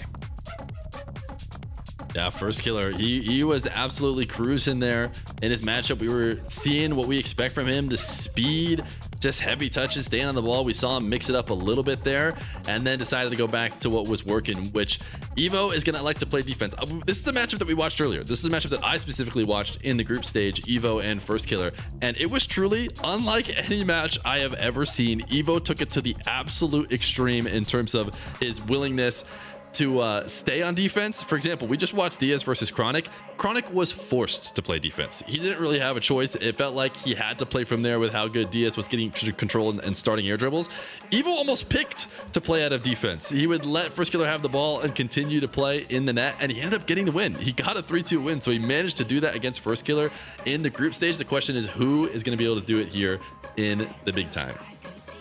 It's interesting looking back on the match they played just a few days ago, because this is a rematch, as you pointed out, a match that just happened. Evo did take that one in 5 games. Evo's wins were 1 to 2 goal games. Firstkiller's wins were 3 to 5 goal margins there. So when he was winning, FK was running away with it. But when Evo was winning, it was, again, that defensive series you're talking about there. He was holding it down, getting just enough to get the job done, and then making sure that FK didn't score. Did he learn enough? Is he going to be able to adjust and find a new tool in his bag to take down this new defensive Evo here? Let us know in chat what you think. Hashtag FK for Firstkiller, hashtag EVOH for Evo there. And Johnny, do you think he's got it? Do you think he's going to have a new tool in the bag? I'm actually really excited about the predictions here. I don't know what you guys are going to pick. I actually just realized I hadn't put my prediction in the sheet, so sorry, production. I'm going to say now that I think it's Firstkiller. I think, beating Wavy in a convincing fashion, it's enough for me to think that he's going to swing this really, really close series in his favor. Evo and Firstkiller have been super close recently, and I do love watching Evo's new style, the more composed, the more calculated version of Evo compared to the guy who just blitzing it around the pitch that we used to see in the past. All right, Fear. I love this matchup. I love seeing Evo play in this big time moment because I've been watching him since the very beginning. He has played the most on my channel than anybody else. If there's anybody who's watched the Evo games, it's me. And what he has gotten to, the level that he's gotten to has been quite impressive. But when I talked about earlier who I think is maybe going to be showtime, I think Firstkiller has gotten to these grand finals, played these big moments a little bit more. Evo hasn't had as much experience here. I think it's going to be close. I mean, this is the toughest one. Man. You know, early on, I had my predictions all the way till the end. This was the one I was like, I'm going to have to see what happens today. And based on what I saw from Firstkiller playing against Wavy, I'm also going to go Firstkiller. This is the beauty of why we have to play it too, because we've seen FK, but we haven't seen Evo today. We don't know what form Evo's in right now. This is going to be his first match, and the question of, do you want to have to play the marathon? Do you want to have to play? Do you want to come in just like fresh, just play your one match? You know, is him being cool, him having a cool down engine, is that going to be more valuable than having the warmed up momentum that FK's got here? Only one way for us to find out. I also I hate that we're all just kind of saying the same story here, but I think it's true. I think FK, he's been in this spot so many times. It's gonna be a difference maker. I mean, but surely, like, is there a mistake he can make that would change this up? Because it's not just about the. Is it really just a mental game here, Johnny? For me, I think it's a little bit of Firstkiller against Firstkiller. If he can avoid overextending, I think he takes this. His shots look good, so yeah, I think that's where we're all backing him. Okay, well, we'll see if he can get it done here. Evo, he took the win last time this match happened. Does the defense hold up in this environment again for a second round, folks? There's one spot left in the grand finals of the first ever North American 1v1 Regional Open, folks. Who will face off against Diaz? Will it be Firstkiller or will it be Evo? Let's find out. We began the day with 6. We are now down to 3. Diaz awaits the winner of what Fear has called the big time. Evo on the one side, Firstkiller on the other side. A rematch of the group stage. Let's get into it. This is actually going to be one for the books. This could have been a potential grand final bait. I'm so stoked for this. This is where we find out if Firstkiller truly is the absolute GOAT of NA. We sure are going to find that out right here and right now. Evo, we haven't seen him yet today, but already he's coming out swinging. 12 seconds in. He dispossesses FK off the ball, collects it, and a nice easy goal for Evo.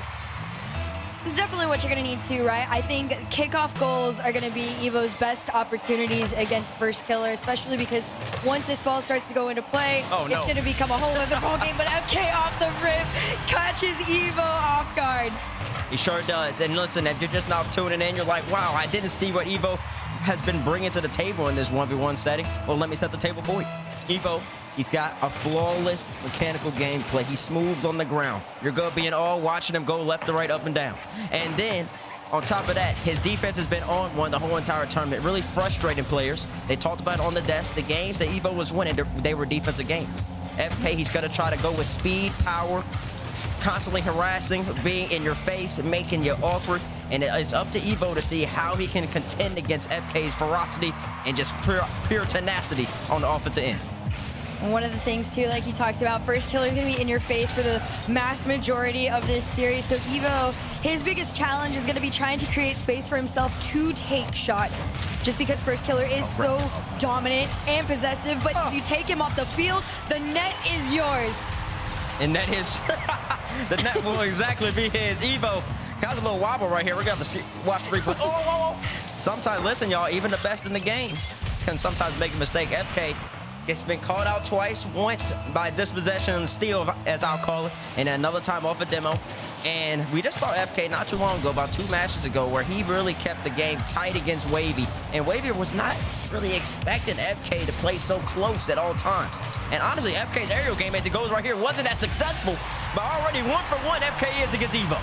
No, this is such a great play, too. He had a lot of space on it. Evo did have the boost to be able to go up, but just the fake on the touch to let it flow in. These are the mind games, literally just the beginning of the mind games that Firstkiller is going to be putting out towards Evo.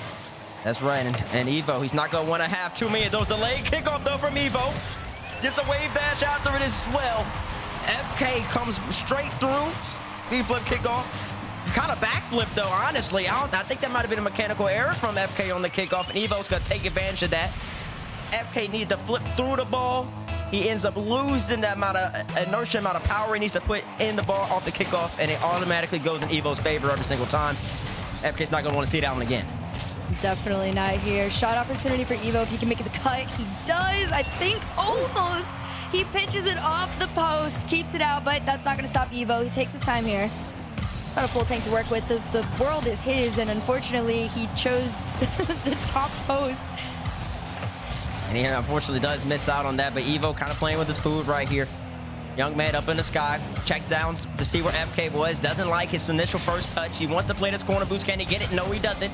He's going to have to retreat now. Firstkiller has definitely spied that out, and now he knows Evo's grabbed the mid boost. FK, mouse the flank, top left corner.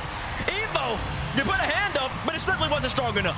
Definitely was not going to be strong enough. That is a laser. We've been waiting all day to see this flick, by the way. It's been attempted so many times, and you would think, yes, in a world that it is considered basic in the one's realm, but no. It's a Firstkiller. It is just another arsenal in his pack. Off the kickoff, though. Pretty standard. Goes on back, orange side. Evo takes his shot. Even the demo's not going to stop that from going in. Firstkiller hit with his own medicine right there. Gets the boost grab stone, but he left the ball boost over ball in a 1v1 scene at this level. When there's only 3 of you left vying to become an NA 1v1 champion, it's simply not going to cut it. FK probably scored at least about 4 or 5 times like that against Wavy in the last series. So you think he'd be knowledgeable. You think he'd know not to do it. But even the best still end up having that little mishap occur. But it doesn't matter, though. Because once again, Firstkiller, just like in the series against Wavy, continues to score kickoff goals. Those kickoff goals are going to be pretty detrimental to Evo if he doesn't get a grip on them. But for the most part, he's done fairly well, taking his time, has his flip to use, but opts to go straight to the ground and float it almost in. He just keeps going a bit too high to that crossbar. And again, possession loss goes straight to FK. Is going to let Evo have the time with this ball on this one. Half that game, tied all the way around. And I think he might... No, he saved it. Oh, he's saving that. Never mind. I was like, maybe there's a world where you catch out. Okay, I'm sorry. I forget that he's like low-key just faster than everybody else. He kind of does look faster than everybody else, but the defense not looking that great right here. He had a moment in the series against Wavy where he kind of looked like Rawas for a second, jumped really high, but Evo sets up the air triple bump play quite well. Doesn't give FK that much space to operate. FK maybe should have faked. Tried to drop back down just to give Evo something to think about, food for thought perhaps. But ultimately, Evo scores the goal, and right there, FK's gonna have to make that adjustment. Ball in his favor though right now, brings it up high. He's already been 1 for 1 in the aerial attempts, goes to try to make it 2 for 2, doesn't. Evo there to meet him. It was a good challenge from Evo too. And counter attack too. This is the second time we've seen this, although this time it is gonna work. He will be just a tiny bit faster to match pace with FK, and Evo gets his 2-goal lead. I don't know how many people expected that off in this game number 1. I mean, even FK, you can see it on the face cam, a little like, all right, what's going on? Like, it's not like set up and lock in mode, but it definitely is like, should be a lot closer. Oh my gosh, Evo, that's like the 4th kickoff goal in a row, young man. You gotta pay attention. Boost over ball again. This is unacceptable at this level. Evo, play ball! You're wave dashing for the boost. FK's gonna sit there and score that every single time. Evo, you're playing a good game. But more and more kickoff goals go in favor of FK, the greater chance he has at winning the game. And that's what we were talking about at the beginning of this particular game. Kickoff goals between these two especially are going to change everything. It'll make it an extremely high-scoring game too. Good speed. This one out, past mid, another touch. FK's just kind of shadowing it. Takes it for his own, pop up into the air. Evo doesn't quite have enough. He's just going to have to time it right, and he won't, and it's a tied game overall. Oh, he won't be happy with himself. I know he's kicking himself. I'm looking at the camera right now. The defense was not up to snuff in this moment. Flips the wrong way. I think he suspected maybe an air dribble bump, but FK didn't really have the space, nor did he even honestly set it up in that direction. The ball's gonna end up coming to Evo. He's in the correct position. But he just has an unfortunate error right there. 6-6. Both players still filling each other out, evenly matched. Evo takes a shot, 0 boost to his name. Can FK right back around to the speed man coming away? FK, quick crossover, step back, hey, layup basically. Firstkiller showing you it's all about speed in a 1v1 for him, man. Wave pass off the wall, pop back, crossover to the right, hit your back to the left. 1-2, in your net, nothing you can do. That's just, I mean, when you hear the phrase Firstkiller doing Firstkiller things, that is the perfect example of it. To him, that is just so unbelievably natural. Now Evo's gonna have to get back into this one. Just over a minute left to go here in this game number 1. Another shot on target. Speed sends this one out to the side, but Firstkiller fast enough to keep it in Evo's half. For now, Evo tries to take a shot. Power enough to send it back with Bates. Less than a minute to go. And another one on net. I don't know if Evo's coming back from this. Listen, the kickoff hasn't been in his favor, so he's got to have some work to do. But also, he keeps trying to play a speed game against Firstkiller, and I don't necessarily know if that's in the best interest of the young man right there. FK, he's comfortable. He might be the best in the game, no matter the region, and just booming the ball with power, with speed. And that has always been the case since he entered the RLCS way back in about 2019, 2020. Evo trying to make something happen right here, though. Bumps out FK. FK's going to stay close, though. Of course he is. Evo's not expecting it. FK just going to keep running around with this ball. And Evo, 30 seconds left. He's got a lot of work to do. Big cut, and does just that. Firstkiller, he recognizes the cuts, but he's also doing it himself, too, and keeping him pretty much boxed into his own half. If he can get around the arc right there, no, he'll let it off. Granted, you are up by 2, so you don't got to challenge too hard, risk anything here. Evo just trying to get out. 9 seconds on the clock. Firstkiller trying to get some recovery off the ceiling, pinched down to the ground, might have wasted just enough time. It does. That game number 1 is going to Firstkiller. GG's in the chat from both players. Firstkiller continuing his momentum he's had throughout the whole entire lower bracket. It's all started when he ultimately ended up losing 3-2 against Evo in the group stage of this tournament on Friday. Both of these players really showing what they have to offer. Evo, I expect to see a little more, though, in game number 2. Not too much offensive firepower coming from this time around. A couple counterattack goals, a couple just quick wave dash pop shots from distance. But not too much threatening Firstkiller's net in particular. And then also the kickoff. Firstkiller at least had about 3 goals off the kickoff, maybe even 4. You want him to be a little more clinical, him as an Evo. Be a little more clinical in the kickoff.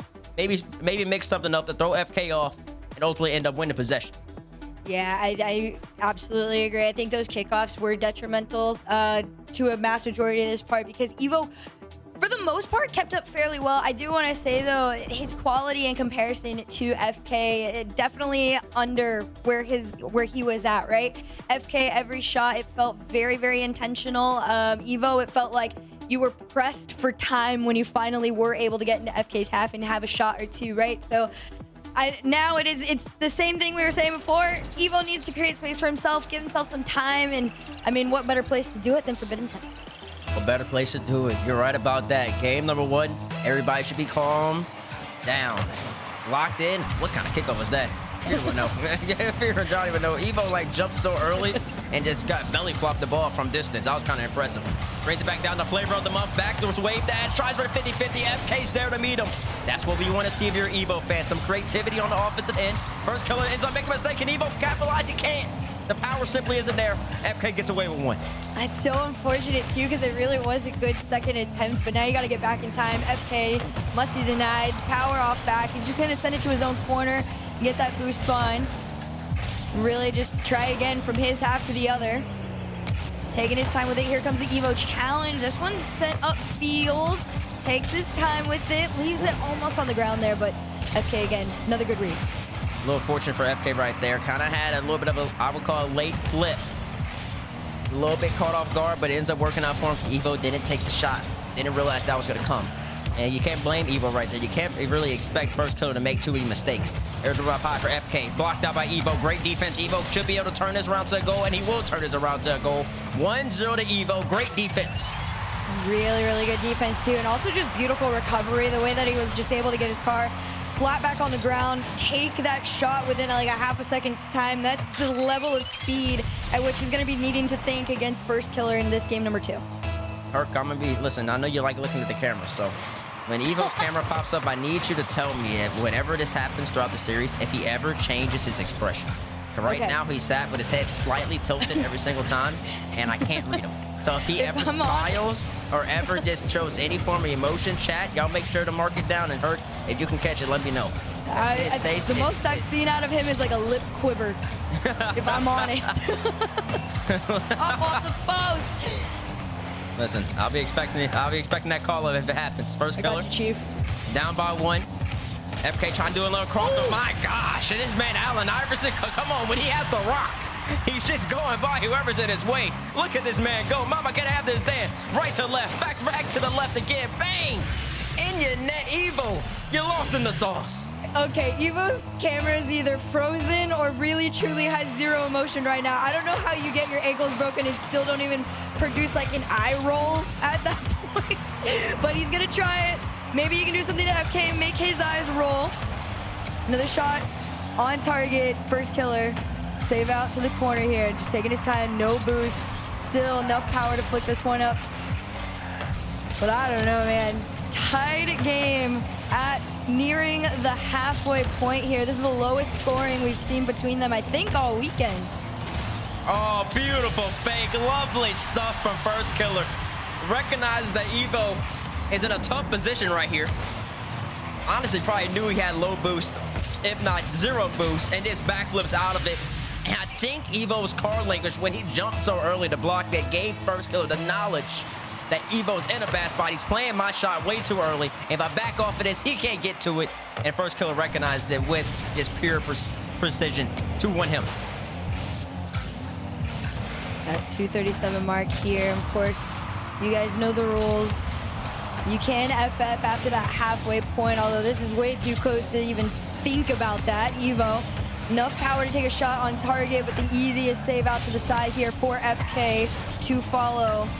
The Firstkiller not even forcing anything, even on low boost. Low boost right here. Evo has a lot of space to his name. Both of these players kind of giving each other a lot of respect, and neither player necessarily really trying to take over too much offensively. Just waiting to see when the openings happen, when the little tiny, minute mistakes occur, and trying to take advantage of each other that way. Neither player playing too offensively. Evo still sticking to his defensive style. Fake challenge on Firstkiller, baits out the flick. He should be able to attain possession right here if he plays this right. Firstkiller grabs the mid-100 boost. Evo, Firstkiller backs up. Evo takes his time, soft flick. All there just to maintain the boost. He stays with it, but he gets cut up by Firstkiller again. And FK with the easiest goal so far of the series. Oh my God, that's what you were talking about too, though. Those small little mistakes that you can catch. The second Evo was just a bit off the wall, FK was like, all right, this is mine.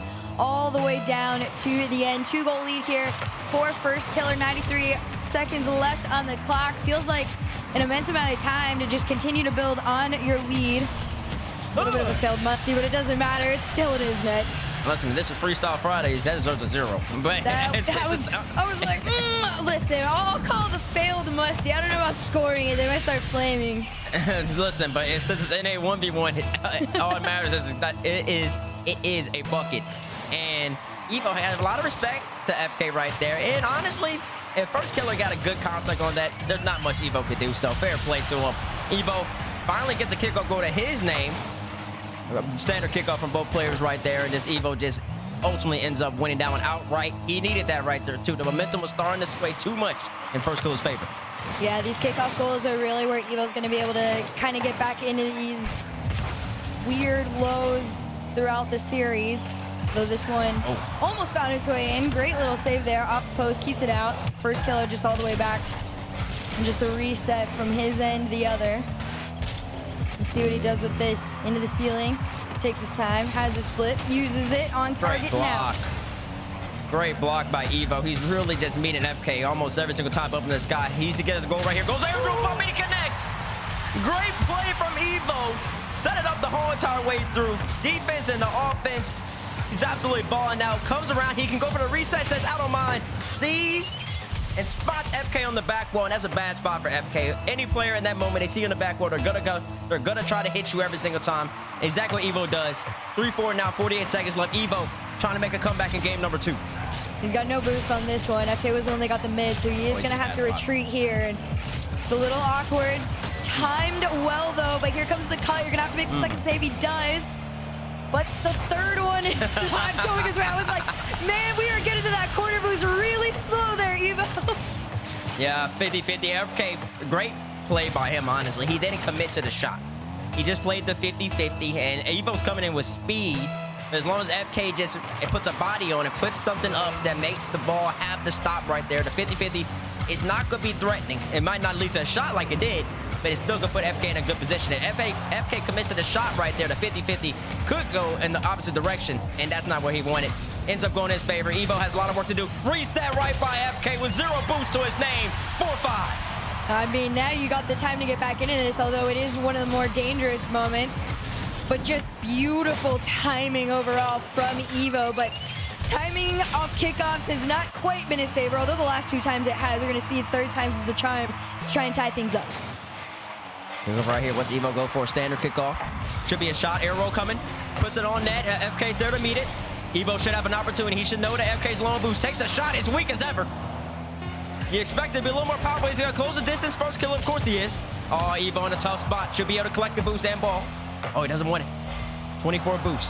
0 seconds left. Evo fakes up high. Somebody shoot, please. And Firstkiller ends up snuffing it out. Does what he does. GG's in the chat. FK up 2-0.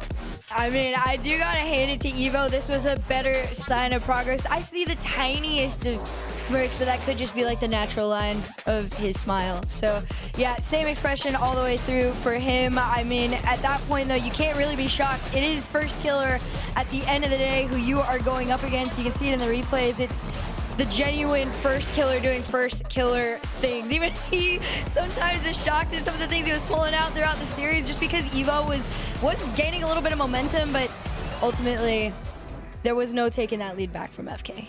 Yeah, Firstkiller was on, and honestly, surprisingly, Evo had the more shots, 16 shots to 11 in that game. Firstkiller had to make 11 saves. It's just really the quality of the opportunities. Firstkiller making Evo work. A lot of left to right, horizontal direction and movement Firstkiller's bringing against Evo, making him have to constantly change the course of his car from going left and shadowing the left position, shadowing the right position. In basketball, they would say making somebody shift their hips, or in soccer, I believe they might even call that as well. So it's good play from Firstkiller. Evo, he did end up bringing that game back. He had definitely showed more offensive prowess and ability and capability that we know that he has. But for him to end up being Firstkiller, he's going to have to step it up, and he's going to have to start on DFH. Evo, you usually don't want to be the one to say the whole back's against the wall, but if he does not take this game number 3, Firstkiller, not only, you know, physically on the scoreboard, but mentally is going to have it up on Evo. But Evo's not going to let that start this time. Different start to game number 3. Yep, Firstkiller got a little too overeager. Thought Evo was going to try to commit to that ball. Maybe thought he was going to just squeeze the ball against the wall against Evo, keep it pinned, and then that would have allowed him to go grab that back right boost right there. But that's not what Evo ventured out for. He didn't go for the ball at all. And once again, kind of along the same plate. Firstkiller looking for a pinch. It doesn't connect. Evo says, I'll take the 2 freebies. I was going to say, you got to take advantage of every single opportunity you finally can find against FK. You just got to keep building on it while you can, too, because at some point, Firstkiller is going to start getting a little bit closer to you and a lot more menacing and annoying. Big smile coming out of Evo right there. Firstkiller shakes his head. Gotta love the cameras. Gotta love for these players, the emotion that they bring to 1v1 setting. Firstkiller flick. Evo there to meet him. Evo's defense has been pretty sensational so far. He has to contend again. A great flip. Then you got to reset off of that. Whoa! FK bounces off the ground quick, fast, in a hurry. He ends up scoring. There's a whole combination of things here. The first flip, and then you thought maybe it was dead ball down, but no, it's just another opportunity to bounce up and shoot in. Firstkiller, if he was going to get first one to come on back, of course, it was going to be in style.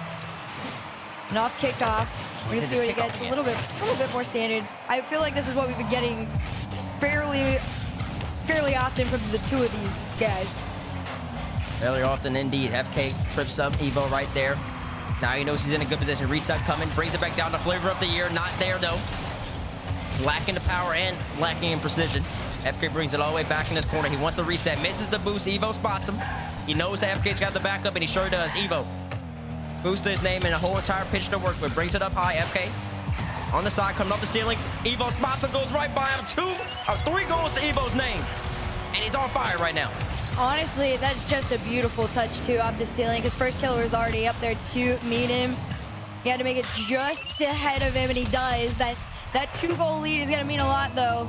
Usually, it does not last very long. See what happens on the kickoff right here. Firstkiller goes to a wave dash kickoff.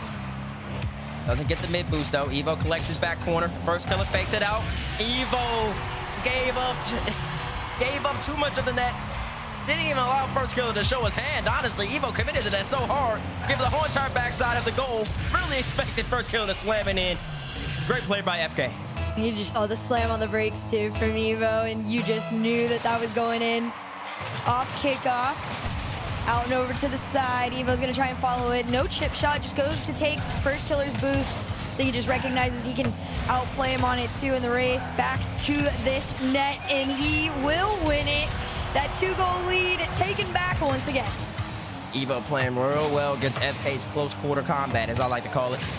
He ends up getting a backflip right by him. Had his couple goals so far this game, where FK's played real tight, especially off the kickoff. Evo's come out victorious, making the necessary adjustments in order to try to give himself the best chance in the series. A lot of space for Firstkiller to work with right here. Evo closes the gap a little bit. FK pop shot.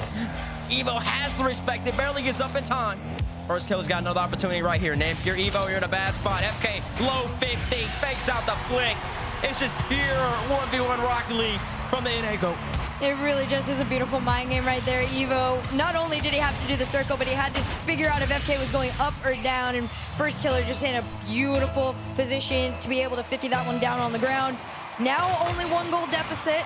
Just over 3 minutes to go. Another shootout, as opposed to a lower scoring game like we got in game number 2. Great bump by Evo. He should be able to capitalize right here, and he will. I want to talk about the kickoffs. Firstkiller, he was winning them outright early on, but already a couple of mishaps in this game 3 to a failed pinch, committing on the first goal of the game. That was just a little too aggressive. I bumped out right there, and Evo taking advantage of every single mistake that Firstkiller gives him. And you give me some crumbs, I'm going to have to eat them. Firstkiller trying to get right by Evo, and he sure does. Evo out of position. Goal to his name. Firstkiller stays relevant in the game. I feel like Evo's just like almost losing to his own mind on this one. Yes, he was a little awkward and he had to, you know, half flip backwards for it. But even then, you might have, it almost would have been better to just drive back into the net and prepare for the next one that was going to come your way. But Firstkiller not going to give any grace or forgiveness. Now, good bump, great bump. Just a race for this ball here, one end to the other. A lot of power on this shot. Firstkiller getting back to what he does. He just alluded to him. Big power shot from him. Back flick. I think that's what he wanted, but it didn't end up connecting. He's gonna bring it back into the corner. He knows Evo's gonna have 100 boosts, and he knows he's got to worry about it. Evo, is this already a back corner very early? Nah. He just wanted to bring it all the way back. I don't know if we're trying to waste time early. Too early. As we approach the half another game. Point, I was gonna say, try anything. I was gonna say, Evo, what are you doing? Big boom right there for Firstkiller, right over his head. Evo, you got caught napping. You ended up bringing it all the way to the back. You ended up running out of boost. And Firstkiller caught you flipping. You didn't flip back goal side. You flipped away. He played that sniper rifle, man. When that sniper sees the goal, he's going to end up taking aim. He's going to fire away. Firstkiller ties up the game. 5-5. Kickoff goes his way. Bump coming. Evo, he's got to scramble. FK, rule 1 opportunity. Who broke it? We don't know. Evo said, don't mind if I do. Can he capitalize? He sure can. If I'm being so honest, there's no way it was not Evo who broke it. I fully believe he was the one that broke it, and FK was like, man, I thought we were gonna respect it and have a little fun here. He said, absolutely not. I need my one time to shine and get back into the lead. He takes it, 2:02 to go. Evo trying everything he can to get back into this game, but there's been so many of these weird little mistakes that come, honestly, from his creation. His creation indeed, but he's got FK in a bad spot right here. Crosses him up, has boost. FK go, oh, I thought FK was gonna jump for it, but he didn't. Great shot by Evo. Puts it right off the left post and in. And this all began because Evo had speed, won the race to the corner boost. And after the FK, just had to rely on his instincts. Didn't expect Evo to take the shot. 7-5 Evo. Gotta hold on to that 2-goal lead. So many times we've seen Firstkiller come back very, very quickly. Floater out to FK's half. He just takes it back for his own. And another dribble attempt. I assume a pop and a flick, and it's in. I mean, it's just a lovely Rocket League. Earlier in the game, if y'all recall, Firstkiller had a dribble just like this. And he faked the reverse and went for a low 50. This time, he sets it up. Evo respects DK, doesn't want to get 50-50 again. And the FK this time says, I'm going to flick it into the top right corner. Nothing you can do. Great adjustments from Firstkiller. Way to set up each and every attack. but he's still down by 1, and Evo does have possession. And you definitely got to keep attempting this time. Although Firstkiller has got 11 shots to his name right now, Evo's just going to make it that much harder to try and come back in this game 3. Listen, a great demo by Evo, and every single goal Evo has, it seems like it's so much more simple, simplistic, easier to obtain, catching FK off guard, bumping them, demoing them, breaking the rule 1 after FK slaps him around a couple times. Firstkiller, all of his goals, they seem like he has to do a lot of work and put in a lot of effort. And that might work for some games, but the easier the goals for Evo throughout the series, the better chances the young man has. And then, of course, we want to talk about him not working. Off the kickoff, right underneath the crossbar, perfect reset, into power, into accuracy, into a goal. I think you heard you call him simple way too many times in that sentence and said, whoa, let me show you what I can do. A perfect way to extend that lead here and give himself at least a confidence booster in this series. He's been so down for so long, despite how fairly close the majority of the series is. Gonna try and do it again here. Firstkiller throws a hand up, keeps it out. Evo's not gonna go for the immediate second shot. Instead, they 50 out for this ball in mid. Ping pong around, see who's the first to touch. FK, unfortunate hit for him. He definitely doesn't want to see that happen. Evo slows it down, still being aggressive, even up by 3 or 40 seconds left. Might come back to his detriment, because FK has dispossessed him with ease. Now it's 9-7. I'm a little surprised that Evo's committed to that. He must have forgot that he's playing for an NA 1v1 championship appearance. Yeah, and for all that money, because I'll tell you what I'd be doing. I wouldn't be moving. You'd have to come to me. Let's see what the necessary adjustments Evo makes right here. What's the kickoff? And so far, the ball's back in his possession. Let's see what happens. He's going to bring it back to his corner. Oh, he's running real slow. He's still trying to score the ball for some reason. Yeah, I think that most people, when you are up by like 2 on Firstkiller with 20 seconds to go, would play like the craziest defense of their lives. But to be fair, Evo hasn't had the best track record defensively against Firstkiller right now. So I think taking these shots and wasting time might be his best bet to securing this game number 3. Firstkiller, I think, recognizes there is no time left. But that'll do it. Game number 3, Evo is officially back in the series. He sure is back in the series, and he didn't even use his timeout. Trusted in his instincts, trusted in his preparation, and he's feeling good right now. 12 shots to 11 in favor of FK right there. But Evo ends up getting the W this time around. Couple mistakes from FK though, especially on the beginning of the game. A little bit too much aggression off the kickoff. Went for a couple pinches. Went for some very opportunistic, I would say, 50-50s. And they didn't necessarily come out in his favor this time around. And Evo took advantage of every single one of those and then put him away with the air dribble reset going and went right underneath the crossbar to extend his lead 2-3 and gave him enough of a cushion within the last minute to ultimately end up getting this game 3 victory. Now, as we move forward to Utopia, it's going to be interesting to see what both players' adjustments that they make. Because Firstkiller, we haven't necessarily seen the shooting prowess that he showed against in his earlier series against Wavy. And we really want to see that if you're an FK fan. I also do feel like if you are Firstkiller, right, you recognize that you have a slight upper hand throughout all this. You've been playing, you know, one of the better having one of the better performances out of everybody throughout this weekend, all, you know, Diaz aside. So if you're Firstkiller, you're kind of treating this like a marathon, not necessarily a sprint. Whereas Evo, on the other hand, is like you are playing catch up right now, right? And you're trying to get back into this one. Game number 4, Evo gonna have to adjust to some of the defensive mistakes that he was throwing out there against Firstkiller in that last game. Firstkiller, on the other hand, like you said, we're all waiting to see when he wakes up. FK. Knows Evo slow. I just had to let down play out. You can see it come from a mile away. Evo never had an opportunity to gain any boost, and Firstkiller knew it the whole time. Evo has to respect First, throwing it up high. First knows this, just rolls the ball right into your net. Nice and calm, nice and simple. Firstkiller strikes first in game number 4. I mean, there it is. Like, you want mind games. You want, it doesn't even have to be like the flashiest player, right? It's just got to be a mind game. It's this one. Taken by Evo. He's gonna have first shot opportunity here. Let's Firstkiller get a touch on it. Maybe place it over it, but no. Firstkiller just taking his time. Shadow defense. Shadow defense indeed. Firstkiller bangs it all the way to the corner just to collect the boost. That's an old play he's been doing for years on end. Evo with possession. Not that much boost to his name, though. Low 50. Ends up grabbing the top right boost for him. Firstkiller knows that he's got to respect it. Early shot for FK. Pop up high. Should give him the time to make a play. Evo still lurking. Wants to see if Firstkiller make it, but misses the boost. And now his opportunity might not be as effective as he wants it to be. Firstkiller beats him, and he's going to steal the corner. Evo's going to have to get out of here, and he does. Definitely able to at least get out to the mid, but this is usually where things start to falter for him. The power flick on target. Most times when we see Evo trying to race back and get into position for defense, he's a little awkward on it. You saw the hesitation, and Firstkiller recognized it, and all you need is one laser beam on net, and you are past Evo. First 45-degree angle flick from FK right there. Perfect execution. Evo even jumped up high, but he wasn't high enough. Firstkiller filling in game number 4, my apologies. The flicks are starting to come into fruition for him, and he gets a big demo. Should be another goal on the way. Evo spawns in, but he's not going to be spawning in quick enough. 3 goals to FK on Utopia. That's just a really good shot overall. Pretty basic for FK standards, but at the end of the day, it works, and it keeps the game in your favor.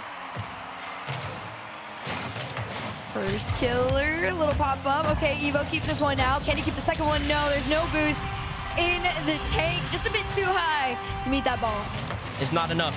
Too many shots to my net. It's just simply not enough. Firstkiller. Evo's got a lot of work to do off this kickoff. He did well the first time around, but can you stop the second? And you can't. You can't.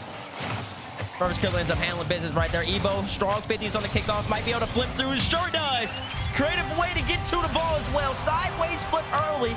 Pre-flip to end up getting a touch right over Firstkiller's head. Exactly what you need from the young man right there. Big goal just to stimmy Firstkiller's time. You just have to have full send commitment, especially against Firstkiller. That's the way for Evo to really keep up and stay in this one. Off kickoff could have been his.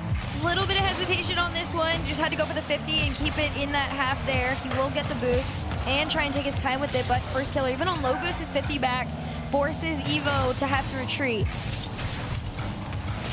Evo gets the ball back though.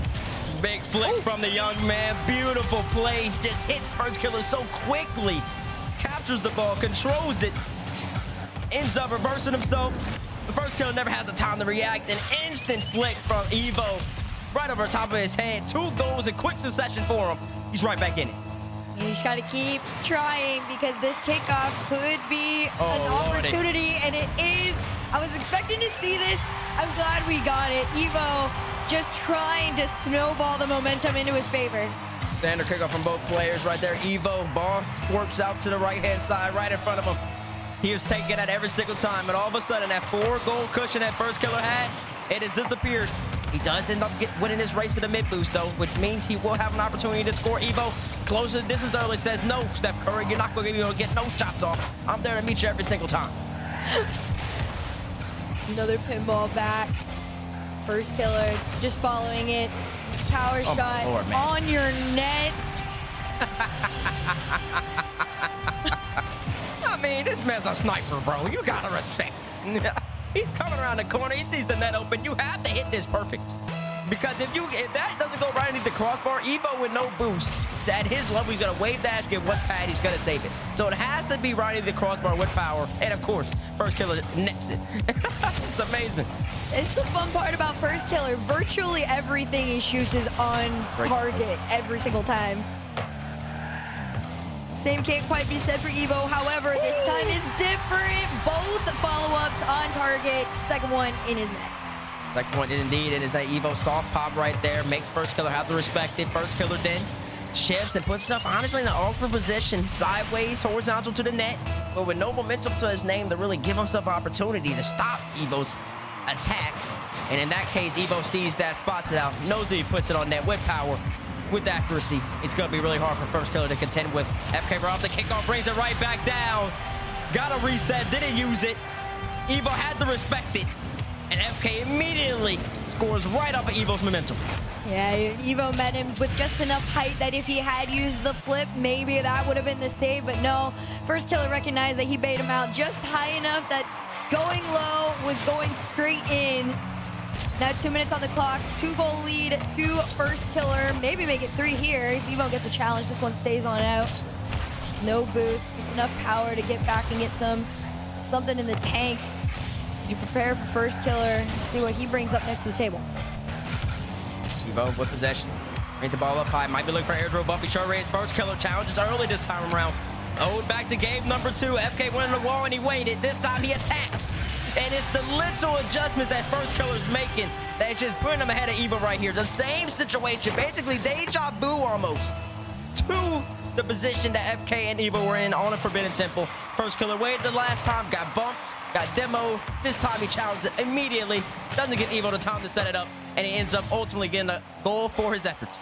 Yeah, not even close on this one. Evo tried to get a little creative too off the kickoff and delayed it. Still not enough. Now he has possession for now, has a split, uses it. That one does go through. Evo within 2 here on FK, but time is dwindling. Time is dwindling, but he's got plenty of it in a 1v1 game. 119 left. All it takes is a couple kickoffs. He's going to have to be precise with every single opportunity he gets from here on out. And I think he might have another chance. Kickoff doesn't go in his favor. Firstkiller just absolutely dominates him. Can FK get back to him? He doesn't. He opts not to shoot. Just wants to play possession, and I think I see why. Now Evo has to respect him. Firstkiller flips away from the ball, but so does Evo. And both players kind of playing with zero boost right now. Evo grabs 100. He's up in the sky. Spots out FK early. Goes right by him. Double touch on the way. He's never going to miss that. 6-7 with just under a minute left. Evo going to edge back into this game. There's that tiny part of you that's like, well, maybe FK should have just taken the shot at that point because the sequence of events that followed after were not pretty. Less than a minute to go. Only a 1-goal lead for Firstkiller off the kickoff here. Evo's going to send it off to the side. He has to race back for the boost. He knows FK is going to go for the immediate challenge. 50 in his favor. This one straight down and in. You hate to see it. You see the intention from Evo. He wants to close that space, but he jumps off the wall so early that his car is too far away to properly get a good 50-50 against FK who's got his whole entire car stationary on the wall. FK's gonna win that every single time. Evo is gonna have to once again try to close this 2-goal lead down to 1. Firstkiller, I already know he's gonna play super tight, and he is. Both players playing in the corner. FK doing what he does, mucking up the game, keeping it in, and he ultimately ends up scoring out of it. He might be the best player. When this ball is tight, when he's got you stuck in a corner like you're on the ropes, there's not much you can do. Great precision. FK, 3-goal cushion. It's so funny because most people in that corner there, you lose a lot of possession, or at least it gets a little like shaky, but for Firstkiller, that's just optimal positioning. 30 seconds left on the clock. 3-goal deficit to Evo. Is going to try and close this gap a tiny bit with some time on the clock. As his flip, not enough. Firstkiller, enough boost, enough power and height to keep this one out, although things could shake up. Evo manages to find his way on in and secure a little bit of hope. Great speed from Evo right there. Caught Firstkiller by surprise. FK flipped through the boost. Had to take a wide angle. Evo spotted out. Air roll shot without the ball cam on, just to make sure he can get the angle that he needed. Kickoff goal, he's gonna need it. Firstkiller ultimately ends up winning it, and it's not good for, oh, we got the back corner Barry. Back corner Barry, somewhere in the world, Johnny Boy smiling. Firstkiller brings it all the way back, and now he said, let me do a Diaz impression. Cock bring it all the way down, double reset. Goal! FK goes from his goal all the way to the other one, because why not? I had nothing else to lose and everything to gain. Firstkiller showing off the max. I mean, at this point, you're really just trying to say, all right, Diaz, I hope you're watching. I'm setting the tone for what you are most likely going to be seeing. But as far as the rest of the world, this isn't quite the end, but it is one step closer to it as Firstkiller takes match point. GG's by both players in the chat. FK, 1 game away from a meeting with Diaz. Evo, he made the necessary adjustments in game 3. Ultimately end up coming out victorious in that game, but Firstkiller is just being so precise and so confident in everything that he's doing right now. Evo's got to work so hard in order to stop him, and it might simply be too much. If I'm Evo, I think I'd like to see him play a little more aggressive. Now, honestly, he might need to start mucking up the game a little bit. He's gone for 2 air drill bumps so far, but they haven't been straight line. They've been off the sidewall both times. So if he can just get FK in a straight line shot, hit him a couple times, make him have to think, and that might open up his air. That might open up Evo's air game even more so. to where he might be just have a little bit more success and have a couple more goals to his name by the end of this game. I mean, I just keep looking at Evo and I'm like, what more can you possibly do? Because it feels like with time, every adjustment Evo makes, Firstkiller makes 2 more to really just shut it down. Now, you got one last opportunity, and it's gonna feel like a huge challenge. You got to get 3 in a row just to get into this one. Firstkiller 1 away. Listen, you saw Nalpo do it yesterday against Verwash. You saw Chronic. He was just down 3-1. Ultimately ended up pushing to game 6, and it looked for a second like it was gonna go game 7 against Diaz. So not saying maybe being down 3-1 and with these 1v1 matches, it might not be that bad. But Firstkiller, he strikes first yet again. He's on a roll right now. Quick precision fake out, gets Evo to bite, comes back the other way, and then slides it back to the bottom right. Playing with his food, FK is. That was the definition of playing with your food and also wasting time at the same moment. 20 seconds into this one, Firstkiller, another shot on target. This one not net. Evo just gonna have to match the pace that Firstkiller is setting in the beginning stages of this game 5. Evo recovers off the ground so effortlessly. It's so funny to me. He just looks like his car is just going through something. Then he ultimately ends up catching back to it. It's amazing. Potential opportunity right here. FK saw that one come from a mile away. Too obvious of a setup by Evo. Quick shot, great recovery. Goal for the young man himself. 1-1 tied up. You see the respect too from Firstkiller on it. He didn't have that corner boost to his name, so Evo was going to be coming at that net with power, and he does. But kickoffs usually are where things start to get really shaky for Evo. Wave dash kickoff from Firstkiller. Straight away kickoff by Evo, and he ultimately ends up getting a demo, and that's what we wanted to see. We wanted to see more aggression, mucking up the game, not letting FK have a chance to breathe, hitting him, making him uncomfortable, making him jump earlier than he would like. If he keeps doing that, he might have a great chance of coming back. Definitely will. We're gonna see though, once again, off that kickoff, what does it bring? Bounce out to the side. Firstkiller wins it, but a shot still gonna try and get taken, just not enough power to catch him off guard. Firstkiller pop up high, and here he comes, FK. He just saw the double reset cross map last game. Goes for the bottom left reset. Evo blocks it out. Can he get back to it? Gets bumped out by FK. Great hit. Great awareness from Firstkiller. Survives for now. And now he has the whole entire pitch to operate with yet again. Pop up high. Looking for air drill bump against Evo. Evo tries to go for the Roas, but he's not Roas. And then he gets bumped again by Firstkiller. Playing around, man. Gets a nice shot from Evo, and it was a nice shot indeed. It definitely was a very solid attempt. I just feel so bad for Evo. There's so many moments where you're like, man, if you just were a little bit more on it, you would look like you're peaking right now. Unfortunately for him, Firstkiller just makes him look a little silly at times. That halfway point is officially in front of him. Tied game, even playing ground. Somebody needs to take this lead to feel a little comfy, and Firstkiller is going to be the first to try and do it here. Takes this all the way to the other side, going to try and get that midfield boost and play this up from the air. Oh man, Evo just snatches it from him. Firstkiller mistake. Mechanical error, honestly. The ball kind of slipped away from him right there. He definitely wanted to keep this tighter in his possession so he can get a resetting.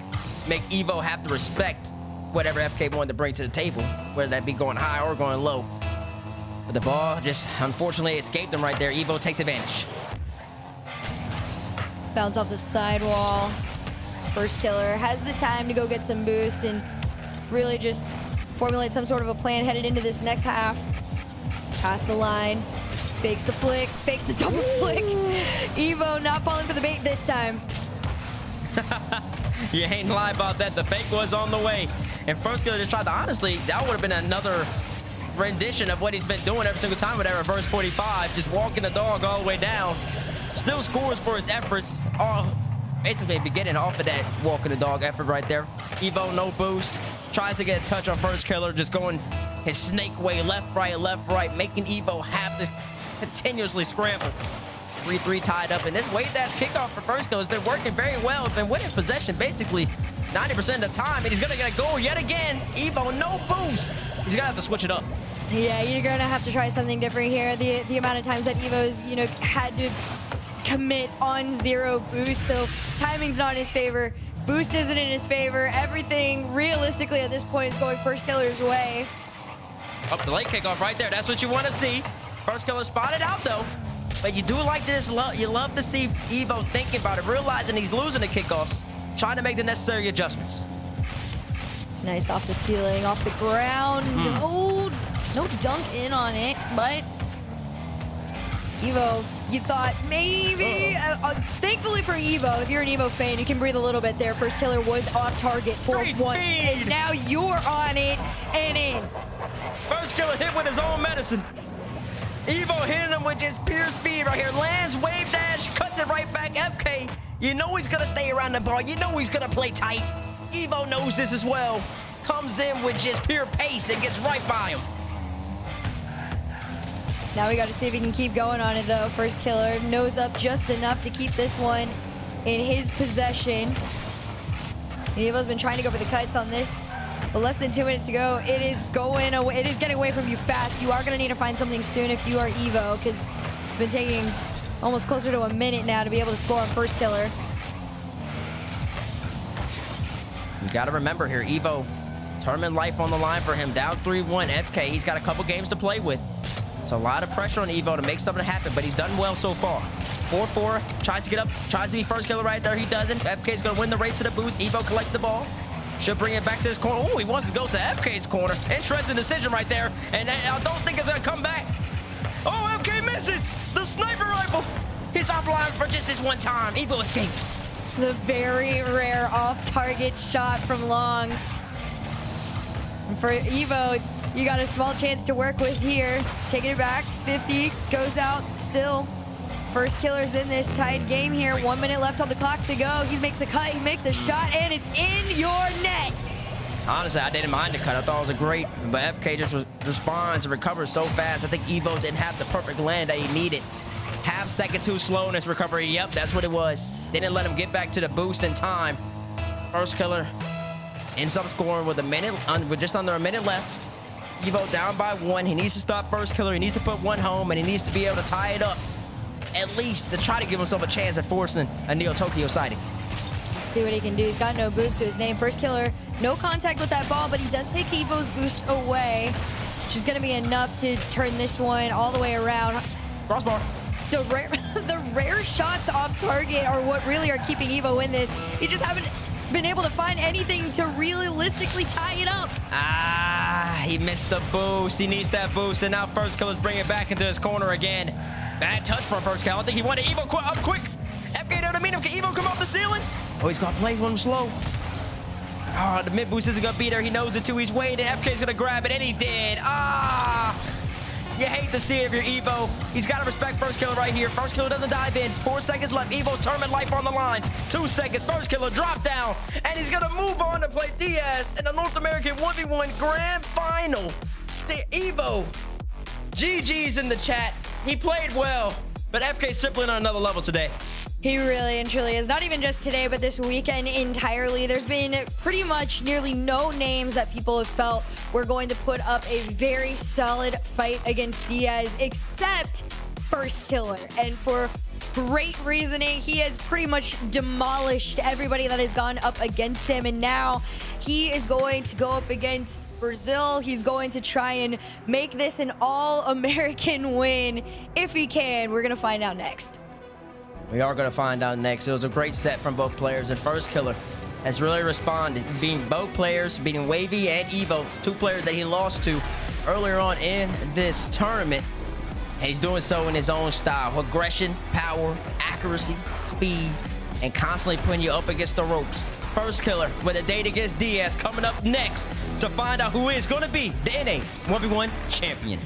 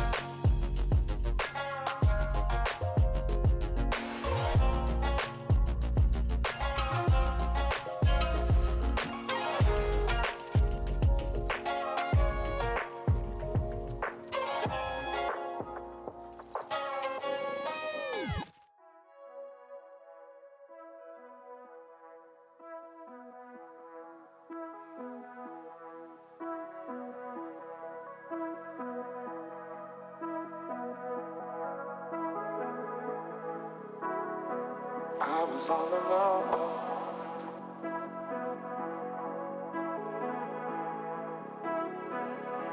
Then you showed up under my umbrella. Oh, shelter from the cold.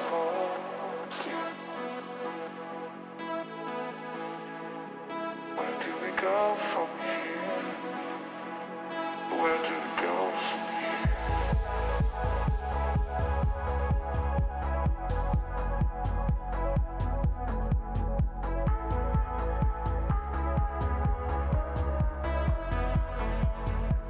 Where do we go from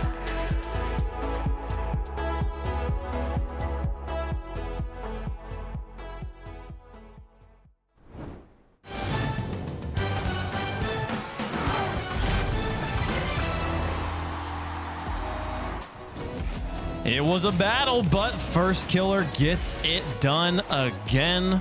And we have the age-old matchup. Firstkiller versus Diaz. The grand finals of the first ever 1v1 regional open for North America. Welcome back to the desk. And we are one match away from crowning a champion here. Herc, how'd you feel about Evo in that matchup there? Oh man, I just felt bad for him.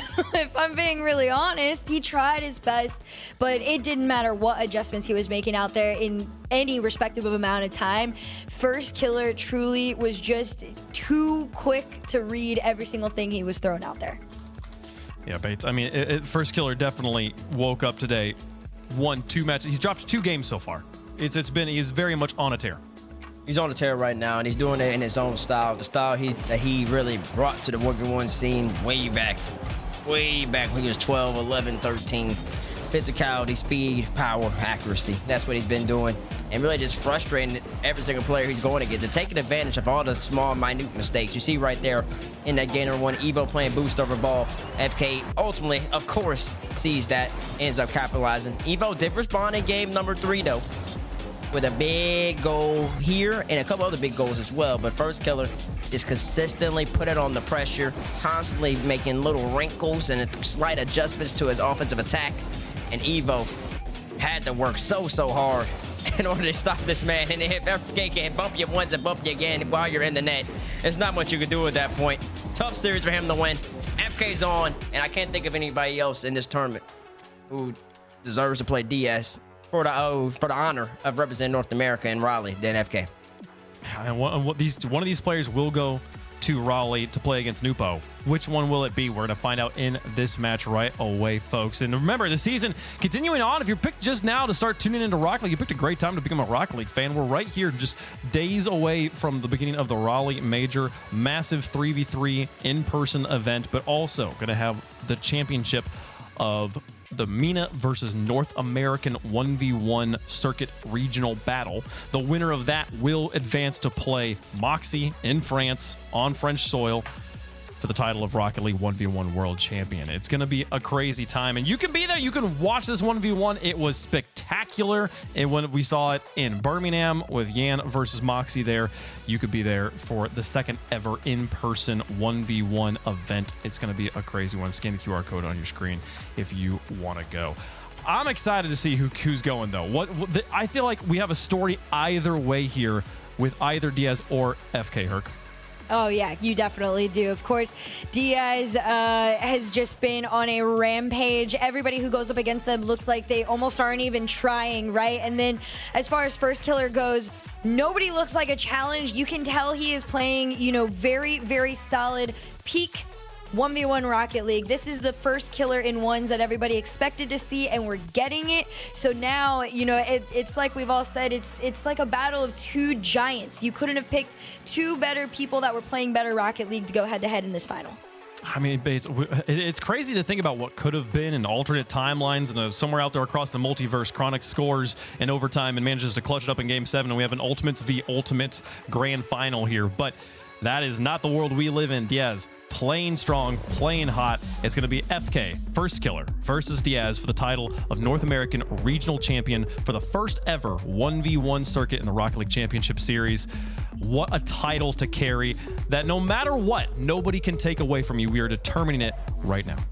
That's correct. And if honestly, if it was the Ultimates grand final, then that means we would have had a guaranteed Ultimates, the organization winning an NA online regional. This would have been a 1v1, but they couldn't do it in 3v3. But FK does have an opportunity, and I do remember that we asked them on the NA Open 6, we asked them about how important it is to win an online regional, and he said it's greatly important. He's won so many, and he couldn't get the job done in threes, so he has the opportunity here against Diaz. And once again, this last thing about FK is that he spoke about it yesterday to you, Wave, where he said, I want to win this. I want to represent North America. This means a lot to me. I know I took a little break from 1v1s, but I'm back and I want to get the job done. And he's been playing like he means that. And I think that really just shows how much he wants to represent NA, how much he wants to represent America. And FK, he's on fire right now.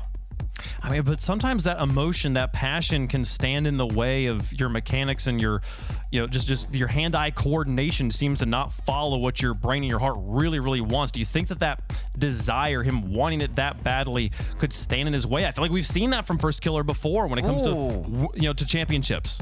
I mean, it could potentially. It could. Yeah, it could, because you haven't seen him yet win a major. So that's a great point.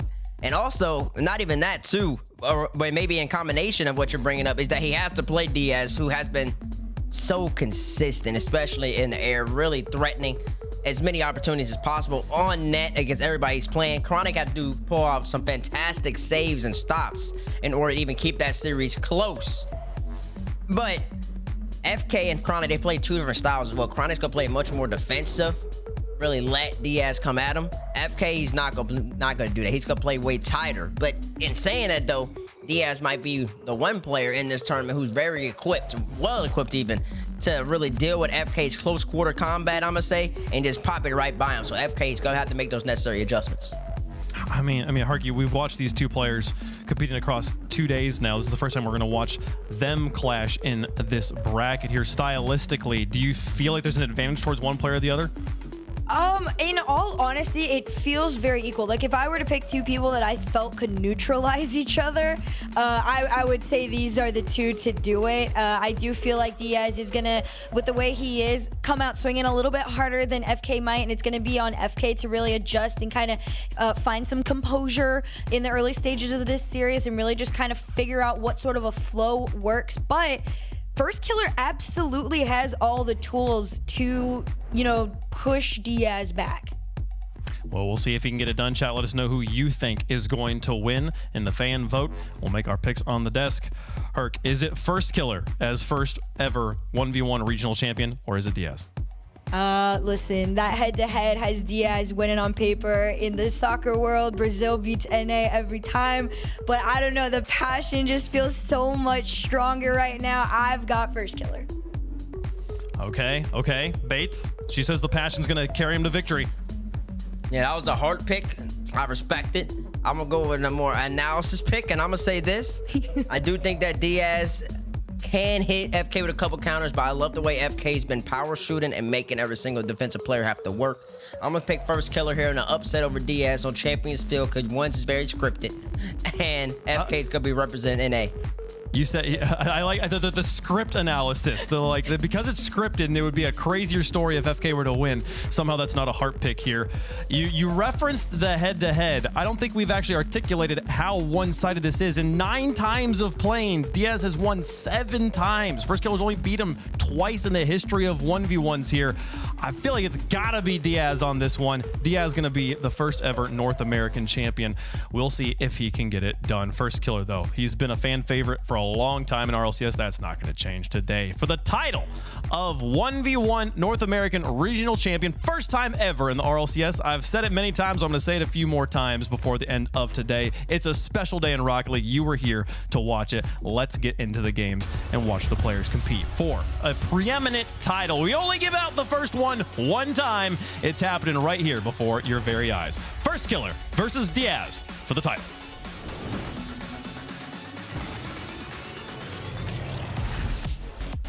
Rocket League fans, it's the first North American 1v1 Grand Final, and if you wanted to see two regions clash, you might not have to wait until the LAN. We have got North American's hero in Firstkiller, and we've got Diaz, who has made his way over from Brazil, but Firstkiller will open the scoring. Yeah, and honestly, I wish you'd asked me who I thought was going to win before Firstkiller scored this. I promise I'm not being influenced by that goal. I think he might take this one. Just looking at how Diaz struggled against Chronic earlier, looking at how dominant Firstkiller looks today, I think he might be able to do it for North America here. Will the invasion, Diaz, coming over from Sam, trying to take his spots away, be able to stand up to him? Diaz has slowly been playing against leveled up Americans here in this tournament. He's able to take down Wavy to get into the semifinal. Then he gets Chronic. The next hardest level will now, can you pass the GOAT of North American 1v1s? You're going to have to do it if you want a bunch of ticket to Raleigh. And Diaz, in his semi-final match against Chronic, looked like he was second-guessing himself ever so slightly with his aerial game. If he's second-guessing himself against Chronic, I think he's going to be very much guessing himself against Firstkiller, who's playing some unbelievable Rocket League right now. And he's slicing and dicing everybody. Here he comes trying to get Diaz as well. Add him to the list of players who've fallen for that left, no, just kidding, going right move he keeps pulling out, whether it's a shot or a flick. I mean, he's just got such quick directional changes. Firstkiller is going to want to play this game fast. It's been clear. That's what he likes to do. He likes to boom the ball. He likes to move quickly. He likes to beat you with speed.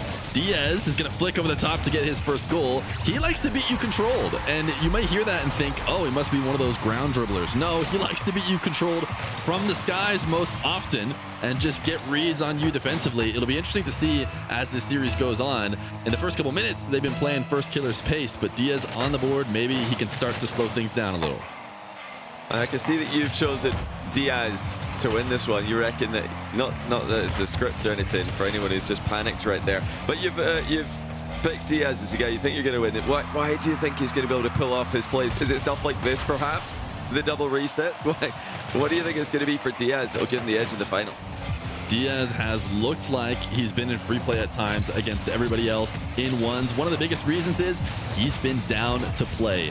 Now, Firstkiller, he's had times ever since he became the best in 1v1 that he maybe took a slight break and focused on threes. Ever since Diaz has come to the top of NA1s, he has been non-stop grinding. He has been ready to play. He has been trying to get as much practice as possible to set him up for this position. Sure, there's never been an RLCS 1v1 before, but if Diaz was going to prepare for it, he did the right thing. And now he's got the biggest test, one that he's been waiting for, and he's been so calm too as well. When he's been in control of games, it doesn't seem like he's panicking too much, which means maybe he'll be able to play from behind and try and shrug off deficits. Right now, he's in one, and Diaz is in his own back corner. Firstkiller's going to have to leave. Diaz into a ball carry that he will pop up into an air dribble. Firstkiller goes back down to the ground, but he's not going to get away with that. Diaz will lob it in. It is going to be the physical play from Diaz. It ties the game. Firstkiller using that jump to get back down again. But no recovery could come through. Diaz just pipped him on the landing. And it was going to be tough to get back up in the air that quickly anyway. 2-2. Diaz not getting goals yet with his signature plays. It's been kickoff goal, air dribble bump, and a flick. You know, it's more standard stuff out of him, but we forget sometimes that he's got all of that in his back pocket as well. You cannot get to this highest level without being able to do everything. You know, a lot of people like to complain about certain players' kickoffs. You can't just win off kickoffs. You can't just win off your air dribbles. You can't just win off of any one thing. If you want to be the best and make it to this LAN, you have to be well-rounded. And usually you have something that is your absolute best move. That is Diaz through the air. Firstkiller's pre-jump in early. I think we didn't see that from him. We saw him go down to the ground in the first air dribble, but Chronic was flying through the air and intercepting him like crazy off the demo here. Diaz is going to get a goal. That's a really smart play by Diaz. He knew that Firstkiller was going to stop that air dribble, so he just made sure that he got back to the ground first, because then he can demo Firstkiller when Firstkiller lands. That leaves the net open. Firstkiller foolishly spawned at the wrong side of the box, so he couldn't get the save, at least not in time, but nice play by Diaz nonetheless. Diaz with kickoff win to the side wall. Launched in, one out. Firstkiller, great pre-jump save. Wants a demo, didn't get it. Diaz puts a top shelf. Is there a counterattack available? Diaz sees it coming, so he retreats and uses his boost to get the catch. Can he prevent a possession from Firstkiller? It's going to cost him all his boost to clear it away, but he is going to try and chase it down. Now he'll back off. Firstkiller with space. What can he do through the air? It's not an awkward, or it's not an easy setup. It's an awkward one. He cannot get anything going, and Diaz will challenge to take it away. Oh, what a save. Firstkiller just barely gets back in time to keep this at a 2-goal deficit. on the previous play, his ceiling shot setup or his wall shot setup was just a bit too high. I think he maybe got a bit ahead of himself, hit the ball too hard. You're not going to see Diaz make that mistake too often. He's so delicate. He's got such a soft touch with his setups to his air dribbles. Always able to find that pixel before the ceiling bounce. Now he's starting to work into space. Not much between these guys, but Diaz finds it top corner. That's the best goal we've seen from him so far. Yeah, this is a good sign for him going forward as he gets the reset, rolls through, and the placement and power here. Firstkiller, the kind of defender to make reactions as fast as lightning, but not going to be able to stop a play like that as Diaz building a bit of separation here after, I think it's 5 straight, right? Since I believe Firstkiller went up 2-0. Yeah. Diaz has really gotten his momentum going. He's starting to play his game, and so far he has not been discouraged from his aerial gameplay like Chronic was able to do to him earlier. But Firstkiller, with a minute left to go, speed as he dashes up the side wall. He long shots it. It's just barely off target. So close to getting a quick goal.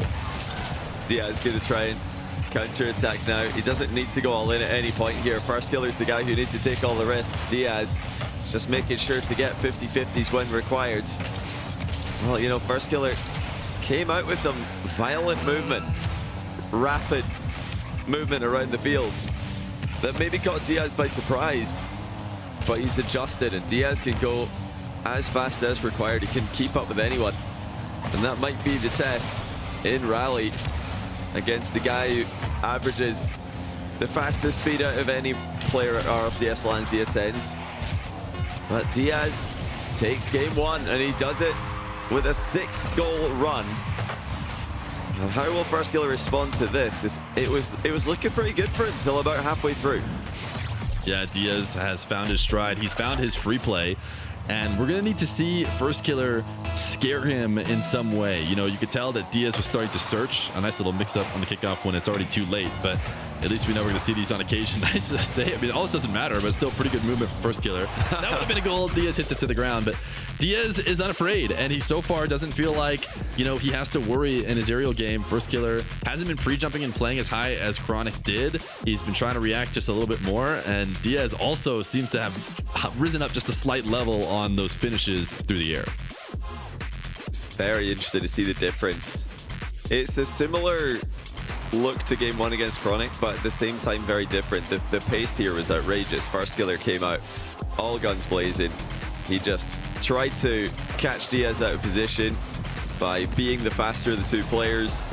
Diaz showed that not only can he match Firstkiller's speed, he can go even faster. He just took 19 shots to 6, and if you hear us talk about why is the shot total so important, well, it's important in 3v3, but in 1v1 it very often just tells you who is in charge of the game. You know, the player who's taking more shots usually has more possession, usually has better territory, more boost, more of everything, and it's not up to a player like Firstkiller to, you know, try to get more shots necessarily, but he does need to get control of this match. Diaz is starting to take over. Best place to get control is immediately off a kickoff, and we will start at a diagonal, but it'll be Diaz who gets everything he could have ever wanted. He gets boosted in ball. He's going to slam an immediate shot, force Firstkiller into net, and put him back in the spin cycle here as he goes to ceiling height for a reset. Has the flip, fakes it, goes low, and is on the board. And he's just cashing in on that investment from the last game. I mean, when you've got a reset top corner the previous game, the opponent has to respect it. And now he goes low with the wave dash to put it underneath Firstkiller's pre-jump. Firstkiller needs first possessions. Otherwise, going to have a tough time, and he's earned one here. He might even be able to put it directly on target. That'll do. Yeah. Diaz is a little bit more fancy, but this one's worth just as much. An important goal for Firstkiller, not just to tie the game, but just to remind everybody that he can actually do something in the kickoffs here. That's, like you said at the start of the game, the best way to take control of a 1v1 match. And he's got another one here. This one's not going to be a direct shot into the goal, but it's the next best thing. He's got 100 boost, he's got possession, and he's got a chance to make something of it. Doesn't get an opening. Well played by Diaz to turn this one around. Oh what? My goodness, Diaz. I can't believe he almost scored that. I did not think there was an opportunity to shoot, and he gets the perfect doink towards the net. Now into the That was skies. so cheeky. I can't believe that he found a shooting angle there. Diaz now backing away. Firstkiller has to just pinch it and give Diaz control. Diaz into the skies. Firstkiller jumps. Diaz tries to back off, and he does instantly start using that boost to push himself back. He's thinking recovery early on in that dribble. Here comes another big aerial play. Diaz going to the ceiling with this one. Can he recover? Can Firstkiller recover? Yes, he can. One play by Firstkiller to actually go back after fully committing and get a clear. Now Diaz with the 50-50 with the reset at the same time and the dunk to go up 2-1. It is such a good way to go for 50s in general. I think you get a bonus in that those wheels can often just glue the ball to the space that they're in. But on top of that, you get a reset, and that makes your wave dash recovery just a little bit faster than the other player. It's a double-edged sword. That's not the same, but doesn't matter. You get what I'm trying to say. As Diaz now up 2-1. On Firstkiller's going to catch him out. Diaz thought he was in a good spot. It's a pull shot save, and now Diaz is looking at an open net. It's going to be too easy for him. Firstkiller really took a big risk there, and he got punished for it. And he had no boost left whatsoever, so I mean, you can't get a lot more all in than that. This is a really important moment in the match. Right here is where this game can go one of two ways. Firstkiller can start to stabilize and start to come back, or Diaz can run away with it like he did in game one. Oh, it looks like it's going to be Firstkiller here. That's massive. He needs to stay in touch here. He can't let this go past 2 goals, or his confidence is going to be taking a big hit. Diaz just must have expected Firstkiller to back off on the ball. He gets up quicker than Diaz, and Diaz on low boost floats down to the ground while Firstkiller counterattacks. Now Firstkiller is taking Diaz over the orange half. High lob. Diaz makes the save, but he falls awkwardly on the crossbar, so he is not going to have a lot of boost to deal with. Firstkiller just booms the ball right away, and now we'll go get a steal. Can he keep Diaz pinned back? He's going to push it out to the midfield. Nice recovery pre-flip from Diaz, and he might have ended it right there. Yeah, smart play by Diaz. He baited a shot. It wasn't the right shot to go for. That's a good save by Firstkiller on Diaz. Far post shot attempt. Still 1 goal in it. Firstkiller with the bounce dribble. He's got the flick over him to tie the game. And it's all about the timing here. The burst of pace catches Diaz off guard. Diaz trying to set up his shadow, kind of snaking around, deciding which angle he wants to make a challenge in. It all happens too late. Firstkiller ties this one up. He's kept himself in this. Diaz into his own back wall. Just going to switch sides of the field. He has Firstkiller directly underneath him, trying to get a demo. Firstkiller is likely going to have to back off here at some point, and now he does. Goes for a shadow as Diaz underneath the ball, quicker to the ground, and will try and use the recovery to keep attacks going. That's what he is really fond of doing. He doesn't need to score on the first time. At 50, can he find a way to score this? Firstkiller on his way back will get 100. It's a reset from Diaz. He misses, and Firstkiller will take control. Well, sometimes those work out. The accidental misses can turn into goals. Firstkiller looking for the bump, but Diaz, who flies off the inside of his own post to make the save. He had to fight through contact there, and now he's going to need to survive on low boost. But Firstkiller's forced to back off. Didn't have the direction on the play to make the boost advantage work. Diaz sticking around to make sure Firstkiller goes for the air dribble. He wants to try and stop him on the goal line. By staying close, he does manage to get back and make the recovery. Now these two vying for control. Diaz, low on boost, should be able to switch the field. Firstkiller going to try and pinch it away. Diaz gets to the pinch first as a counter. Now trying to take a power shot. Can he get to the net in time? No, Firstkiller still recovers. I mean, it's just crazy. The smallest opening in one of these matches, and the ball is absolutely flying on target. Another retreat from Firstkiller, just letting Diaz come towards him. Boost is stolen. Diaz on the turn, looking for the opening, looking for the demo and the exit as well, but he sets up Firstkiller more than anything with that touch. Here comes Firstkiller in the air, reset by him. It's easily saved by Diaz. Now how's the bounce? It's not the fastest, but it's good enough for Diaz to make a play with. He's going to bail out of that reset attempt again. Firstkiller matching Diaz excellently here. We're end to end with flip resets being traded. Nice look from Diaz here. He stares down at Firstkiller to get an idea. Reads, am I going to beat into this ball? I think I am. Races and gets there clean early. No touch from Firstkiller. Puts it on target. In the final minute, Diaz is going to be playing from in front. And that was one of the first big reactions we've seen out of Firstkiller in a while. I think we saw maybe one of his eyebrows move in his entire semi-final match against Evo, about half a centimeter, but he looked a bit confused on that play. Probably wondering, how am I supposed to get this guy out of position? He just seems to have endless boost, endless momentum. And this is what most of the players feel like when they play against Firstkiller, but no, that's how he feels on the pitch. Diaz with a rare take straight down the center of the field. Normally he's very willing to switch, and it's actually going to pay off. He undercuts Firstkiller in the back corner, and he's got a 2-goal lead. And there again, Firstkiller just shaking his head ever so slightly. He's just thinking, how am I supposed to beat this guy when he's beaten me in my own game? I mean, this is usually the type of game that works well for Firstkiller. When the ball's moving quickly around the pitch, he can flex the speed, flex the mechanics, but every now and then somebody comes along who can challenge him in this game mode that he created back in the day. He made this meta in NA1s where everybody's moving at supersonic all the time. But Diaz is the one who's thriving in it.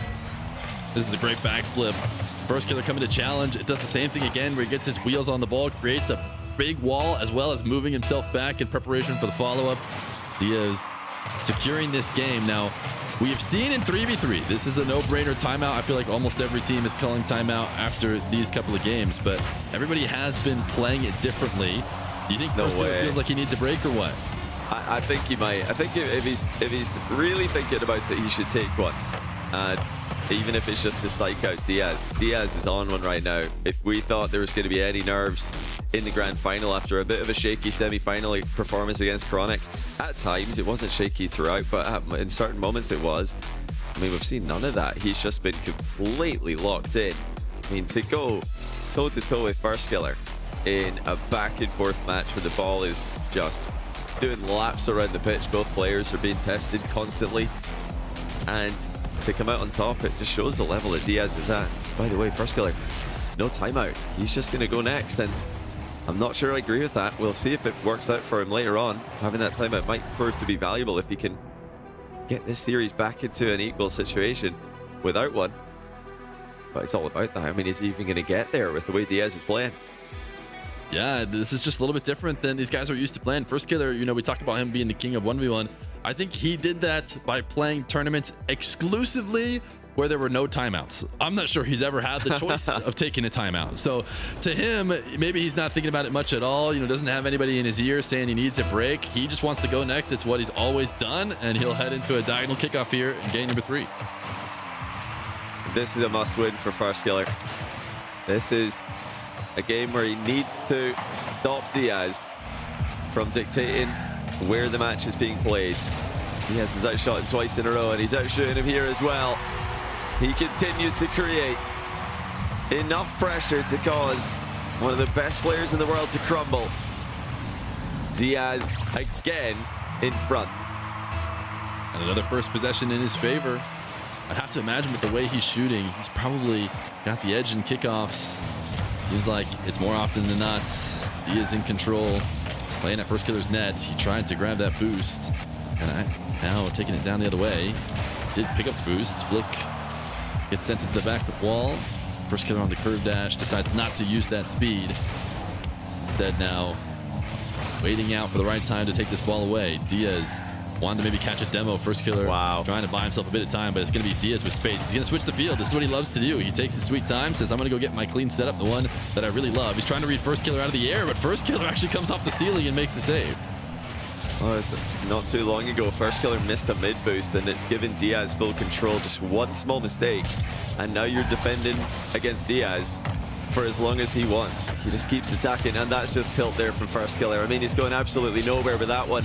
He's just hit the near post wall like he's playing 2v2 or 3v3. I mean, maybe he could double that on target, but even that's pretty speculative in my opinion. Got to think right now, he's just sick of playing defense simulator against Diaz. Exactly, that's what I was going to say. When you don't get to touch the ball as often, you never get to control it. Sometimes you just want to slam it. It's been a while since you've had the chance to touch it, and this time Firstkiller slams it against the back wall. He's going to have a chance as he sets up. Ooh, Diaz trying to chase him down. Firstkiller does get the 100. So Diaz, no demo or boost. A little ground pinch to actually reset the field as he's going to go side wall. Diaz late up the back wall. Firstkiller has to get a reset after to bounce off the ceiling, and he'll pinch it down to Diaz.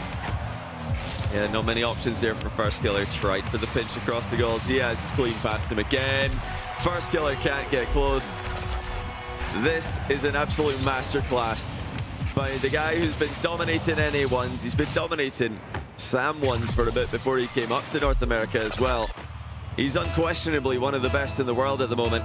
And the Grand Final, Championship Sunday, has not proven to be a difficulty for him like it has in 3v3 alongside his teammates on Complexity.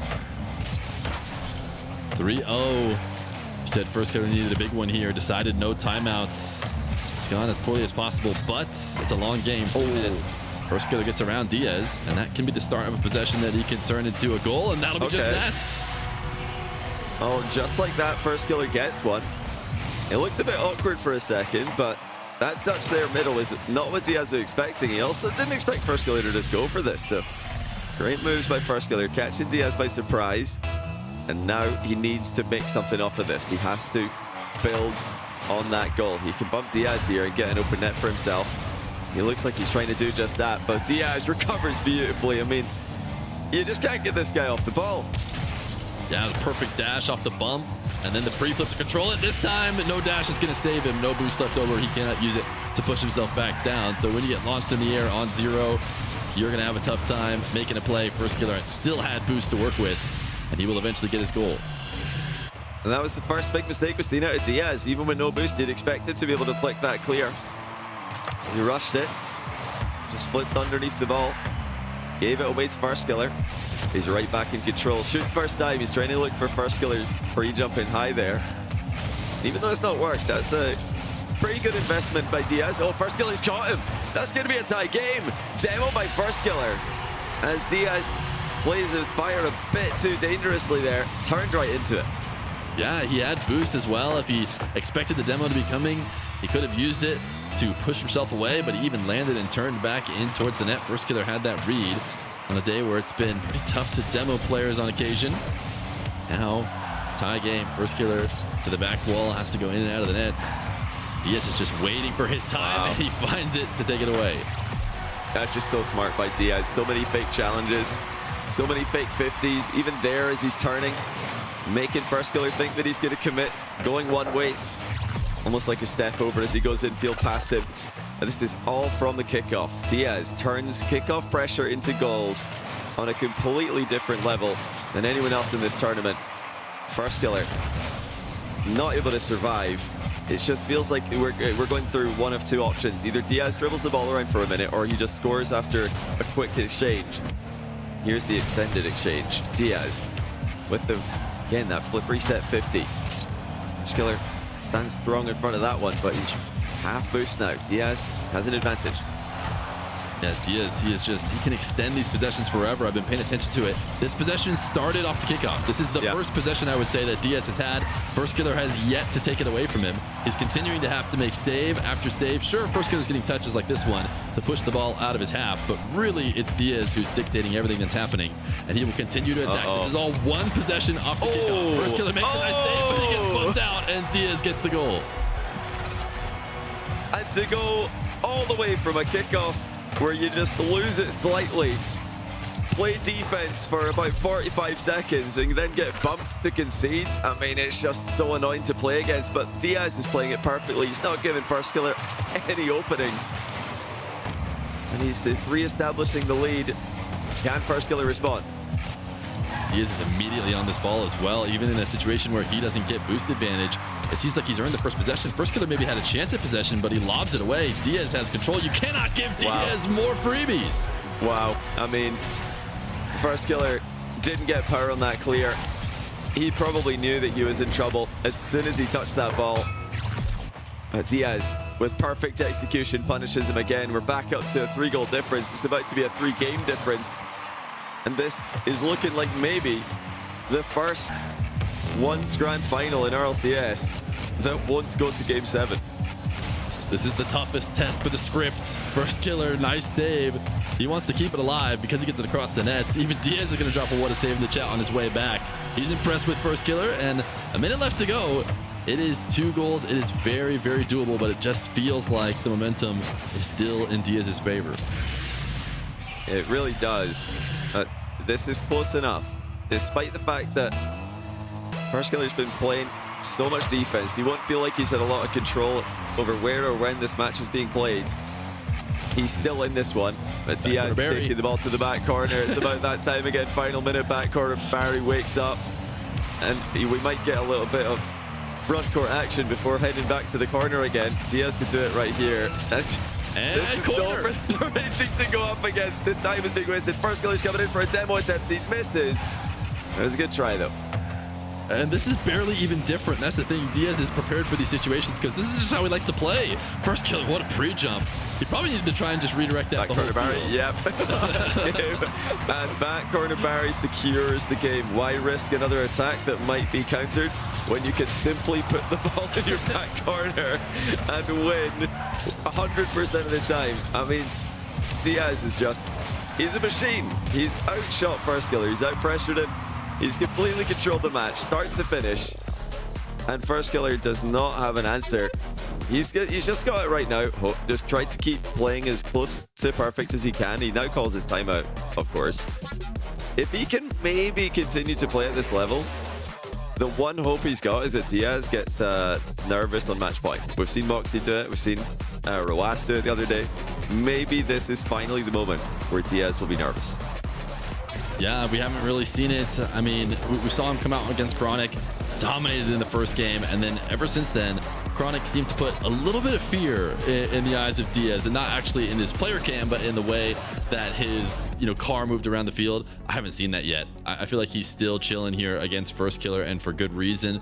Firstkiller is going to call timeout when he has absolutely no lives left. He has remembered that he has it. We've seen people, talking to themselves or thinking or, rubbing their face. Firstkiller, he's just sitting. I wonder, what is he thinking he needs to do here? Firstkiller's been in these positions many times, and unfortunately for him, he's, well, when it comes to online, he's very used to winning. But when it comes to the LANs, when it comes to majors, he's always on the wrong side of the trophy. He's on the on this side looking up at the other team who are lifting it into the air. And this is obviously an online tournament, but it is the first ever RLCS 1v1 event for North America. Firstkiller is the greatest ones player North America has ever produced. He's one of the best of all time. We keep saying greatest NA. He's one of the greatest just in general. But Diaz, he is the new generation. He is playing, just a style of Rocket League that is wonderful to watch. If you're a fan of Rocket League, if you're a fan of ones, you're gonna like watching this guy play because he is just pure mechanics. He's an artist on the pitch.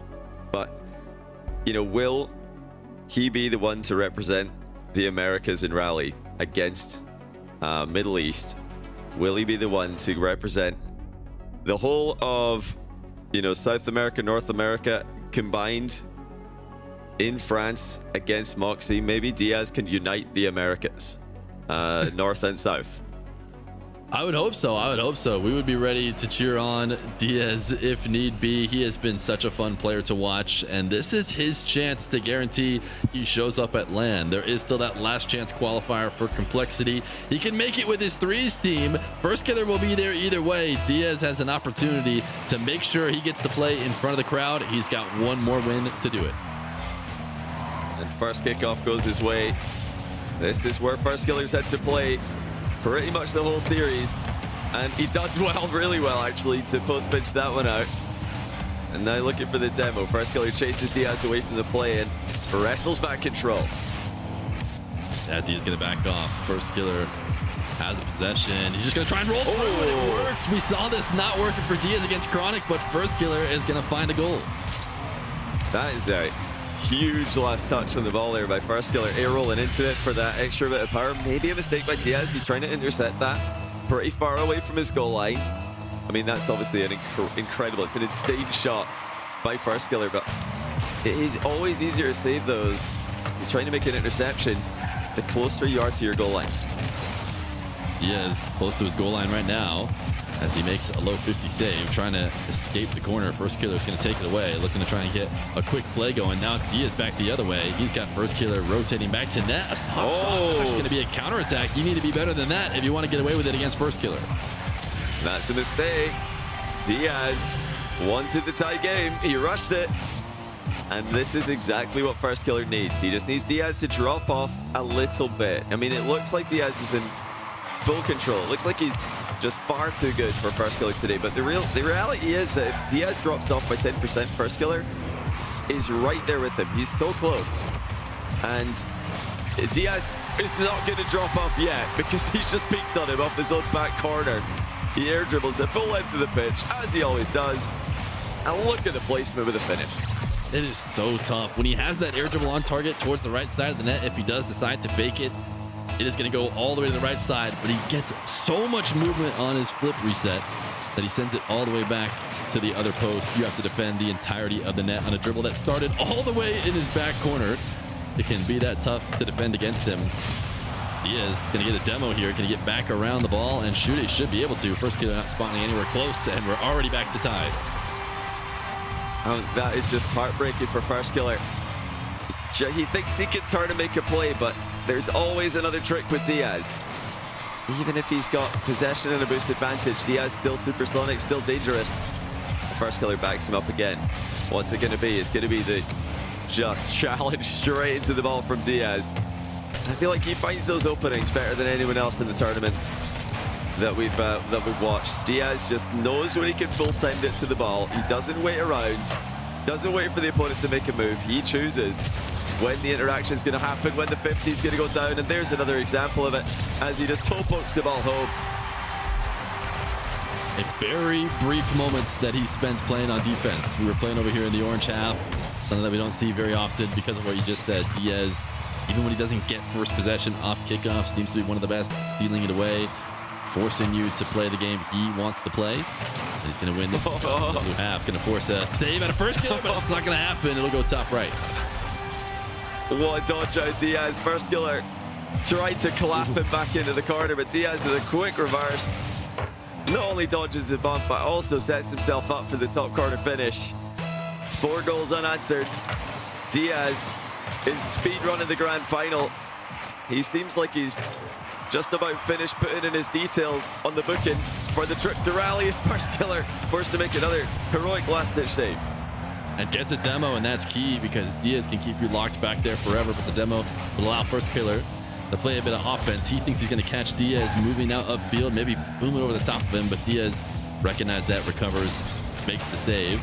And now we're back to Diaz on offense sequence. It's one we see before, and back corner Barry is here halfway through as Diaz goes to his own back wall. Firstkiller, I can't see on his POV probably because he's underneath him as Diaz goes stealing height, has a reset, flips back to the ball, and no touch, and Firstkiller makes the save. Well, for once, Diaz does not make contact at the end of his patented sequence, where he dodges, gets 1 extra touch, and then the flip reset. If you're trying to air dribble like Diaz, that's how he does it. Doesn't make it easy, but he's making this look easy. 5-2. Diaz with a simple flick follows through to pit maneuver Firstkiller, who looks just lost in the pitch right now and completely out of ideas. Diaz is making so many plays happen on zero boost. It doesn't seem like a big boost disadvantage seems to affect him at all. He knows how and when to use his flips to make something happen. As this kickoff is going to go to his back wall, and he is going to play off the stealing. His ability to turn everything into a perfect air dribble flip underneath this one. He's going to put it in the left side of the net. It's perfection from Diaz. Everywhere on the pitch, it doesn't matter where he is, he can set an attack up from any wall, from anywhere. You're never safe when you're up against Diaz. 6-2, 6 goals unanswered. Diaz looks like he's going to be NA's representative in rally. He's going to be waving the Brazilian flag, and maybe if he wants to farm some more fans, he'll bring a USA flag as well. Firstkiller gets one. Diaz tried to walk it in on a fake flick. It gets dunked over the top. Firstkiller was throwing his camera around on that kickoff. He's feeling the frustration, but not so much that he lets in an easy goal. He's ready to go again here with tons of time. Again, it's the context really so far of how the series has been going that makes it feel like Diaz has already locked it in. Oh, this is definitely a retrievable deficit as Firstkiller passed himself off the back wall. He's got a reset of his own. Diaz makes the save into the crossbar and should have the counter. What a save by Diaz. Haven't had to watch him play much defense in this grand final, but when he does, he's world class at that end of the pitch also. He's attempted to unite the regions. How do you beat the French with lots of allies? Can Brazil and North America combine? Diaz has been on the grind When he came over, he was not the best in North America. He was good, but he wasn't the best. But after a year of playing against players like Wavy, Firstkiller, Daniel, Chronic, AJ, the list goes on. He now looks unstoppable. And he's showing the world what he's all about. The deftest of touches leaves Firstkiller completely out of ideas and out of the game. GG's, congratulations, says Firstkiller. And I think it makes sense that we go out with Diaz hitting a full pitch air dribble. Diaz has done it. I can't believe it. It's domination. He breaks the cycle of game sevens in all of these grand finals, and he does it in spectacular fashion. Wow. Diaz is dominant. There was going to need to be a good answer to fight against the likes of Nupo and or Moxie if he's able to get through Nupo, and Diaz is definitely it if anybody is. Yeah, that's, you know, if you're a Firstkiller fan, if you're a USA, North America Rocket League fan, you're really pulling for Firstkiller here. You know, that's got to be the silver lining, surely, is that just look at what Diaz is doing on the pitch. If somebody's going to challenge the MENA and EU1 scenes, I reckon it's got to be this guy. If you're going to like pick the #1 guy for the past year in NA1s, it's Diaz. He's been on top, and to see him do it under all this pressure after such a disappointing split in 3v3, not even winning a single series in Champ Sunday. Now he's won 2 of them, and he's going to rally to represent NA in ones. Yeah, if you haven't been following ones, now you understand the hype behind Diaz and why everyone was so excited to see him with Complexity. I think he still has a long threes career ahead of him, and he hasn't been able to match the same kind of dominance that he has in ones, but truly it's a spectacle to behold when you get to watch some Diaz games, and it'll be exciting. It's the high ping Masters. Diaz has been playing USCs. He's been queuing on 90-ish ping, and Nupo's been doing the same thing. You know, he has to queue into EU, so these guys who have high ping, they can deal with it in 1v1. They're going to get a chance to finally play on absolutely no ping at all on LAN. Yeah, it might be a bit jarring for them. They'll be confused as to why the ball just does what they think it's going to do, but massive congrats to Diaz. I mean, he did it his way as well. He didn't have to, you know, reduce the flair, the creativity to try and eliminate unforced errors. He just played perfectly, and, you know, Firstkiller is still the North American greatest ones player of all time. Amazing that he's been able to stay at the top for this long as well. I'm sure this isn't the last we're going to see from him, but today Diaz is too good, and I think it's thoroughly deserved. Can't wait to see him play in Rally. Yeah, we are set up for maybe one of the most mechanical, exciting 1v1 LAN games ever played. Oh, yeah. We've only had one other one played. This one is set up to be spectacular. Diaz, can he keep a cool head and pop off, or will it be Nupo, who plays with speed like Firstkiller but with similar mechanics? We'll have to find out. For now, let's hear from the desk what they thought about that series. How about it? Diaz is the inaugural champion of the RLCS 1v1 NA Regional Open. What a title. What a moment in history to witness. And what a style to do it in. A 4-0 sweep, Herc. He was so strong from beginning to end. He was strong not only just from the beginning to the end of that series, but throughout the entire weekend. That performance is what we've seen out of him every single time. He's the most consistent, and also has made every single person, no matter how well they were playing, look like they were not even trying. Bates, I mean, the minimum score margin was 3 to 5 goals every game against Firstkiller, the greatest of all time. Yeah, I mean, FK's been playing once for the longest in NA, and he's built up that cachet, that resume. But Diaz, I mean, he is a good matchup for FK. Really met him with the speed. I was talking about if there was one player that could meet FK in close quarters combat, I'd like to call it. FK likes to stay nice and tight. Diaz can do that many times throughout that whole entire series. Diaz would beat FK to the ball, which normally does not happen. When you're going up against Firstkiller, he usually beats you to the ball. And I think that really threw FK off a little bit, and he never really got into a rhythm.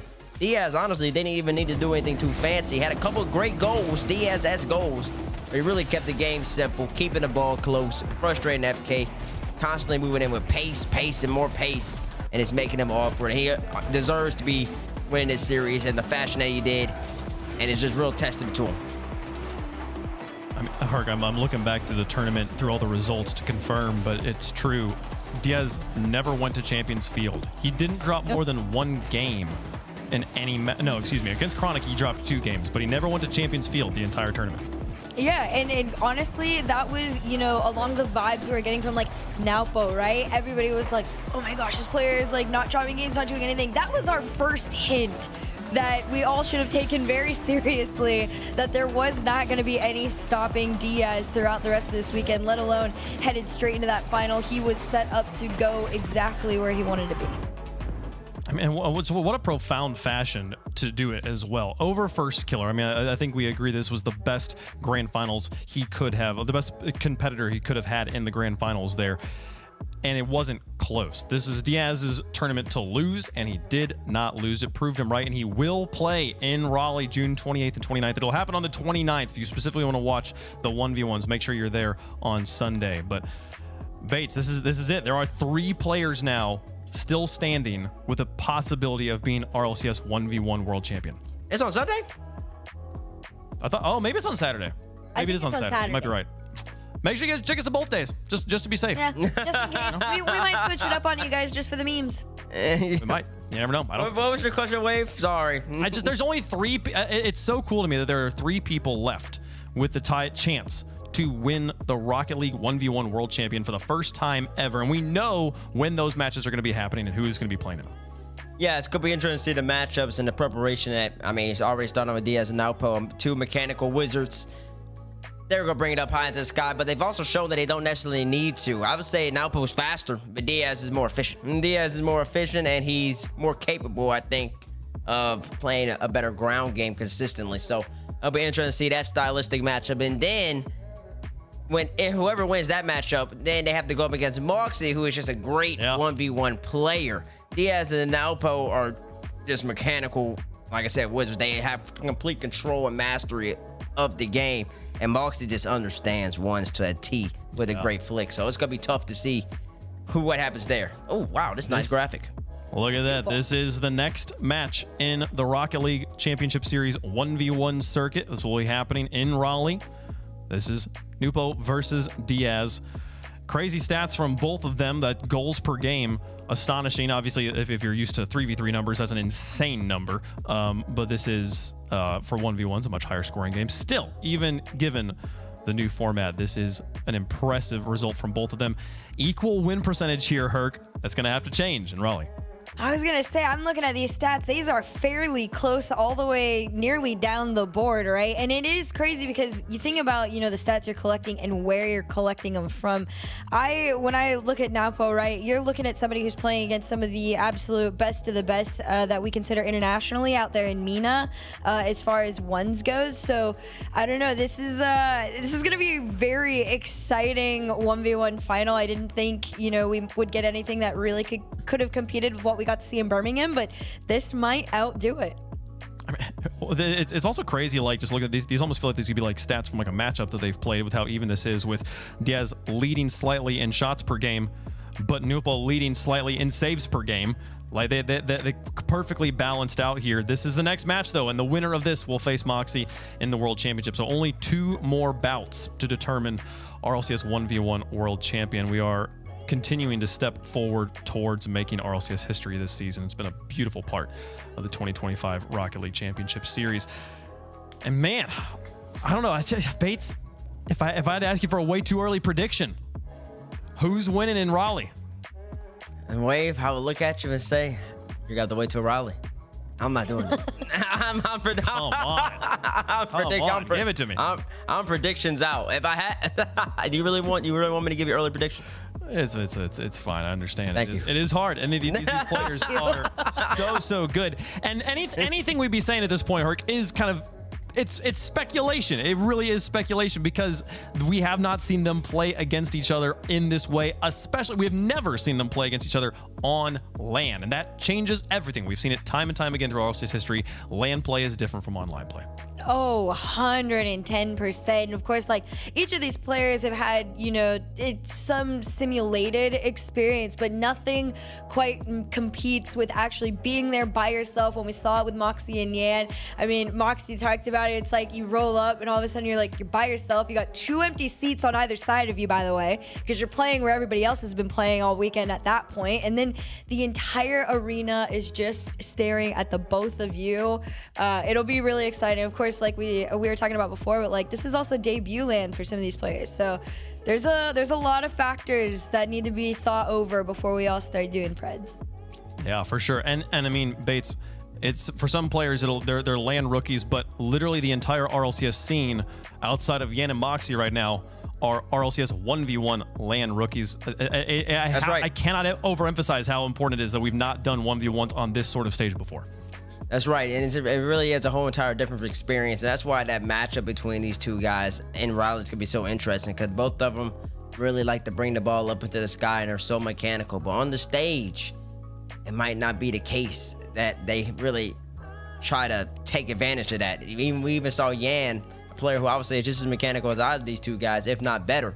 And he really wasn't doing what he usually is capable of doing. And he has plenty of land experience in a 3v3 setting. So yeah, it'll be interesting to see what both these players can bring.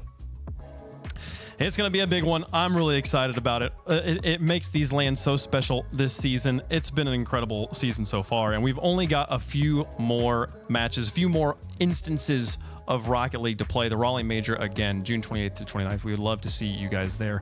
I hope that we can have an incredible tournament for you there. We'll also have the Last Chance qualifier July 11th through August 10th. Those qualifiers will be happening online. Last chance for teams of 3v3 Rocket League to qualify for the World Championship. That'll be going down in Lyon, France, September 10th through 14th. It should be an incredible experience for everybody involved. Moxie waiting for the results of the Raleigh Major event. That's it though. It's going to be an incredible weekend. And 1v1 has been such a special part of Rocket League this season. It has been the unique, the new thing for RLCS in 2025. And a huge part of that has been the community members and of the Rocket League esports space who have been championing for 1v1s for such a long time. It's really, really special to get to involve this game mode and these people. And I would love to get the opportunity to talk to them here in just a moment. But it's been, yeah, Bates, this is like, it is such a cool part of getting to experience 1v1s again. Yeah, being able to experience 1v1s. I think the last time we had ones on the mainstream was that all the way back in 2021, the RLCS Championships. Did we have ones or did we have twos? No, we had ones. Because we had the ones, yeah. We had the Lamborghini show match between Fairy Peak and Khaled, I think. And then we had two. Twos. It was a show match though. It wasn't a full competition. Yeah, it wasn't a full competition. I'm actually really excited. We've brought Fear back onto the desk here. This is the end of the 1v1 online portion of the season. Fear, I wanted to get your thoughts real fast before we close out the day. Like, what has it meant to you to see 1v1 recognized in this sort of space, especially after all the work you've done to get to get it recognized and I don't know, celebrated by the Rocket League community the way it is being celebrated now? You know, I think the audience was always there. You're saying that I'm working to get it, celebrated, but I think there was a ton of people who were always willing to celebrate it, always enjoyed it. I just maybe helped out a little bit in getting more competition. It's something that we, the 1v1 fans, knew from the very beginning that this could be an interesting game mode and could definitely be worthwhile and putting on the mainstream. You know, you see other fighting game modes that are all 1v1, the back and forth between them. Rocket League is really exciting, and there's tons of high-level mechanics that Diaz can show you. He's definitely a pretty fun guy to watch. So I've always felt like it paired really well with 3v3. I might even prefer 1v1 over 3v3. I know I might be in the minority there, but I think it's put on a good show. It's been amazing. We've had cinema. This is our first Game 7 grand final, and yet still, I think it was really fun to see the Diaz domination. It was Fear, I'm going to put you on the spot. Who is going to be the 1v1 Rocket League World Champion? No, the World Champion. World Champion. Yeah. Okay, if you're going to go World Champion, this might be a little bit of a cop-out, but two players have 2 matches to play, and one of them only has 1, and I think he's pretty strong. I'm going to go Moxie. Don't give me the statistical in answer. France. Come on. No, I think Moxie has a good chance. I think what's so fun about Diaz, Nupo, and Moxie, the reality is that at the last LAN, Moxie versus Yan, I think we were expecting a Moxie win. He's been, grinding ones and maybe was a bit stronger coming into form into that LAN. This LAN, no one really knows. Diaz and Nupo haven't been able to play against each other. You know, the ping separates them. There's big fan bases on both sides. I think there's going to be a ton of people who say that Nupo can win, a ton of people that can say Diaz wins, and then regardless of who wins, it's going to be the same thing at LAN. Nobody's going to know whether or not Moxie's going to be able to clutch it out in France. So now we are into the part of the season in ones where it's no longer free. It's no longer free to guess. Sure, we knew Nupo was the favorite, Diaz was the favorite. There really isn't that heavy favorite anymore, and that's, I guess, going to be my answer. Yeah, no, it's a beautiful time, and this is the end of online Rocket League until the last chance qualifiers well into July. The next time we will be live for RLCS will be June 26th for the Raleigh Major. I mean, I don't usually do final thoughts at the end of the show here, but for the fans who have fallen in love with 1v1s right now over the course of this weekend, what do you tell them? Where can they find more Rocket League 1v1 action? You can find it on YouTube. I think that's where like a lot of the community has been watching 1v1 for the longest time. There's been a really strong, 1v1 community watching these players. These guys aren't just coming out and over here with no practice, right? They're not only playing RLCS 1v1s. There's been tons of events over a long time. I think you can tell me and Johnny both have been big fans of the scene and have been trying to put out the best content there. I mean, same place you catch 3v3 stuff. If you watch it on YouTube on the streams or Twitch on the streams, that's the place to be. That's where it's happening. Get excited about it. I hope that we made at least a few new 1v1 fans after they saw it on the mainstream, picked up a couple drops along the way and had a good time, because I think what we gave out, the product that came out today was good. This was a spectacular showing. What a way to introduce North America to 1v1 action here, Herc. I mean, I feel like for a few of us, this is our first time working a 1v1 tournament in this sort of official capacity. Do you have any final thoughts, any like reactions, things you're taking away from this weekend? Honestly, when I first started Rocket League, I was very, very addicted to ones. A lot of that came from the fear of playing with other people. So to get to, enjoy the highest level of it, I've been talking about this all month on my channel, but I just feel like I've fallen in love with it all over again. There's something that is just so special about watching these players, play at the level that they play at. So I'm very happy that it has been recognized now on this stage and in front of you guys, and I cannot wait to see it happen in Raleigh and in France. It's a beautiful story that continues to unfold in front of us. Bates, anything you're taking away with you from the weekend? 1v1 matches are long. They're not that much You're longer so than real for that, though. It's true. It could have been a best of one. I'm just saying. It was. Could have been an email. It was a 4-0 sweep there. I don't know if it could have been an email. That's a long email to write all that stuff in there. Folks, we were hoping to get an interview with Diaz, but he is off already celebrating and preparing for Raleigh, so we will start to prepare as well. We'll be live again June 26th for the Raleigh Major and the next step on the road to Lyon, France to crown world champion. Thanks so much for watching. We'll see you guys next time.